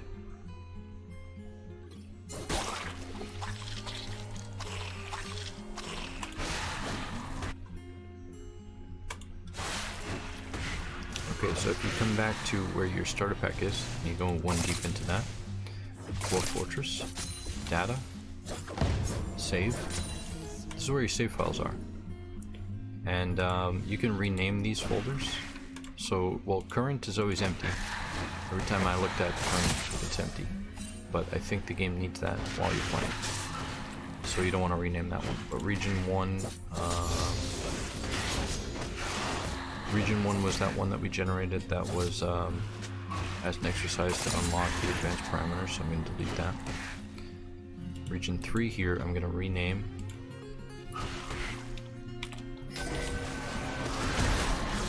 Basement, Graves, of Beers.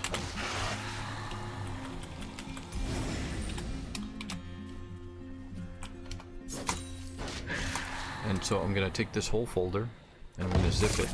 I'm going to upload it to Google Drive, and the description is going to be in this video. And you can copy that and put it right in the same location. Dwarf Fortress version, data, and then save, and just drop it in here. And when you go to open the game after you rename it like that, I'll just show you real quick.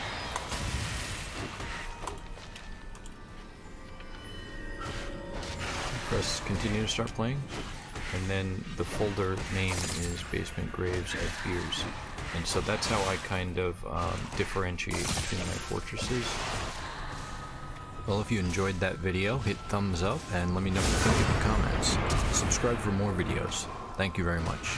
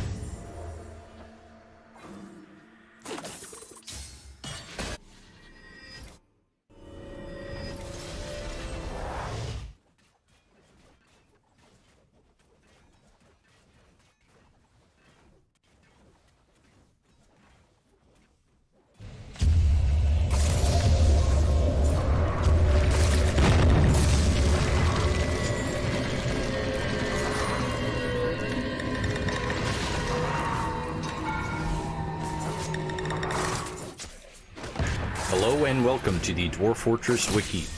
I am Twisted Logic.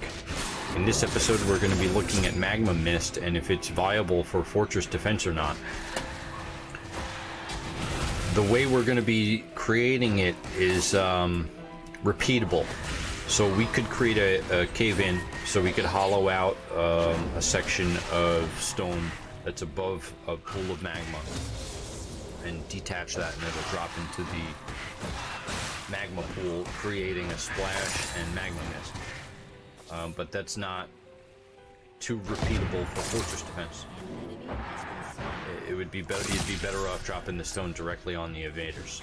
In that case, when we in the other episode when we were throwing our refuse off of a ledge into a pit of magma, it was creating some magma mist, and you could use that if you had them dropping the items from a few Z levels up and they were walking through a path next to the magma. That might work a little bit, but it might not. That's not what I looked at. I looked at a few different magma mist generators. A few that I designed myself. One that's in this wiki article, which is right here. And then another one that I found on a Reddit post. And they had a map available for download, so I downloaded it, checked it out a little bit. That one looks pretty cool, except it's a little laggy. But we'll get into that shortly. If you enjoy this video, hit the thumbs up. Let me know what you think in the comments, and subscribe for more videos. What Magma Mist can do is it can produce minor melting, moderate melting, and it can be potentially fatal with heavy bleeding. And I actually killed a large part of my population in these tests by accident. Somebody dropped a glove, and then that led to about 30 dwarves being killed. This design right here, I also built. That goes into the... That requires the checkpoint, using the checkpoint bug, the checkpoint effects bug for minecarts. And basically what that is it's a half checkpoint, or I'm not sure if it's a half checkpoint in this case, but this ramp right here, without this ramp right here and this floor tile, the checkpoint effect isn't activated and you won't get any magma mist. If you just have the minecart going through a loop over top of the magma tile right here, then you're not going to get the magma mist without this ramp, and that creates the checkpoint effect. And I'm going to bring your attention to another article now. This is the Bay 12 forums, a post from 2014 by Larynx the Baywatcher. He created this minecart education thread, 10 lessons. It's complete. If you go down to lesson 8 here, the checkpoint bug, you can learn about that. The link for this will be also in the description of the video. The checkpoint bug, in a nutshell, is almost like each one of the minecart is in one superposition between two tiles. Lesson 8 here starts talking about the checkpoint bug. It's almost like minecart quantum physics and getting into some dark magic. And the link for this will be in the description of the video. So we're over in Dwarf Fortress now, and this is a screenshot from the Dwarf Fortress wiki here. This is the same schematic created. We have a door here instead of a track, so we put a door there. We're going to feed the minecart from above in this case. Then we have a turn. We have a northeast track ramp right here. West ramp. Straight track, north-south. Northeast track ramp again as another accelerator. Then it comes around the bend. We have a floor tile, empty space, another floor tile, a channel with magma in it, and then a southeast track accelerator. Without this southeast track accelerator, it'll go around, I think, once and then get stuck right there. Without this west ramp and floor tile here, then no magma mist is going to be generated because this creates the checkpoint effect. Let's go ahead and turn it on. So I'm going to go up to the next level, press H. Find this vehicle that created. Just add a vehicle to it.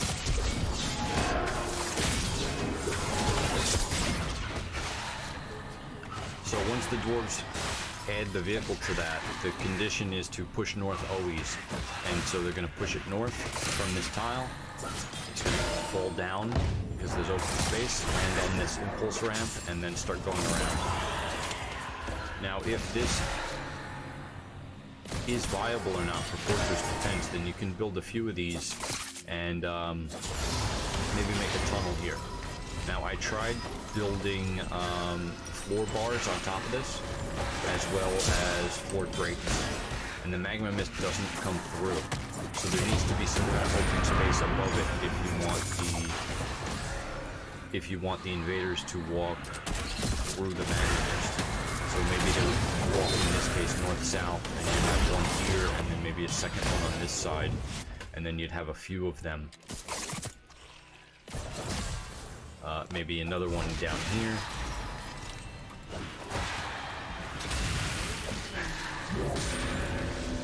Something like this, where they would walk down the center line here.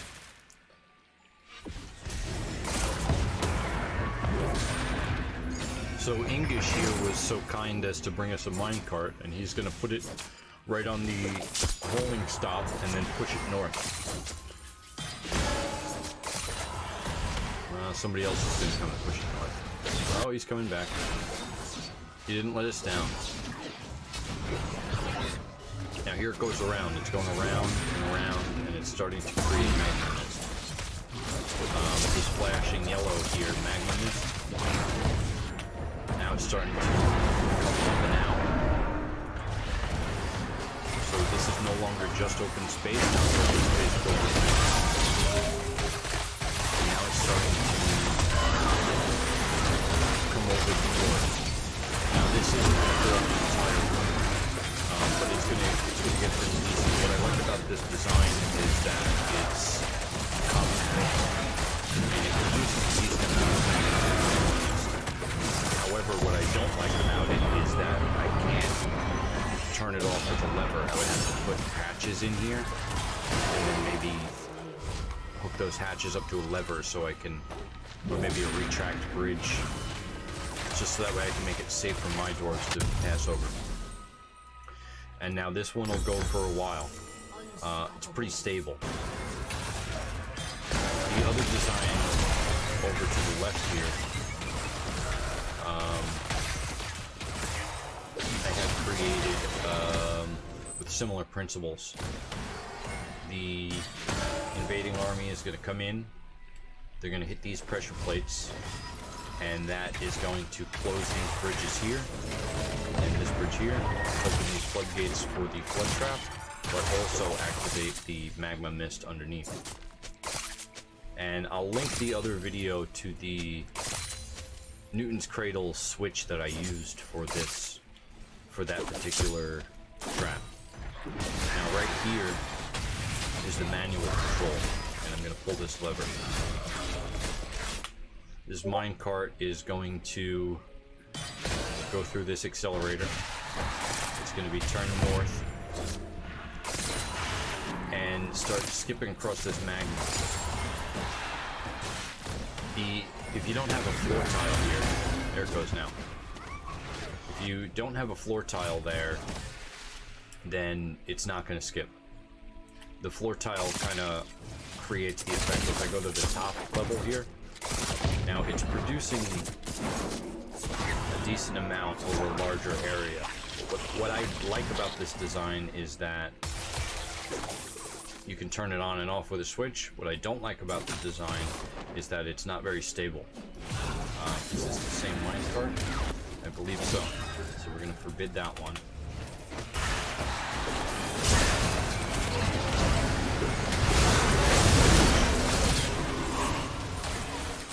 Find that stop list. Here it is. And then icon is red, or if the vehicle icon is red, it's off the track. When the vehicle, but it hasn't been brought there yet. When the vehicle icon is yellow, it's between the stops.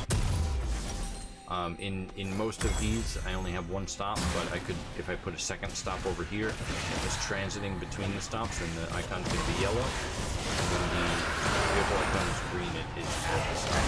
So in this case, I'm going to press V, and then just assign a new minecart. I'm going to assign it actually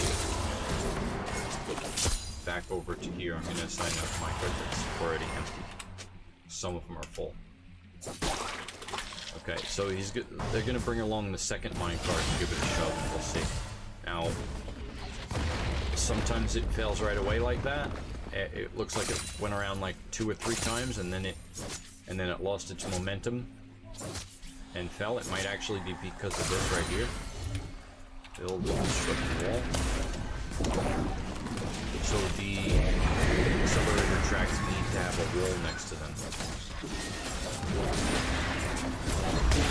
These doors might be messing with it. I added this access for the construction. But it might be those doors. But now I have another one down here as well. This is a kind of a tighter design. This one has 3 spaces instead of 2. And we'll pull the manual control for this one. Now, above this, all of these slabs here are from deaths from creating this in the testing. Somebody had dropped a glove somewhere over here, and I wasn't paying attention. They went to recover the glove, died. More people come in to recover the body. They died. It was a mess for a little bit. But we took care of most of the ghosts. Now this one here, I originally created it to come up and over like that, but I had to extend the top and bottom loop here to give it some extra speed. Okay, this one's going now. Let me just take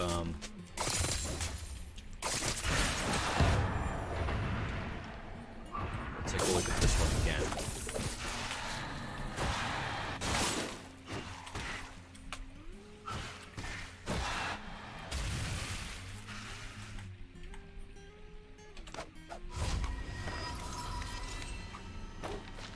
Yeah, it looks like it's losing speed somewhere after it comes around the loop the second time, so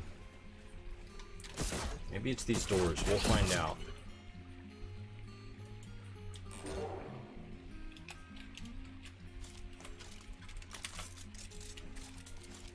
Because the doors are new, so I'm gonna get rid of all these doors. That one can stay, actually.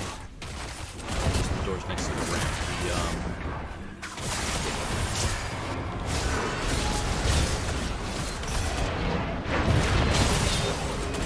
Close those.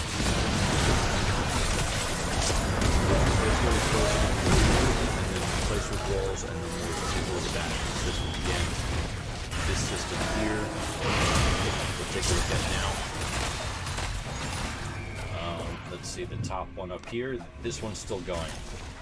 So this one is pretty stable, but again, I don't like the fact that you can't just turn it off at will. You know, I could save the game and go back into the game and this will still be going around. That's fine, but in the interest of FPS, which the Fortress FPS right now is a little low, but that's not because of this cart going around. There's other factors going on right now. He's gonna push it right now. There's a lot of construction going on the surface right now. We're creating a vomitorium. So this one's going around pretty nicely. It doesn't make, if I just pause it right here, it makes magma mist here, here, here, and a few tiles on this side as well, every once in a while. But it eludes me because not every space it skips. It skipped again here. So it doesn't skip in every gap of magma. But it does come up here pretty nicely. And this design here is a little bit more stable than the other one. And that possibly does, of course, involve them. And the other, on this design here, right? Just to create these walls on the side.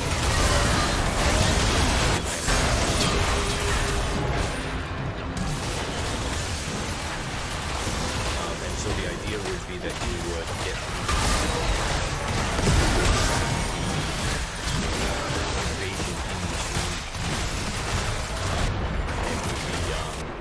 exposed to this magma that comes up through the gaps in the floor.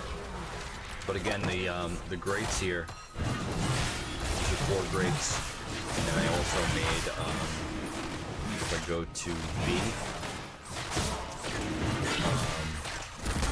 floor bars, Alt B, so you press Alt B for floor bars, and I put them over the open space, and they also blocked the magma mist from coming up. There's a decent amount of it generated. This one isn't the most stable. I mean, it has failed a couple times. There is a cart already in the magma here. So I don't know if that's viable or not. I'm not really sure. It seems to be a decent pain to create this, but at the same time I was doing experimentation, so I would imagine it, and then it would take, you know, some time to build it, maybe an hour or 2 goes by, and then, okay, maybe it's gonna need a second impulse ramp, because in this original design I only had the one impulse ramp here. And then this right here, this is a western upward track, as well as this one and this one. And then on this side, these are eastern upward tracks. Just going to the east. The ramps need to have a wall connected to them, but they also need either another track or a floor connected to them. If they don't have a floor or track and a wall connected to a ramp, the ramp does nothing. Doesn't actually count that it was there. The western and eastern tracks here that I added on the inside here were to see if I could kind of take advantage of the checkpoint effect on this design, which it seems like it's producing exactly the same amount of magma mist as it was before I added those. So like I think this tile could go, the western ramp here could go, and that could be a floor.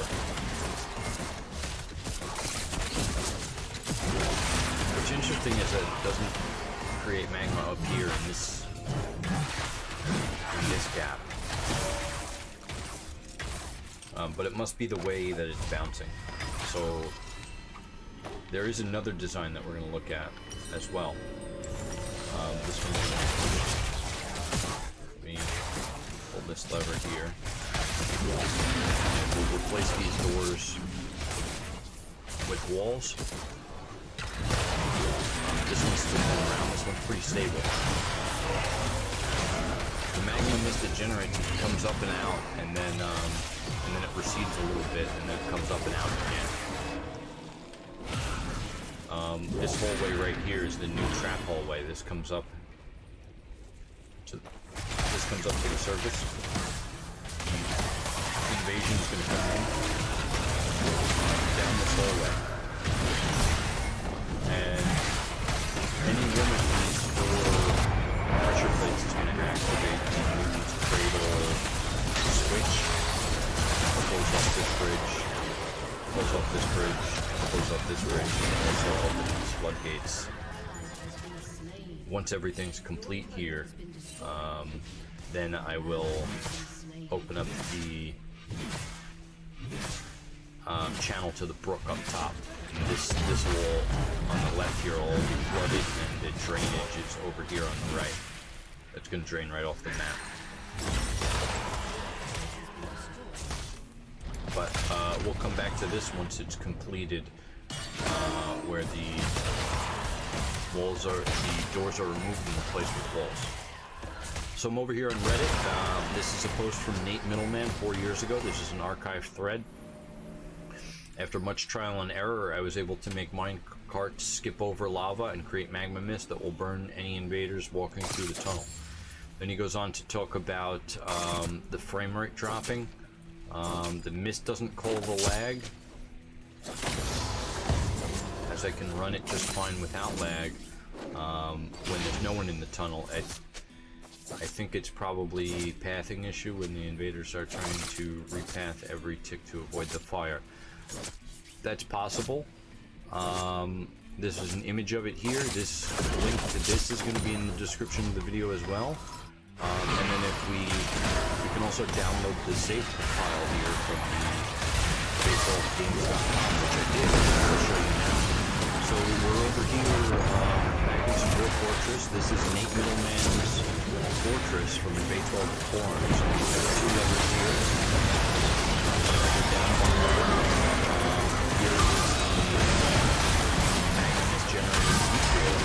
And I like this one a lot. I think the lag that it produces.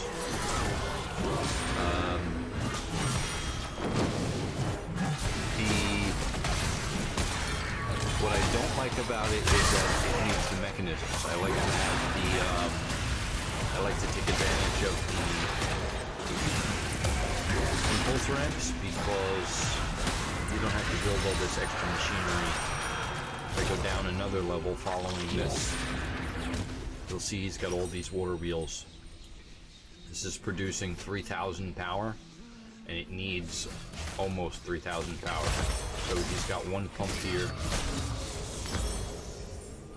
which is powering all these water wheels. I'm not going to count them all. There's a decent amount of power going on there.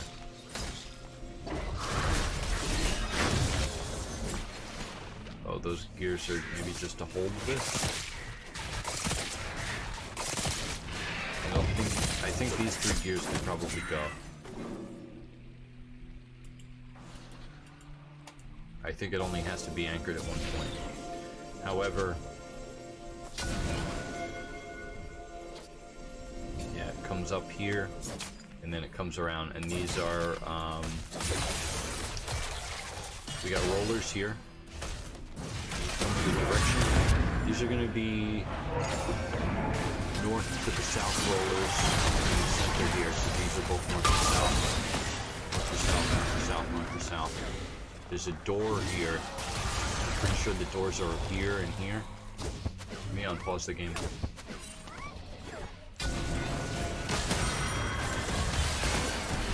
It's got a door. I'm pretty sure it's right here and here. That's open right now. Oh, yeah. Granite door operated by mechanisms set to internal. Here and here, and that's what can turn the system off. But we got a bunch of cats running around here. And it looks like there's a pressure plate.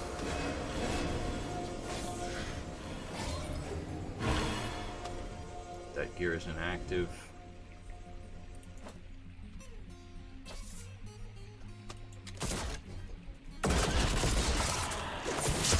This one right here is disengaged. This is the disengaged gear. So once this one is engaged to the power source here, then it's going to turn on everything else here and here. Just have everything turn on. It's like the door stop. Pull this lever here. This is the lever to turn it on. If I pull this lever here, this is the lever that needs to turn off. Okay, so somebody's going to come around and pull that lever. Yeah, that closes the doors here.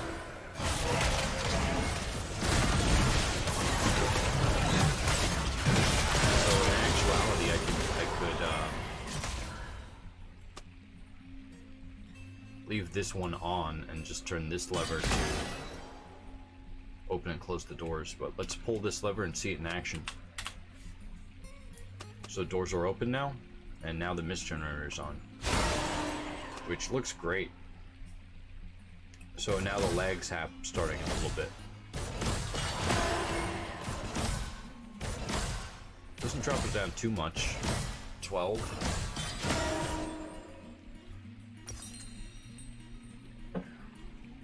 So once those cats are melted, the FPS will pick up a little bit more.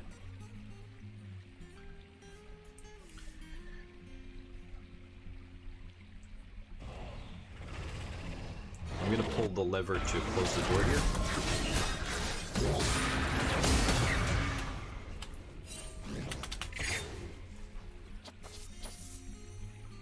So it's gonna close both of these doors, and all these minecarts are gonna get lined up. He's got these timed very nicely. Nate Middleman, if you're watching this, you did a great job with this mist generator. I like it a lot, other than the lag, but I don't think the lag is, I think the lag is due to calculating the melting. It's now, okay, so now when it's empty, it goes pretty fast. But I think that has to do with calculating the damage that's being caused. So let's try it again with the tunnel empty. So pull that lever again.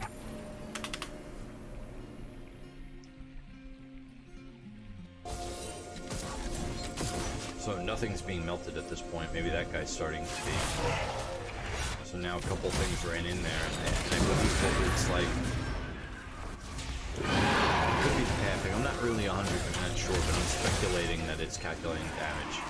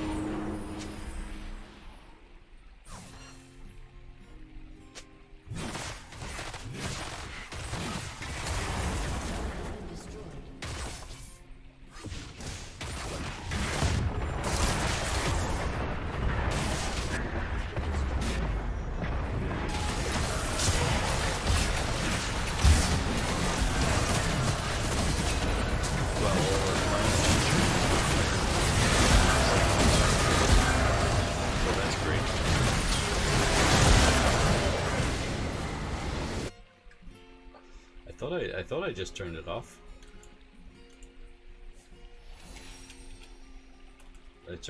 Maybe I turned it off and then I turned it back on.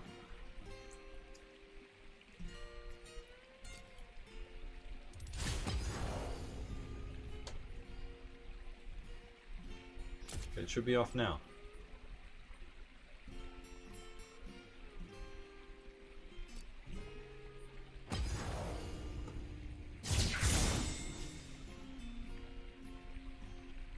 It seems to be stuck on.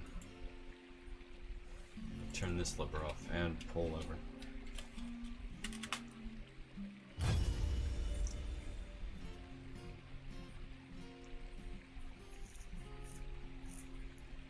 Yeah, so I turned it off incorrectly and dropped all the minecarts into the magma. I'm not really sure what happened with the doors here. Now that the FPS is back up, we'll test it out. So the door should be there now. That's fine. I'm gonna reload the save file.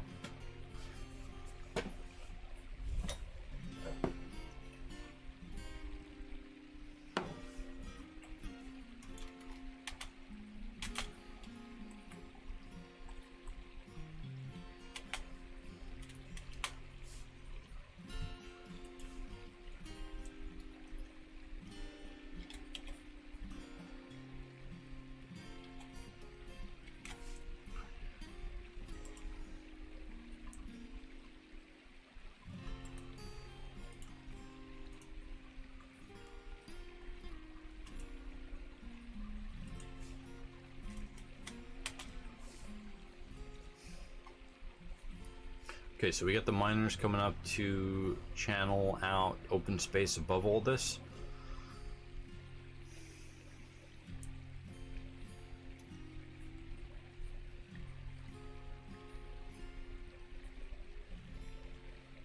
Okay, great. And now we'll turn the machine back on.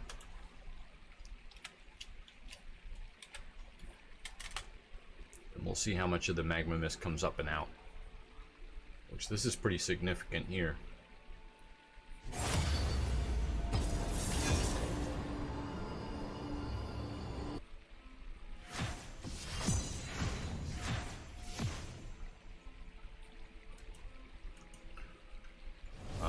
The yellow is the lava mist here. There's also smoke involved.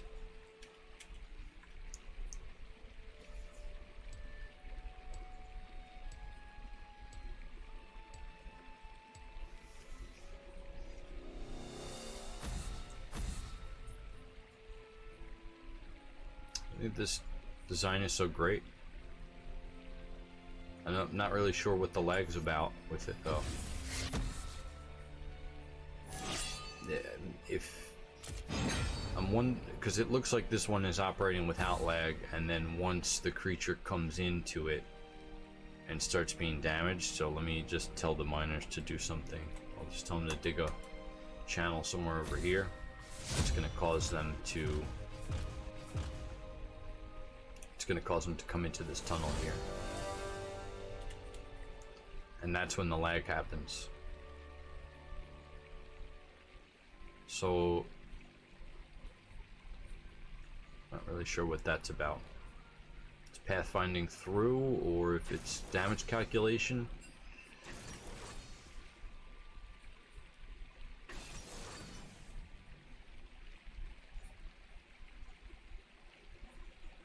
Oh, it's a no-go. They're not picking up the task here.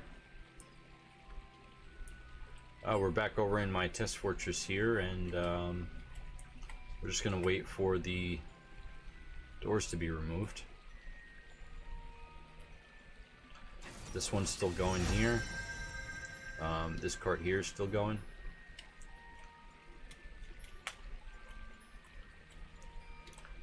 So a decent amount of time has passed in game since we replaced the doors with walls, and then I created another access where it should have been in the first place. It's now 9:16 in game, and this magma mist generator is still operational, as well as the smaller one from the wiki.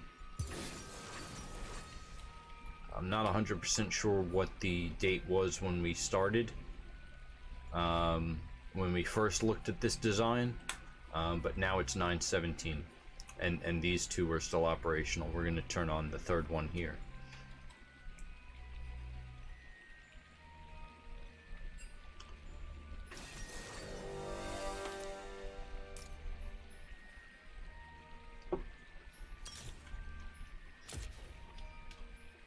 Alright, now the third design is now operational again.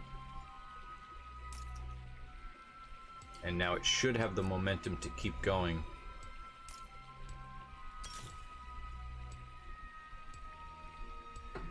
Looks like it starts to slow down somewhere around here.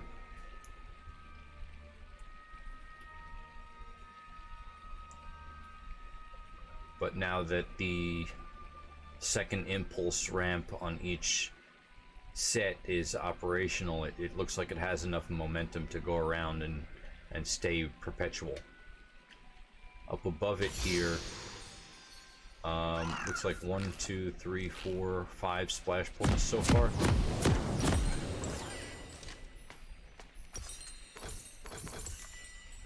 So we'll have to see again when the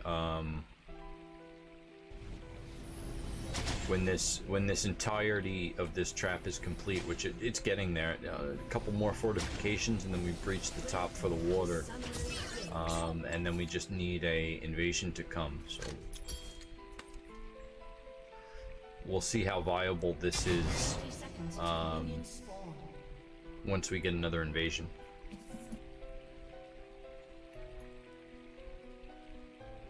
So this design is now functioning again, and it is looks like it's pretty stable. It's got about 5 splash points or so. Not really sure why it doesn't splash up here or down here. This one here has 4 splash points, and the wiki's design has 1 splash point. This one seems to be the most stable. After a certain amount of time, this one will lose momentum. Maybe. I think maybe after a very long time it'll lose momentum.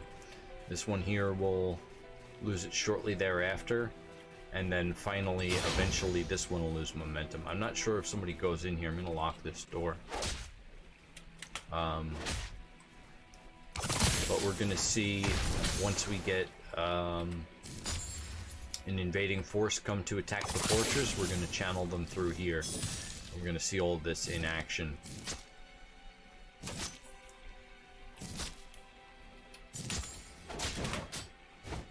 see how lethal this is, I unforbid these items here.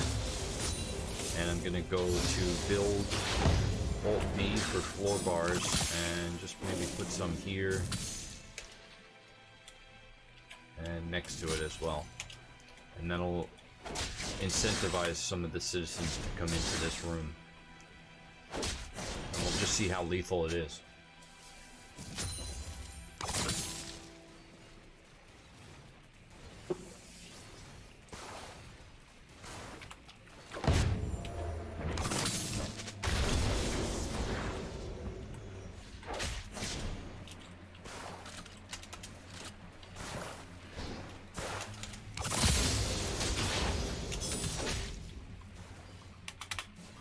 Just added 4 levers to kind of bring more citizens inside.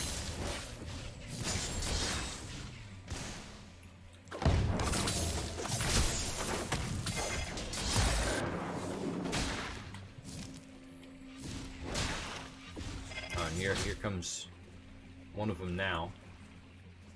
Let's take a look at his wounds. It's fine right now. He hasn't been touched yet.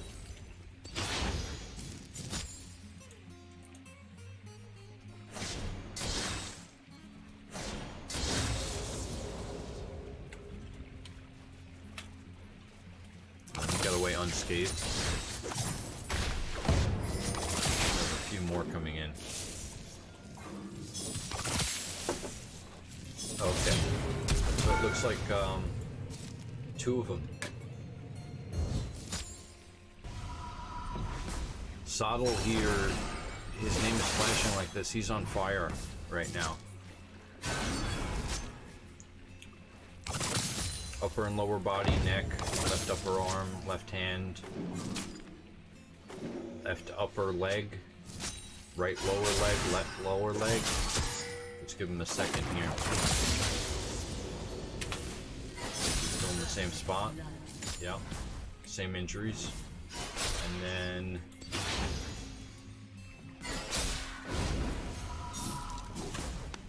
oh, English here as well. He's being damaged in the magma mist. An enemy has been slain. An enemy has been slain. See if they survive. There's a lot of smoke involved, so. Oh no, okay, so Sodel corpse right here. Didn't take long for him. And English, we'll follow him.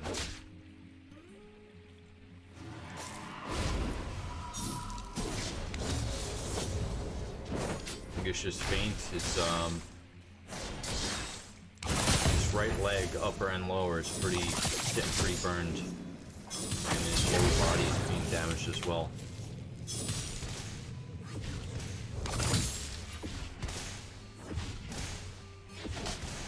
Yeah, English just died now. So you see how the glove, the one dropped glove earlier, they dropped one glove and then everybody kept on trying to pick it up. One guy came in to try to pick up that glove, that guy died, then they tried to pick up his equipment, or hers equipment. I'm not sure if it was a male or female dwarf, but the next person comes in, now there's more items to be picked up, and it ended up killing a pretty decent amount. I think all of them that died here, all these memorials here are from the one, and it looks like I still have 1 or 2 ghosts in the fortress because of it.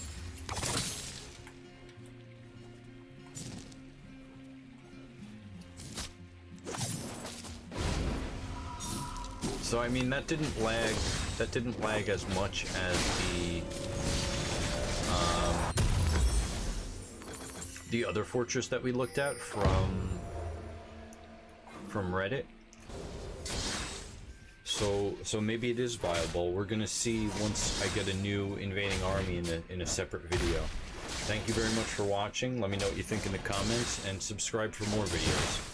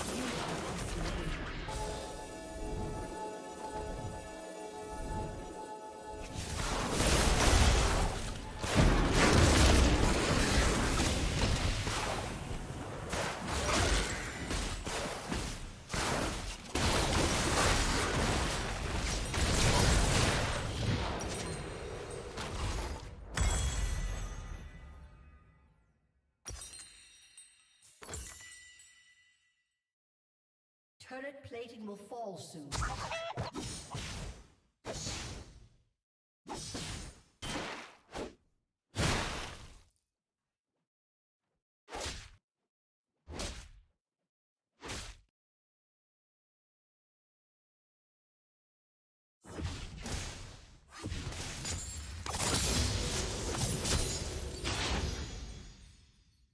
An enemy has been slain.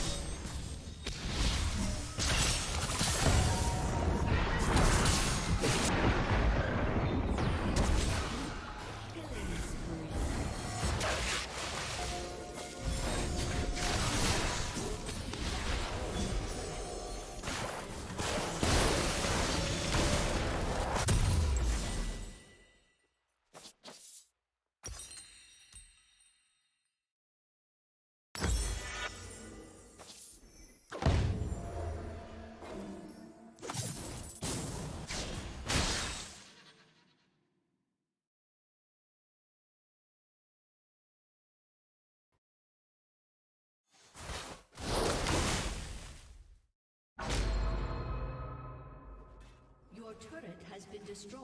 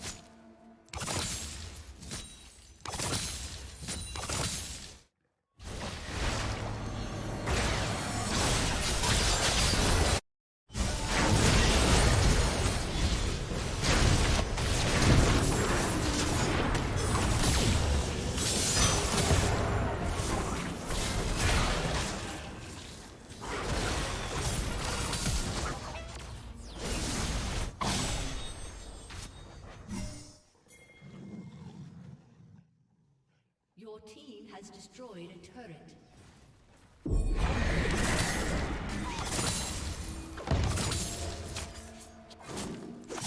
Shut down.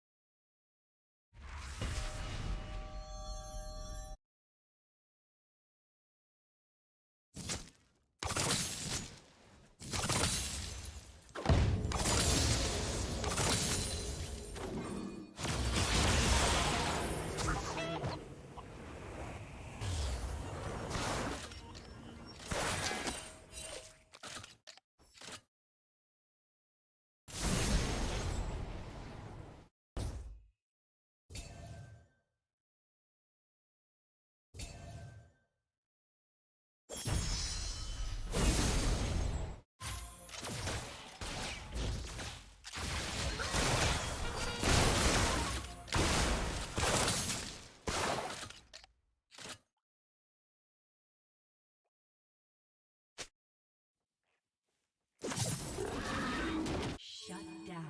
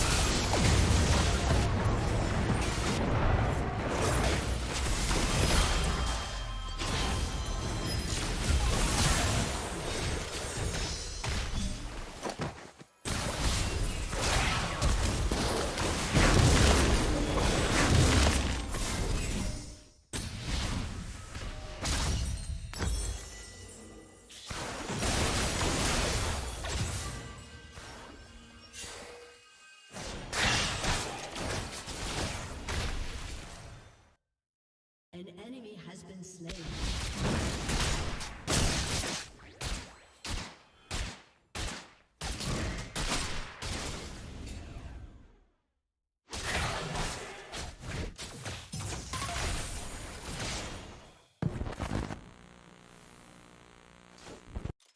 We'll do your house. You want to do your house last? Oh, yeah. We'll do them now. Right? While you guys are eating, I'll do a couple of houses. I brought you a couple of houses because I know you wanted to punch the price. These are two most expensive homes in Rhode Island. You texted them? Are they? This is officially the most expensive house for sale on the market right now.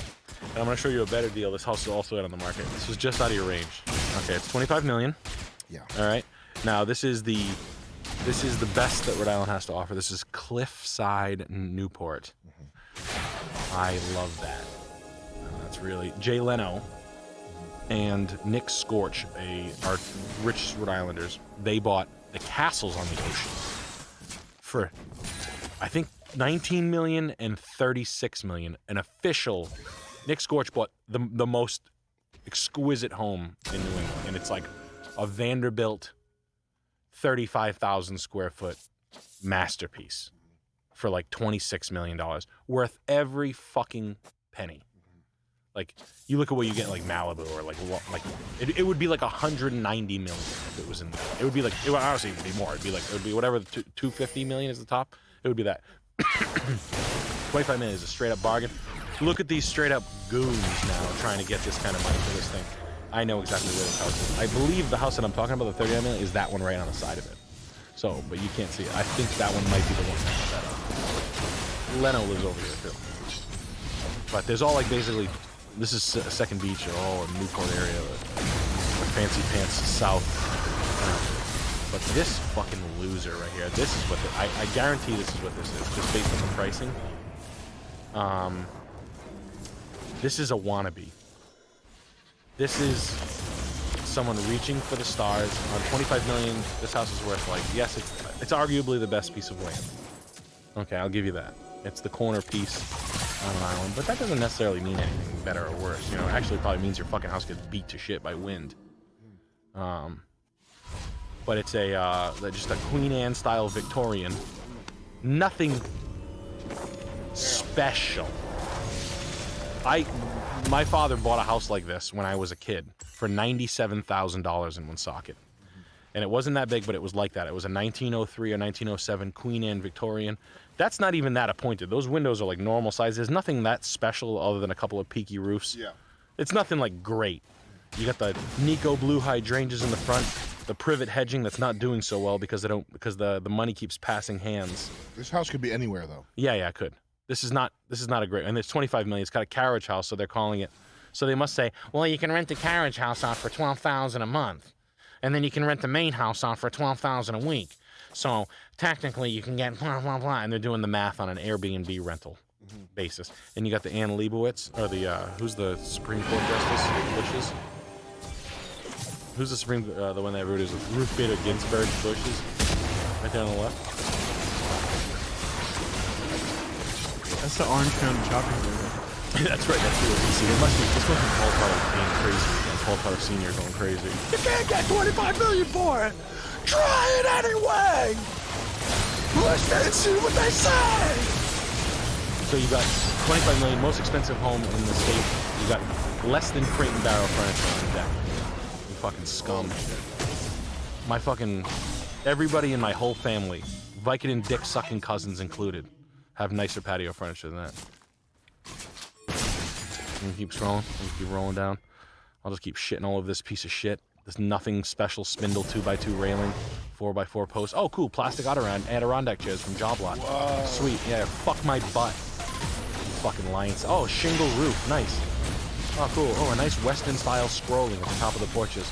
And a plywood back lattice on the bottom that doesn't make fucking sense. Wow. Cool. I like that. Did the contractor from North Providence do it? Was it the lowest bidder that you picked to redo the decks? Because he doesn't know how to make any nice. Oh, let's go inside this piece of shit. Ooh, nice. Furniture from a fucking a Savers.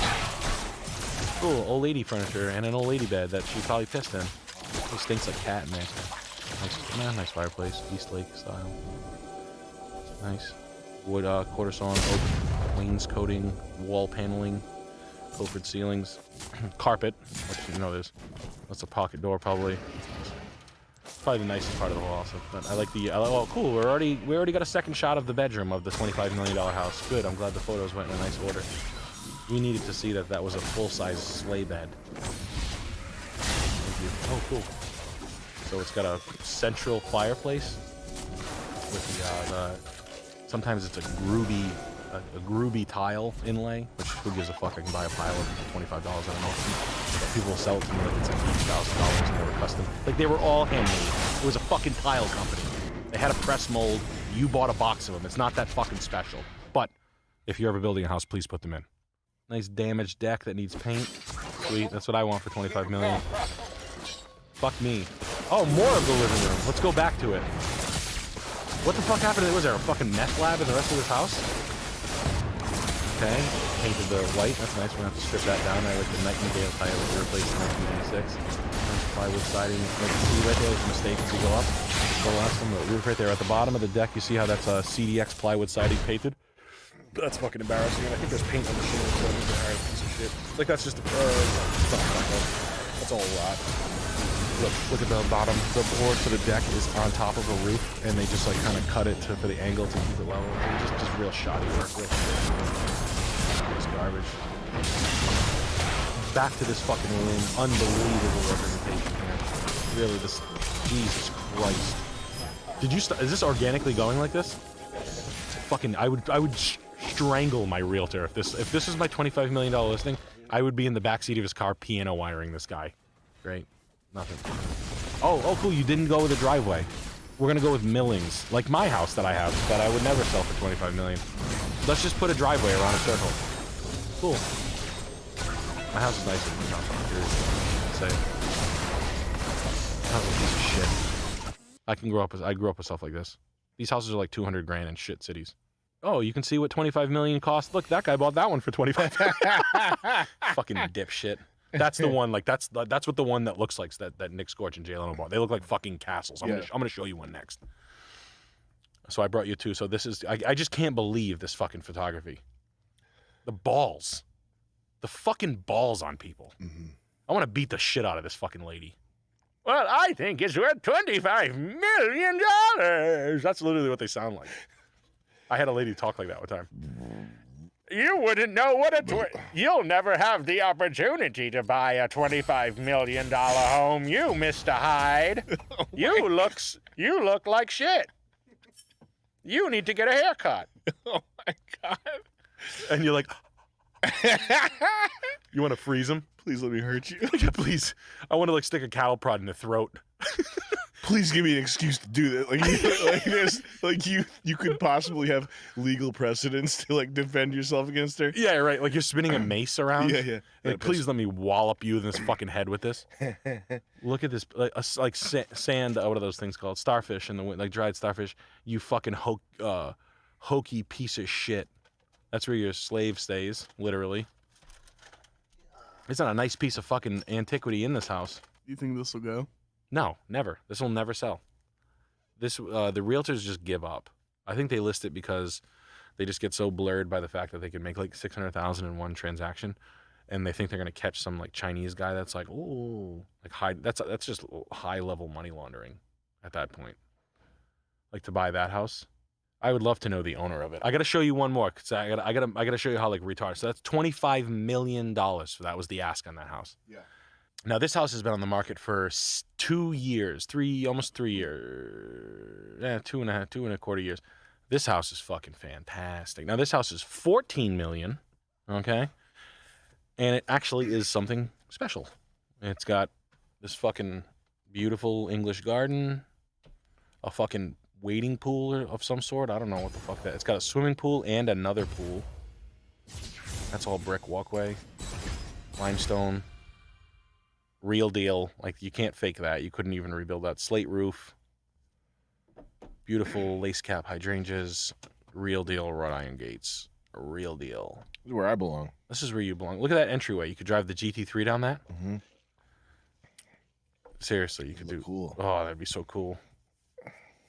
Look, you get the griffins there. You got a statue. You get those come with the property. God, what are those things worth a piece, huh? Like $1,500 a piece. Yeah. You get the ice top lights. You got a nice crown, the torch light. You got the fucking beautifully refinished granite, all buffed. It's a little gauche, but keep going. Now we're talking. Nice, Great Gatsby's house. Yeah, nice gauche, more marble. But it's nice. Hand-painted wall murals. What's up with that table? That's the slave table by CB2. Hold my glass, slave monkey. Excuse me, slave monkey. No, that's but you have a chessboard. This is the real deal stuff. That's where I play chess. Like, you couldn't build that. That's probably like some fucking wood you couldn't get anymore. The furniture's real deal. Look at that fucking settee. Man on. With the greyhounds or something, or the dogs from hell. Cerberus. Cerberus, the nice, nice 20-seat dining room table with real artifacts. Cool. Yeah. Built-ins. Now, it's gauche, but this is a real house. You couldn't recreate this stuff. This is something I'm talking about. Also, you couldn't fix it. Your average person has no fucking clue. I don't even know how to do this. You have to know how to guys who make. I have a couple of hipster friends that know how to make that, that molding now. You can like recreate that. They know how to do it. They're cool as shit. But refurbishing this house is cool. Nice piece. It's a nice bit for $14 million, and that other one for $25 million. You just see how like retarded it looks. A nice slut room. You can be a slut with your friends. And then the waiter fingered me at the oyster bar. He said his name was Brent. He fingered me. I gave him my watch. I gave him Henry's watch. Come back to my house for some scotch. Oh, that's nice. I like that right there. Yeah, a little wine cellar up top. Very cool. Yeah. I mean, obviously, you know, people will be like, the kitchen's old. That's what people would say. That's old. It's 90s. Looks like the kitchen from Frasier. I need like $30 million. Yeah. Nice techie Bacara rug. I would never put that in my house, but it is something that I offer at Shamonics. I've had those rugs before. I have them now. You guys can get your hands on one for under $1,000. That person will tell you they're worth $10,000. They're full of shit. Don't worry about it. I got your back. Nice house though. Really great. Yeah, it is nice. I mean, you can put all your YouTube plaques in there. You know what I mean? That's not a bad room. Usually when they do these stupid ass game rooms, they're devastatingly tacky and like awful looking. But it's not that bad. It looks like Jeff Bezos's brain. Yeah, it's fine. Yeah, this is like you can hang out just in there class. It's sold, so it's good. You know, that finally went. It only took fucking 700 fucking days, but see what else this beast has. That's a concrete staircase. That cost a fucking fortune. That thing was hard to do. Wow. It took forever. But look, beautiful step out Juliet. I think those are called Juliets on the windows. Where you can step out, let your hair down, a little Rapunzel. You smoke out there though. You smoke blunts out there. Yeah. You can like late night blunt and you're like right in your scratch pad. Step out the car, killing. Step out the car, killing. Chilling. And beautiful. It's daunting how out of reach it is. This is not a reach though, man. This is Newport. You can get a house like this in Pittsburgh and Lowell, Lynn, Woonsocket. It's not nice. New Bedford, Fall River. If you want to live in a home like this. And a little while ago, they were really approachable. Like I looked at one I could have got, but the live on this stuff is hot. Like your mechanicals are fucked up on it. Like you have a boiler for this thing. It doesn't even look like you've seen boilers before in your life. If you saw the mechanical room for this house, it's just like, what the fuck am I even looking at? Like, what is that? What is that thing over there that looks like a high school engine? But you fucking live like a king. I mean, what the fuck? You got all the bathrooms. You take dumps all over your house. It's great. Oh, Look at yeah. that. Holy shit. Servants' quarters. Damn. Keep the tile clean. Salt glazed tile. Nice. That's pretty. That is nice. They just did a good job with the house, but it's been properly cared for, nicely lived in, nicely appointed. It's okay. But this was $14 million and it's still on the market. Now you see how retarded that other guy looks. For sure. The Spitzels. Oh, theater. Cool. You watch Heat in there? Ooh. I know what I would do in that room. I would push my butt up. I would raise my back in the air. Now, Rodrigo, slowly put your whole arm in. That's it. Oh, an indoor pool. Oh, wow, a nice mosaic. And wow, look at that. A fucking indoor pool and an outdoor pool. Wow, I really wanted a lap. Oh, that's the garage, carriage house. Damn. Good for you, dude. Is that the carriage house basement? Fuck me, dude. Yeah, now we're talking. Great house. Just a great piece. I mean, that's the shit right there. Greenhouse, like a nice one that you can. What's the property tax on this? Probably $60,000 a year. Equestrian, tack room. Ride your horses. You can put me out there. In the pool. That's beautiful. It's fucking gorgeous, man. All bluestone. It's probably got fountains that's shooting it. Nicely. That's really nice. How do you make money to pay for property tax? It's so much money. Yeah, I think this is just like when you get to 50 million, this is just a great way to land your money. I think. I don't know. I don't know the answer to how to approach or justify them. I don't think you can rent them out either. I think the town's like, fuck you, you ain't renting that out. Like it would be a high. I mean, imagine renting that out for the fucking week for 25,000 or on 14 million. Your money costs you what is it? 7? What's 7 times 14? There's 98,000 a month. So 100 grand a month. Yeah, you probably get that. You probably get 100 grand a week for a high end rental. Sleep's fucking 25. Have like 8 couples. I don't know. Whatever these fucking retard rich people do. I don't know. I'm just eating chips. I'm just good eating chips with my buddies. I would like to know. It's a mystery to me. I gotta increase my wealth. There you go. In a serious way. There's your taxes right there. Where's it? Property? Yeah. Oh, 4,200 a month. So it's I don't know, 50 G's a year. 76 a month with only 3.3 million down. It's 76,000 per month. You got it, Timmy. We'll swing it. They'll fall out of the cracks. Borrow some money from Joey. Yeah, Joe. I'm gonna go house hunting.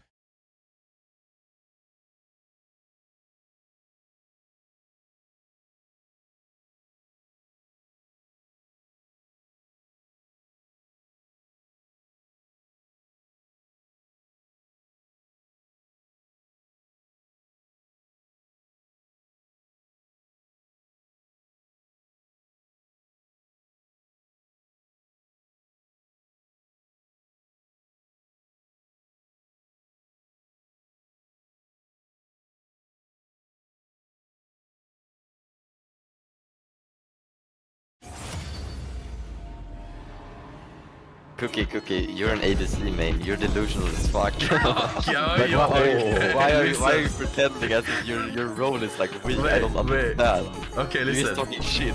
ADC is not weak, but it's worse. Wait, so are you saying every ADC main is delusional? Yes, every ADC main, all they know to do is to just cry about their role. That's all they do. I agree. You know how you know ADC is not a weak role? When they don't cry about the role. Yeah. Okay. I mean, yeah, kind of true. I think ADC is fine still, it's just a bit worse. Cookie, you're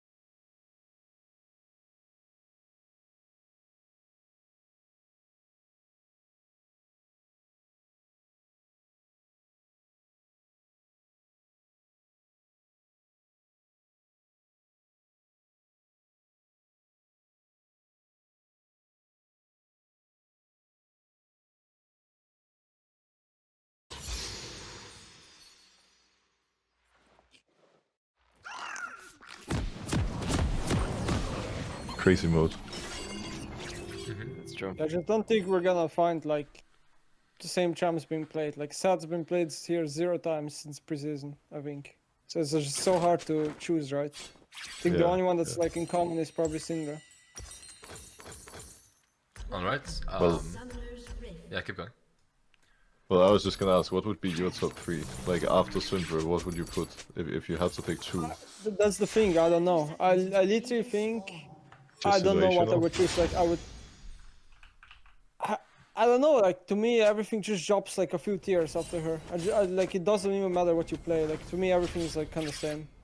Charms just like CC, roam, So and it's fight. a pretty balanced role then. If nothing really sticks out except only one champ. Well, when I was doing like my list of like OP champs in each role, Midland had like the least for me. But maybe I'm biased, so I don't know. Yeah, I mean, yeah, it's maybe not the strongest role, but it's like a balanced role where it's not like you can kind of pick. So. If you're gonna play mid lane, you can kind of pick anything and it could work. I would say so. So, since we're already talking about the mid lane, Nemesis, what do you think are the best mid lane items right now? And which ones are the weakest? It's kind of hard to say, because like, for example, here they just play... Specifically like mage items. What do you think of mage items right now? Oh, mage items? No. I think World Mages is like not good at all. I can go into reasons why it's not good. I mean, mage items like, I don't know, just Lianji and Ludens most games. Unless you're champion once, Crown maybe. But those champs are not really being played. And for me it's just like, typical mage, slap a Ludens, slap a Void, a Rabadon in the build, and you play the game. Okay, yeah, that's fair. What do you think of the, like, do you think mages are like in a good spot right now, or?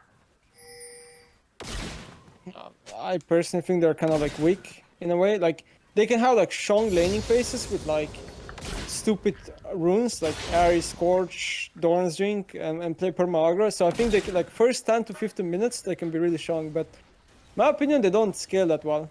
Like they don't like. I just think Magic's items are like at all-time high right now. Force of Nature, Mao, Jackshaw, like all these items, like as soon as enemy buys any of these items, even if you have Void stuff in late game, I'm just not killing anything with any time. Okay. How would you buff like mages if you could? I mean, I just think their items are kind of poop. Like the items give so much like HP, mana, CDR in most cases, but they give like very little AP, and Void is nerfed compared to before. So I feel like if there's a lot of MR in the game, you're just not killing anything anymore. Okay, so either like nerf MR items or buff Magic Pen. That would be my choice, yeah. Alright, makes sense. ADC. Okay, let's talk about ADC. Well, my input, because it's main. I think the best ADCs right now are like the consistent ones, in my opinion. Or like, I feel like a lot of them are like pretty strong equally. It's hard to put like a top 3, but I think Kai'Sa's really good. Varus, Saya. What are you guessing of Saya? I think she's cracked with like Naburi. Caitlyn is pretty good too. I haven't seen her much. I haven't seen her either. Really? What do you think about Draven? I think I see so much Draven. Draven is still, no, he's definitely, I think like top 3 for me would be like Draven, Kai'Sa, Varus, I think they're really good. And you can pick them in most scenarios. I think Kai'Sa's probably the least blind pickable one. But yeah, Draven is definitely, I think Draven is still maybe perhaps like top 2 or top 3, like I said, yeah. Maybe. How does it feel? This is now I'm interviewing you, Cookie. Okay, yeah, sure. Yeah. How does it feel for an ADC main when you basically get no changes here? You didn't even get an item, did you? I mean, honestly, like we just got nerfed. Honestly, like ADC is definitely nerfed. I think that it's harder to like 1v9 games. Like I feel like if I play in Challenger, I don't mind it as much because most of the times like I have good players, right, or decent ones. But when I play like below Challenger, I don't like it because they nerfed our XP and they nerfed the camps, you know? Like I can't take Krugs anymore, I can't take Gromp. Like if my support is... The XP nerf is like irrelevant. Oh yeah, it is really small, for sure. I think the jungle changes are the biggest because like if I had a bad support or like I couldn't really win lane because of that, I would take Krugs or Gromp to kind of get back XP and gold. But that's not really possible anymore. So I think that's the biggest nerf, and I think that, like, after laning phase as well, I think it's still hard to take caps, like unless you have like 2 or 3 max like items. So you would prefer last season ADC? 100%. Holy shit, it feels okay, but it feels definitely worse to play right now, yeah. And I think pretty wouldn't you guys say so that support ADC and mid lane got no changes technically? Like for me, that's how it feels. Yeah, tank and jungle is what got changes. Yeah, for sure. I agree. I mean, if I can go off rail here a little bit, I think this preseason it's so pathetic. It's not as pathetic as like the last preseason, but I think they should do more changes. I feel like, I don't know. No, and then we're gonna spend an entire year. I mean, if you guys could rate this preseason from, let's just do 1 to 10, what do you guys say?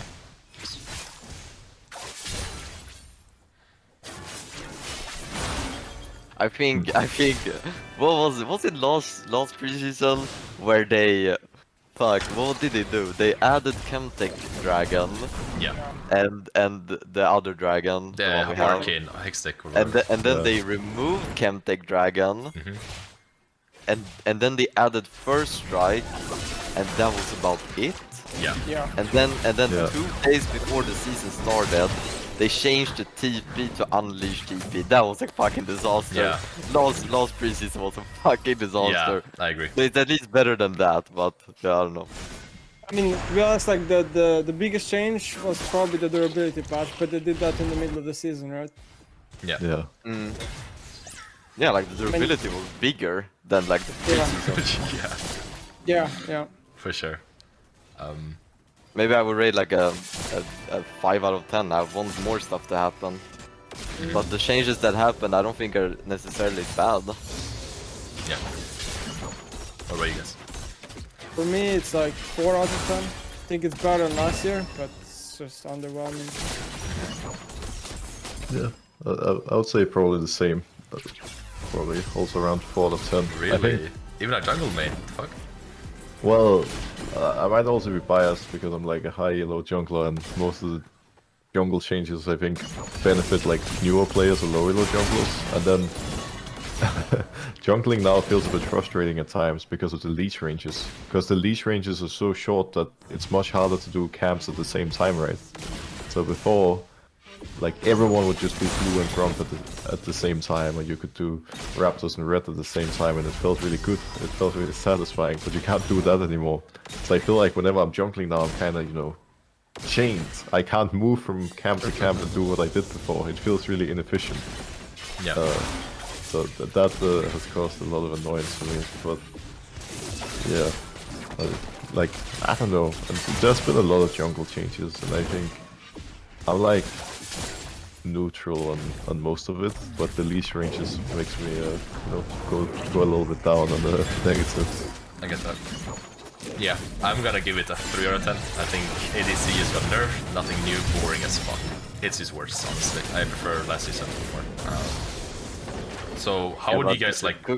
Cookie, you're an ADC main. You're delusional as fuck. Why are you pretending as if your role is like weak? I don't understand. Okay, listen. You're talking shit. ADC is not weak, but it's worse.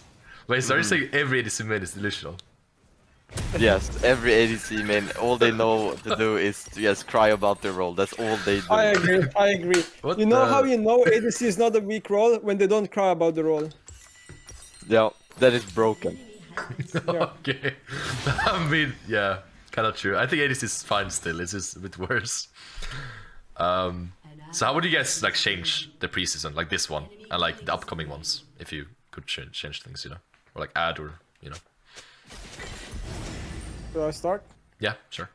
Go for it. My number 1 list, item rework. I think this is the worst items we've had in League, like the current item system, mythic, legendary, whatever. I mean, I just think it's the worst we've ever had in League. Maybe I'm the only one thinking that. No, I agree, definitely. What about you guys?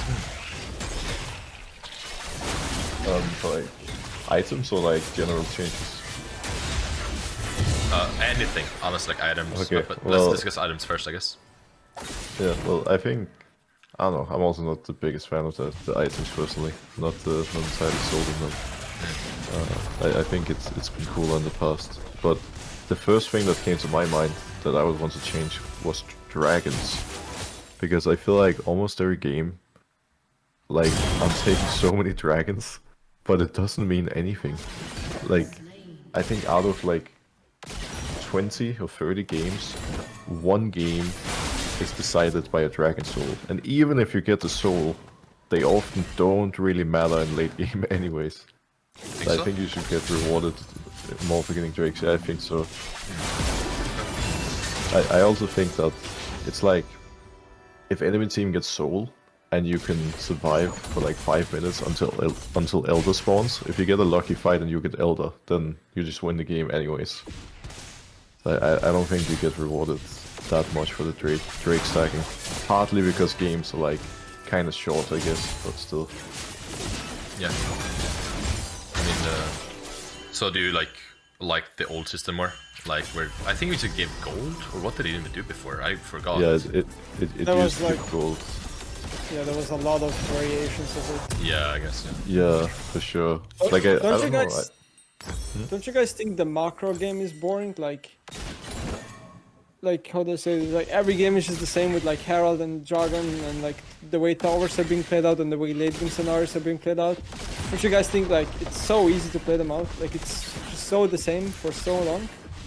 Yeah, I agree. I mean, it's kind of like the same. Yeah, pretty much. Yeah.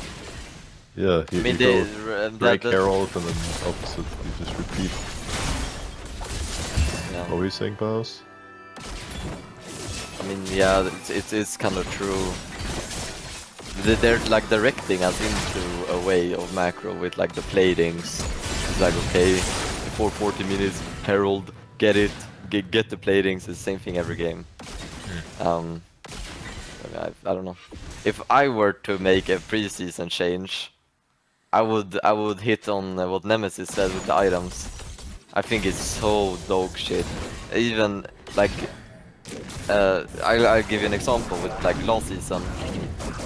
It's like you play Sion versus Camille or whatever, and you know I get Sunfire, she gets Divine, and we're not playing our champions anymore. We're playing item versus item. And you know, I die, I look at death recap, and it's like items, 2000 damage, and somebody had Blade of Rune King. Yeah. And then like now this Yaksho just items. I mean, I think Yaksho as an item is fine because it's not dealing damage.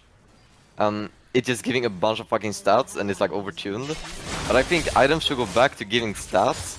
And I think items like Blade of Rune King, Sunfire, like last season Sunfire, and like Divine, I think these items are so trash. Because it's like you're not even playing your champion anymore, you're playing an item. And you're focusing on what your item is doing. Where they should only give stats. What you're trying to say is that items dictate the game too much. Like the game warps around items. Like you're not dying against champs, you're dying against items. I feel the same. Yeah, I 100% agree with that.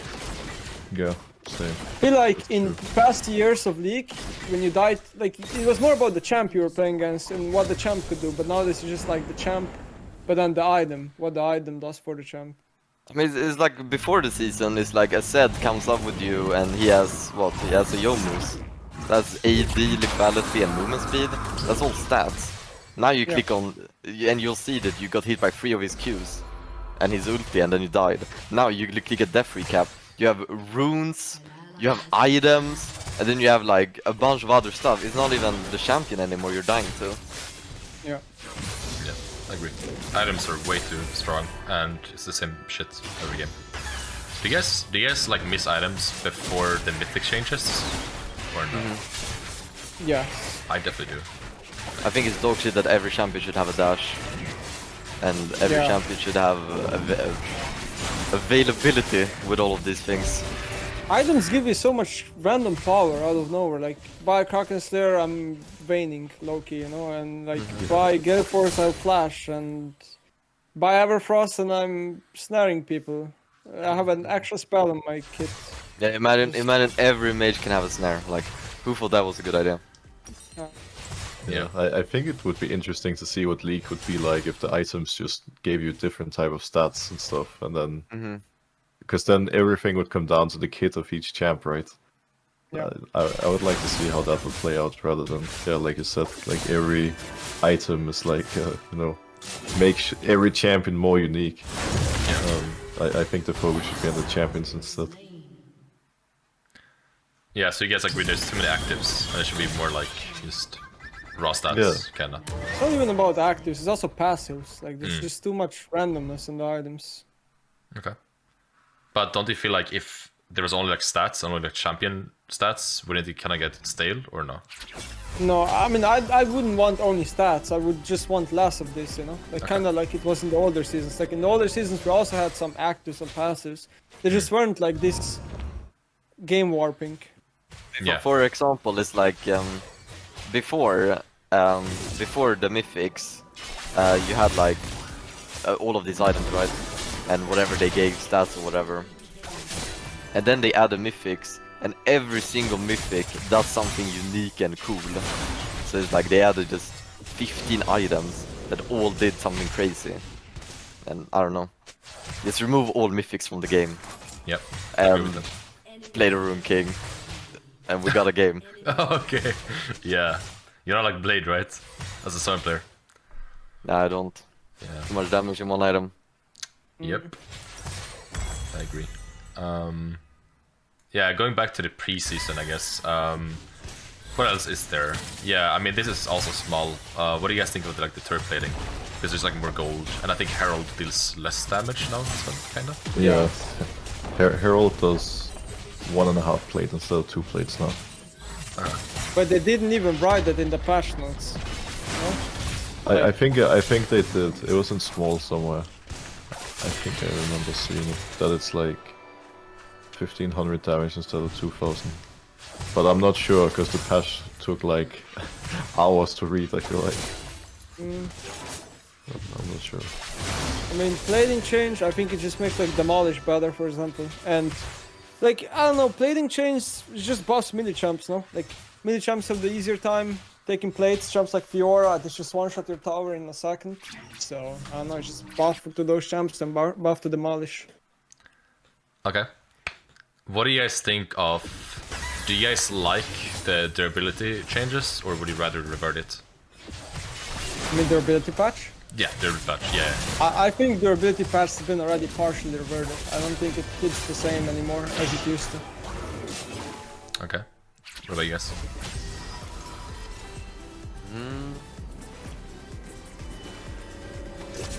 I would agree with that. I don't know. How good are assassins right now? Like, I feel like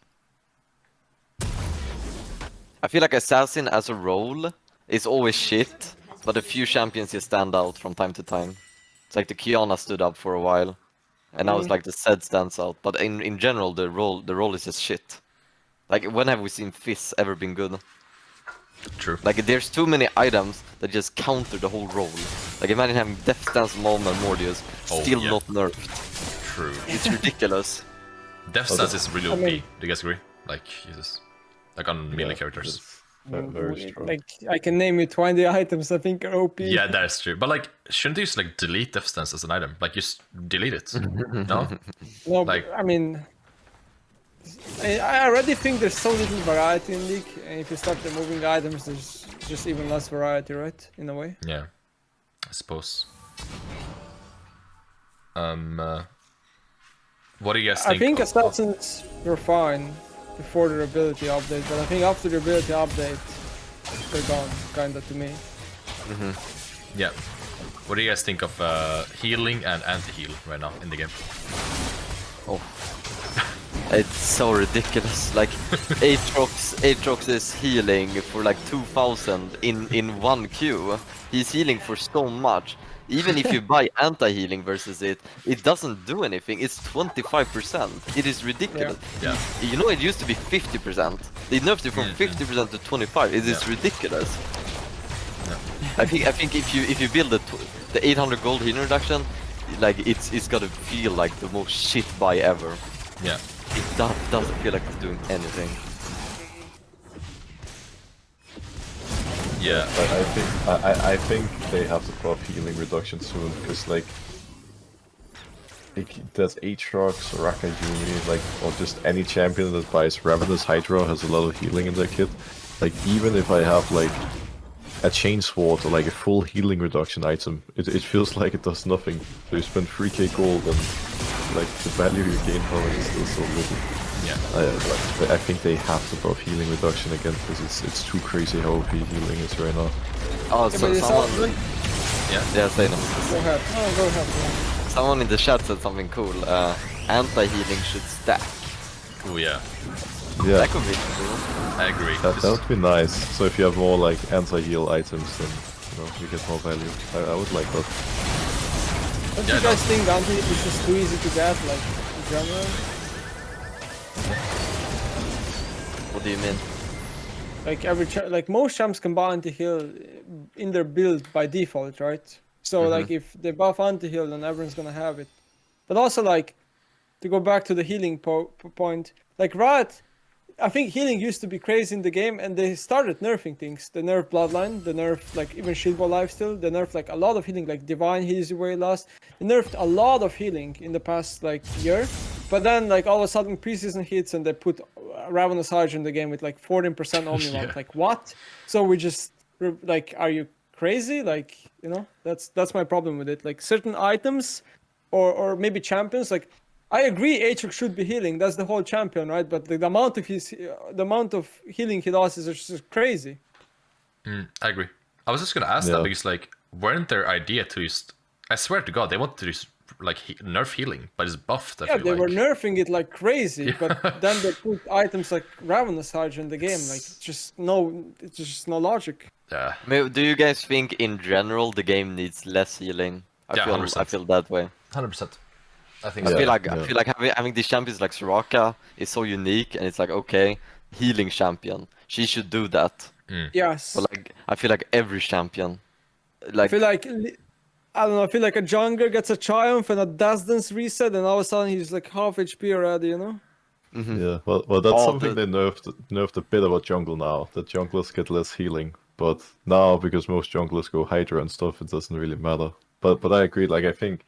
Like, let's say for a laner, if you take a really bad trade, you should have to base. You shouldn't just heal up over like 15 seconds from hitting a wave or something. Yeah, I was gonna say, I mean, I don't know, because I feel like a lot of times you fight and then the jungler just goes to like take one camp and then they're like full HP from like the pets. Or is that that's like... not a thing anymore, right? Oh, it's not a thing? Or... No, in the preseason Okay. That's yeah, good. the healing from jungle is way less now. They nerfed the healing pretty badly. Yeah, because that was ridiculous. Yeah, last season was disgusting. You kill enemy jungler like with 10 health, goes takes Gromp, comes back with full health. It's like, okay. Yeah, the Gromp healing especially was really OP, but they fixed that now. And actually on some junglers that like you can feel it even on the first clears, because you can't even kite your camps as much anymore because the leash ranges are so short, so you take much more damage. Yeah. I feel like we talked about most things. Maybe chat has some more questions, but I mean, I feel like we, unless you guys also have something. I have a question. Okay. I have a question because like it's such a like discussion. I feel like in the league community right now, are we in a tank meta? Like everyone's just like tank OP, tank OP, tank OP. Right. My opinion is not that tanks are OP. I think tank items are OP. Yeah. Aren't the bruisers use OP right now? Like. Yeah, but bruisers are buying tank items. Yeah, true. That's true. Yeah. No, it's fucking silver redditors, because they're getting killed by a 7,000 health Heartsteel user, and then they're like, oh, they're so OP, and then they complain about it on Reddit. Typical ADC main, right? Oh, okay, yo, chill. Okay, but to be fair, most ADC mains, they're like playing as like 7k HP targets, and they don't have cut down or like blade of Rune King. It's like, okay, man, you know what I mean? But like, yeah, I feel like you have something against ADC mains. This is kind of. I feel like I'm attacked here. No, but like the tank meta is like, I don't know. We feel like Iceborne Gauntlet and Jack Show and just getting tanky in general is incredibly OP for the game. Like if you don't get one shot by stuff, then I feel like every champion these days gets very tanky. item, right? Yes. Yeah. Like So even in a way, mages it is buy tank meta. items for Yeah, ADCs because sometimes. yeah. So I guess it is a tank meta because everybody's getting some kind of tankiness. Everyone's getting tankiness, but it's not like the way people are describing it. Because what I see a lot of people say is that tank champions are OP. Yeah, you don't see a Malphite or even Maokai is not meta anymore. Like these guys Yeah. aren't going around tearing down the rift. Yeah, because I know at the start of preseason everyone was saying that, oh, now junglers, for example, and top laners are going to play only tanks because of Heartsteel and Jackshow, but I mean, the meta hasn't really changed. You know, it's pretty similar. Cassandra is OP though. Like Cassandra is so broken. This champ is really OP. I agree with that. You know, they were thinking about buffing him as well. Like they pulled out really? the buff, but they were thinking about buffing him. Oh. It doesn't surprise me. I got another question for everyone. So I want everyone to like rate the roles. So from like best to worst. You know, for example, jungle best, and then you know like 1 to 5, right? So who wants to start? I can start. Okay. I will put top laner on number 2. Support number 1. Jungle number 3. ADC 4, and mid lane 5. Okay. Is there like the reasoning behind it? I think support is. I think support is OP. I think the locket item is just so disgusting. It gives so much gold value. It's insane. And even enchanters. Like if enchanters actually had hands to play with. You have no idea what they could do. But like all enchanter mains are so fucking shit at the game. It's embarrassing. But they're still winning games because this role is OP. But I don't think I know a single enchanter player that is actually good. So if they were actually good, you would realize how broken that role is. And then I said top lane second because I don't know. I think top lane has like the most OP champs at the moment. And then jungle. I think jungle got a big buff this season because you don't have people taking your camps. But I haven't played it much, so I don't know much.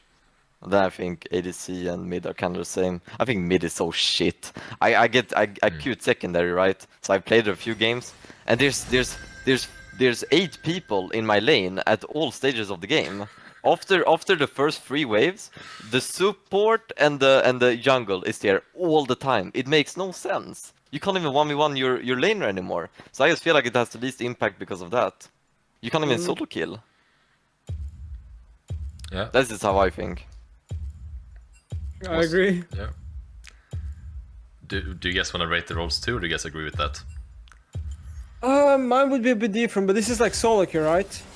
Yeah, it's not competitive. It's solo we're queue, a little bit biased. Okay, so in Korea, like games are decided by bot and jungle. So mine is like jungle 1, support 2, ADC 3, top 4, and mid 5. But again, it's like I wouldn't say there's a large gap between the first 4. I just think there's a bit bigger gap on the last one.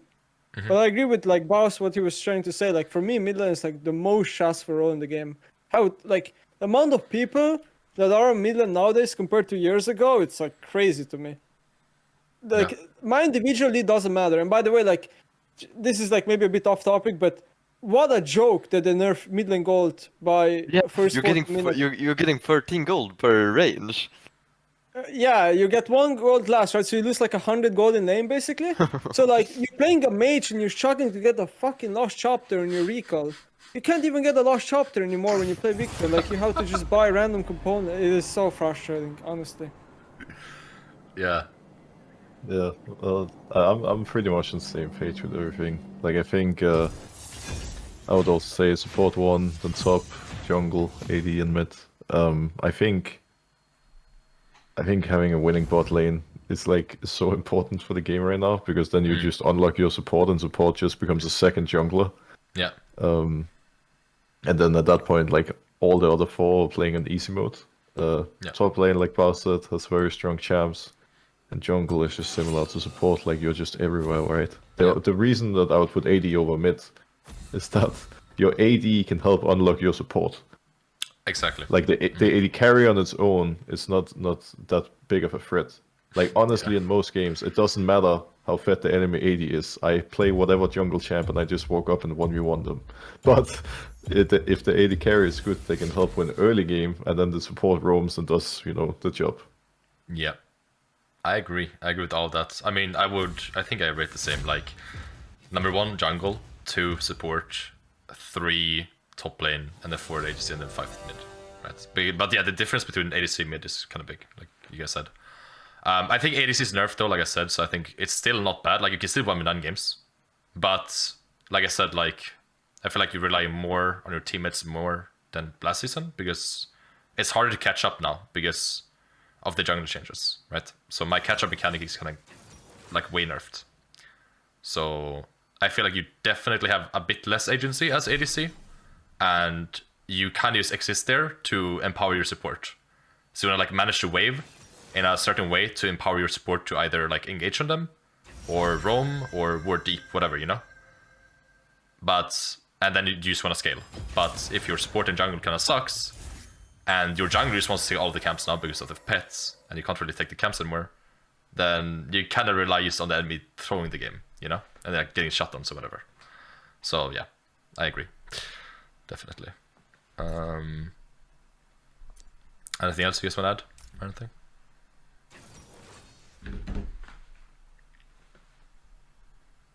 Maybe Boss is another rant about Thunder. Oh yeah, let's do that. Or Aatrox. Wow. No. That is so disgusting. Yeah, Divine is gonna strong at him, right? Yeah, and then these fucking dumbasses on Reddit saying Heartsteel is a broken item. Imagine thinking an item that only gives health. It's 3,200 gold for a health only item, and then you have Divine. This is a straight up counter, and you have Bork. You get turbo one shot. Like, how are these people even human that are complaining about Heartsteel? They're so fucking low elo. It's crazy. Yeah. It's absolutely insane. Sounds like Reddit, yeah.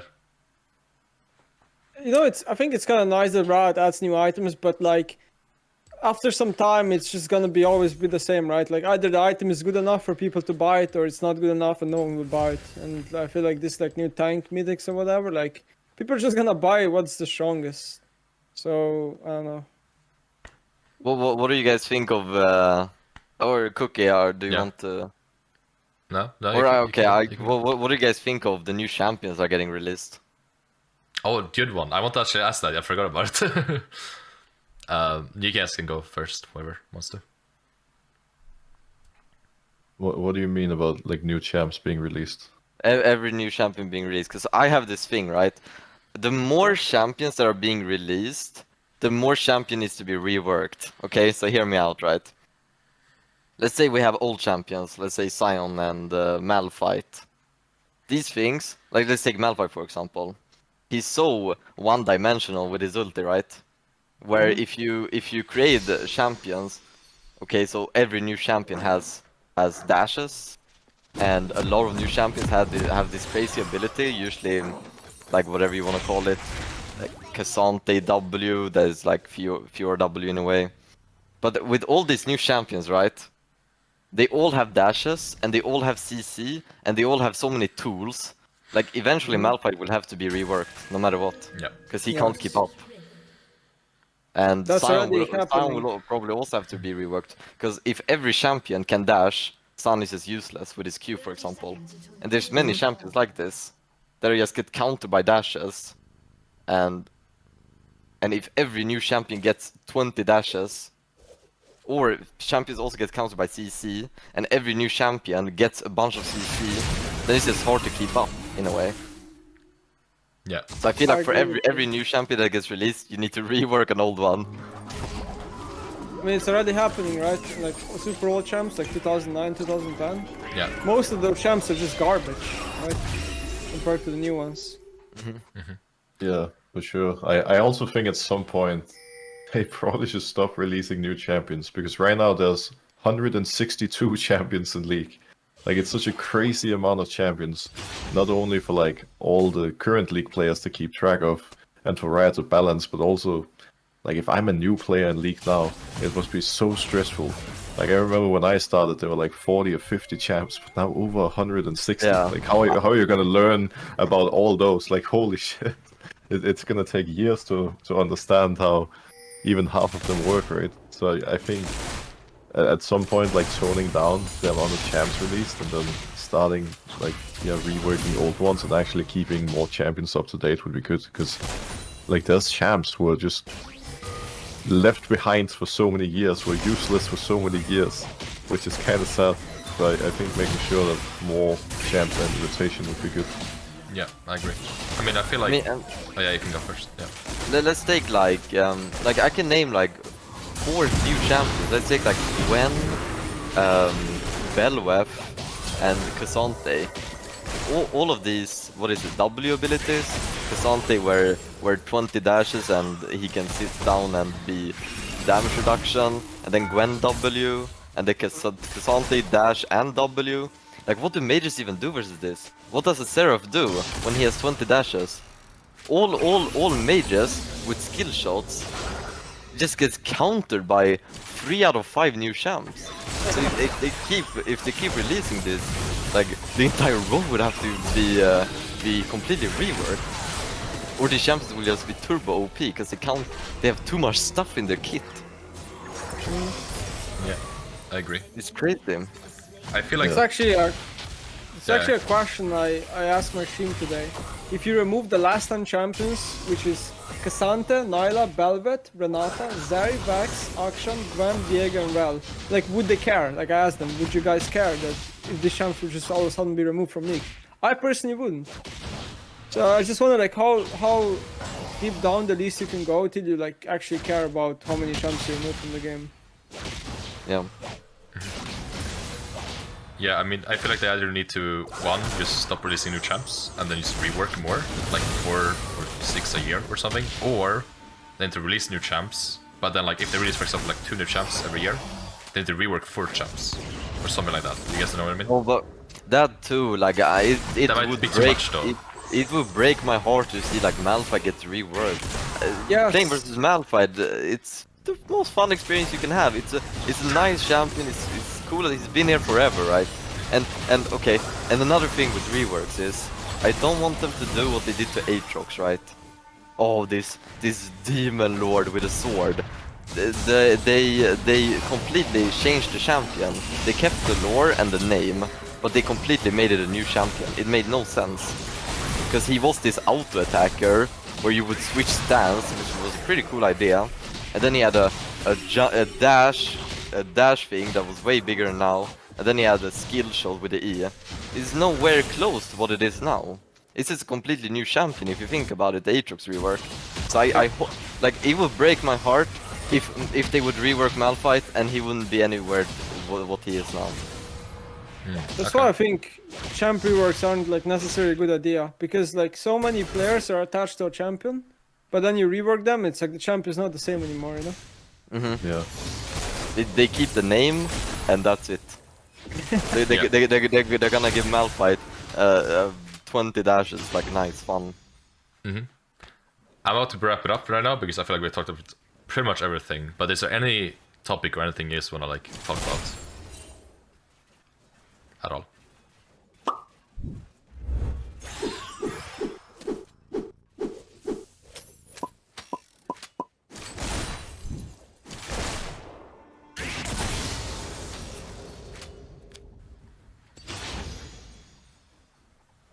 I think we've been through most of it. Yeah, I think so. Okay, I have one last question. It's a simple one. What champion is by far the most toxic in League? And you will just want to remove it. You could choose one. Yumi. What about Yumi? I feel like we're all gonna say Yumi now. Yeah, no, that's ridiculous.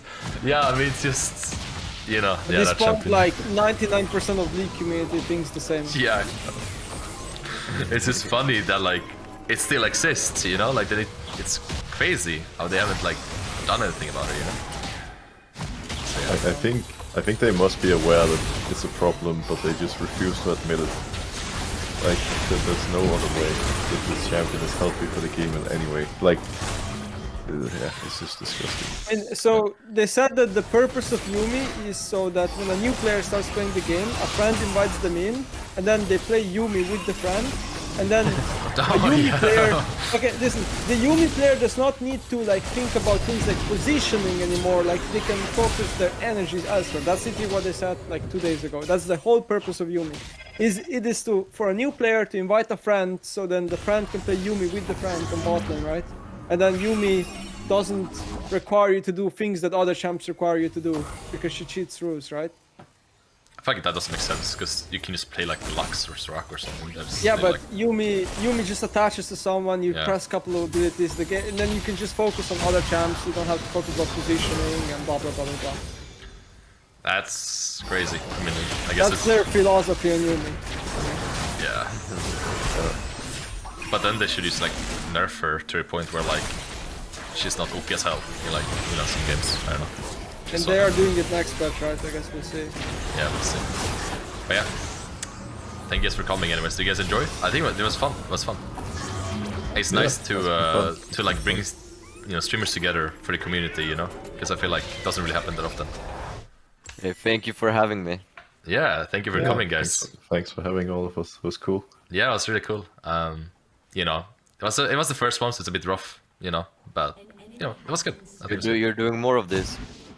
Yeah, I will. I mean, I will try to do as many like community events as possible. If you guys are interested in like participating in the future, like other things, it can be like tournaments or whatever, you know, anything.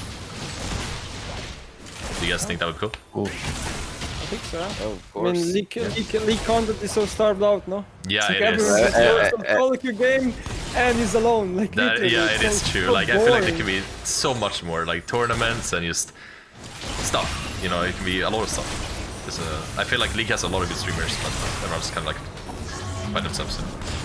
Yeah. Ever since they removed dual queue, oh yeah, we're all just for ourselves. Like, yeah, it is true. It's nice to talk to someone.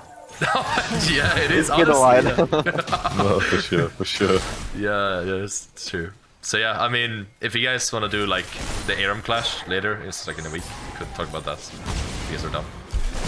I already got a team. Oh, okay. Do it. Okay, that's all good. Anyways, guys, it was nice to have you guys here, and hope you guys have a good evening. And I'll see you guys later. See you around. See you guys, guys. Yeah. Peace. Peace.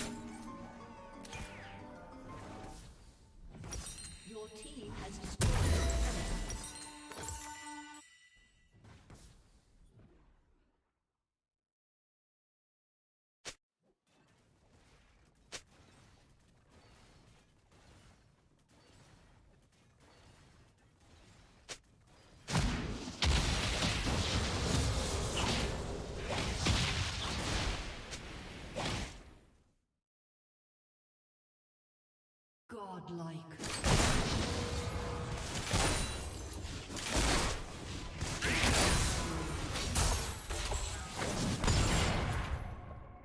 Double kill.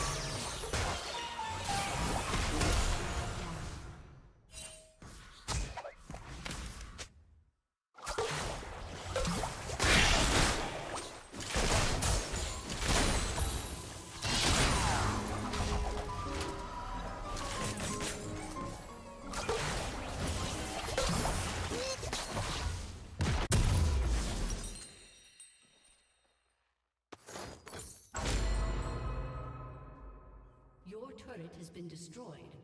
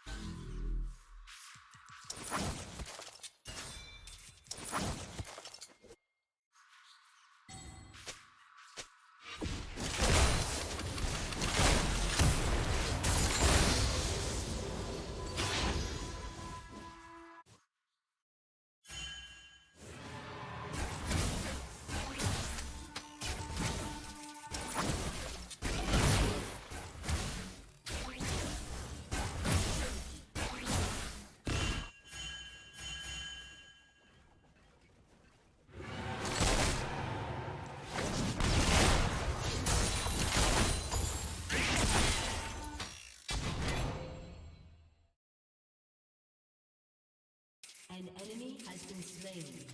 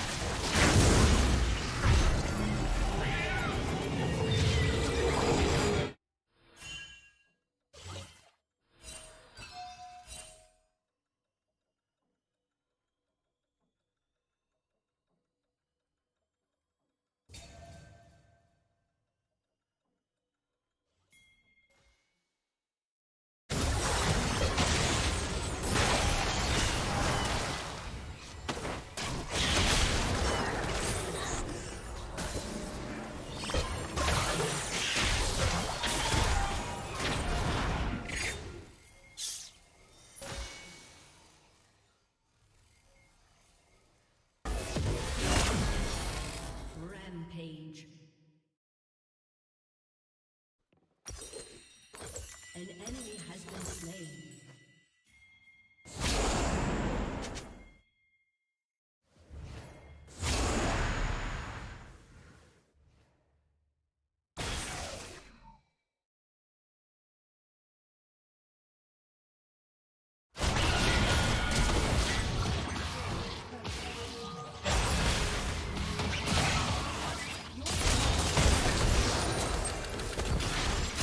Has been slain. You have slain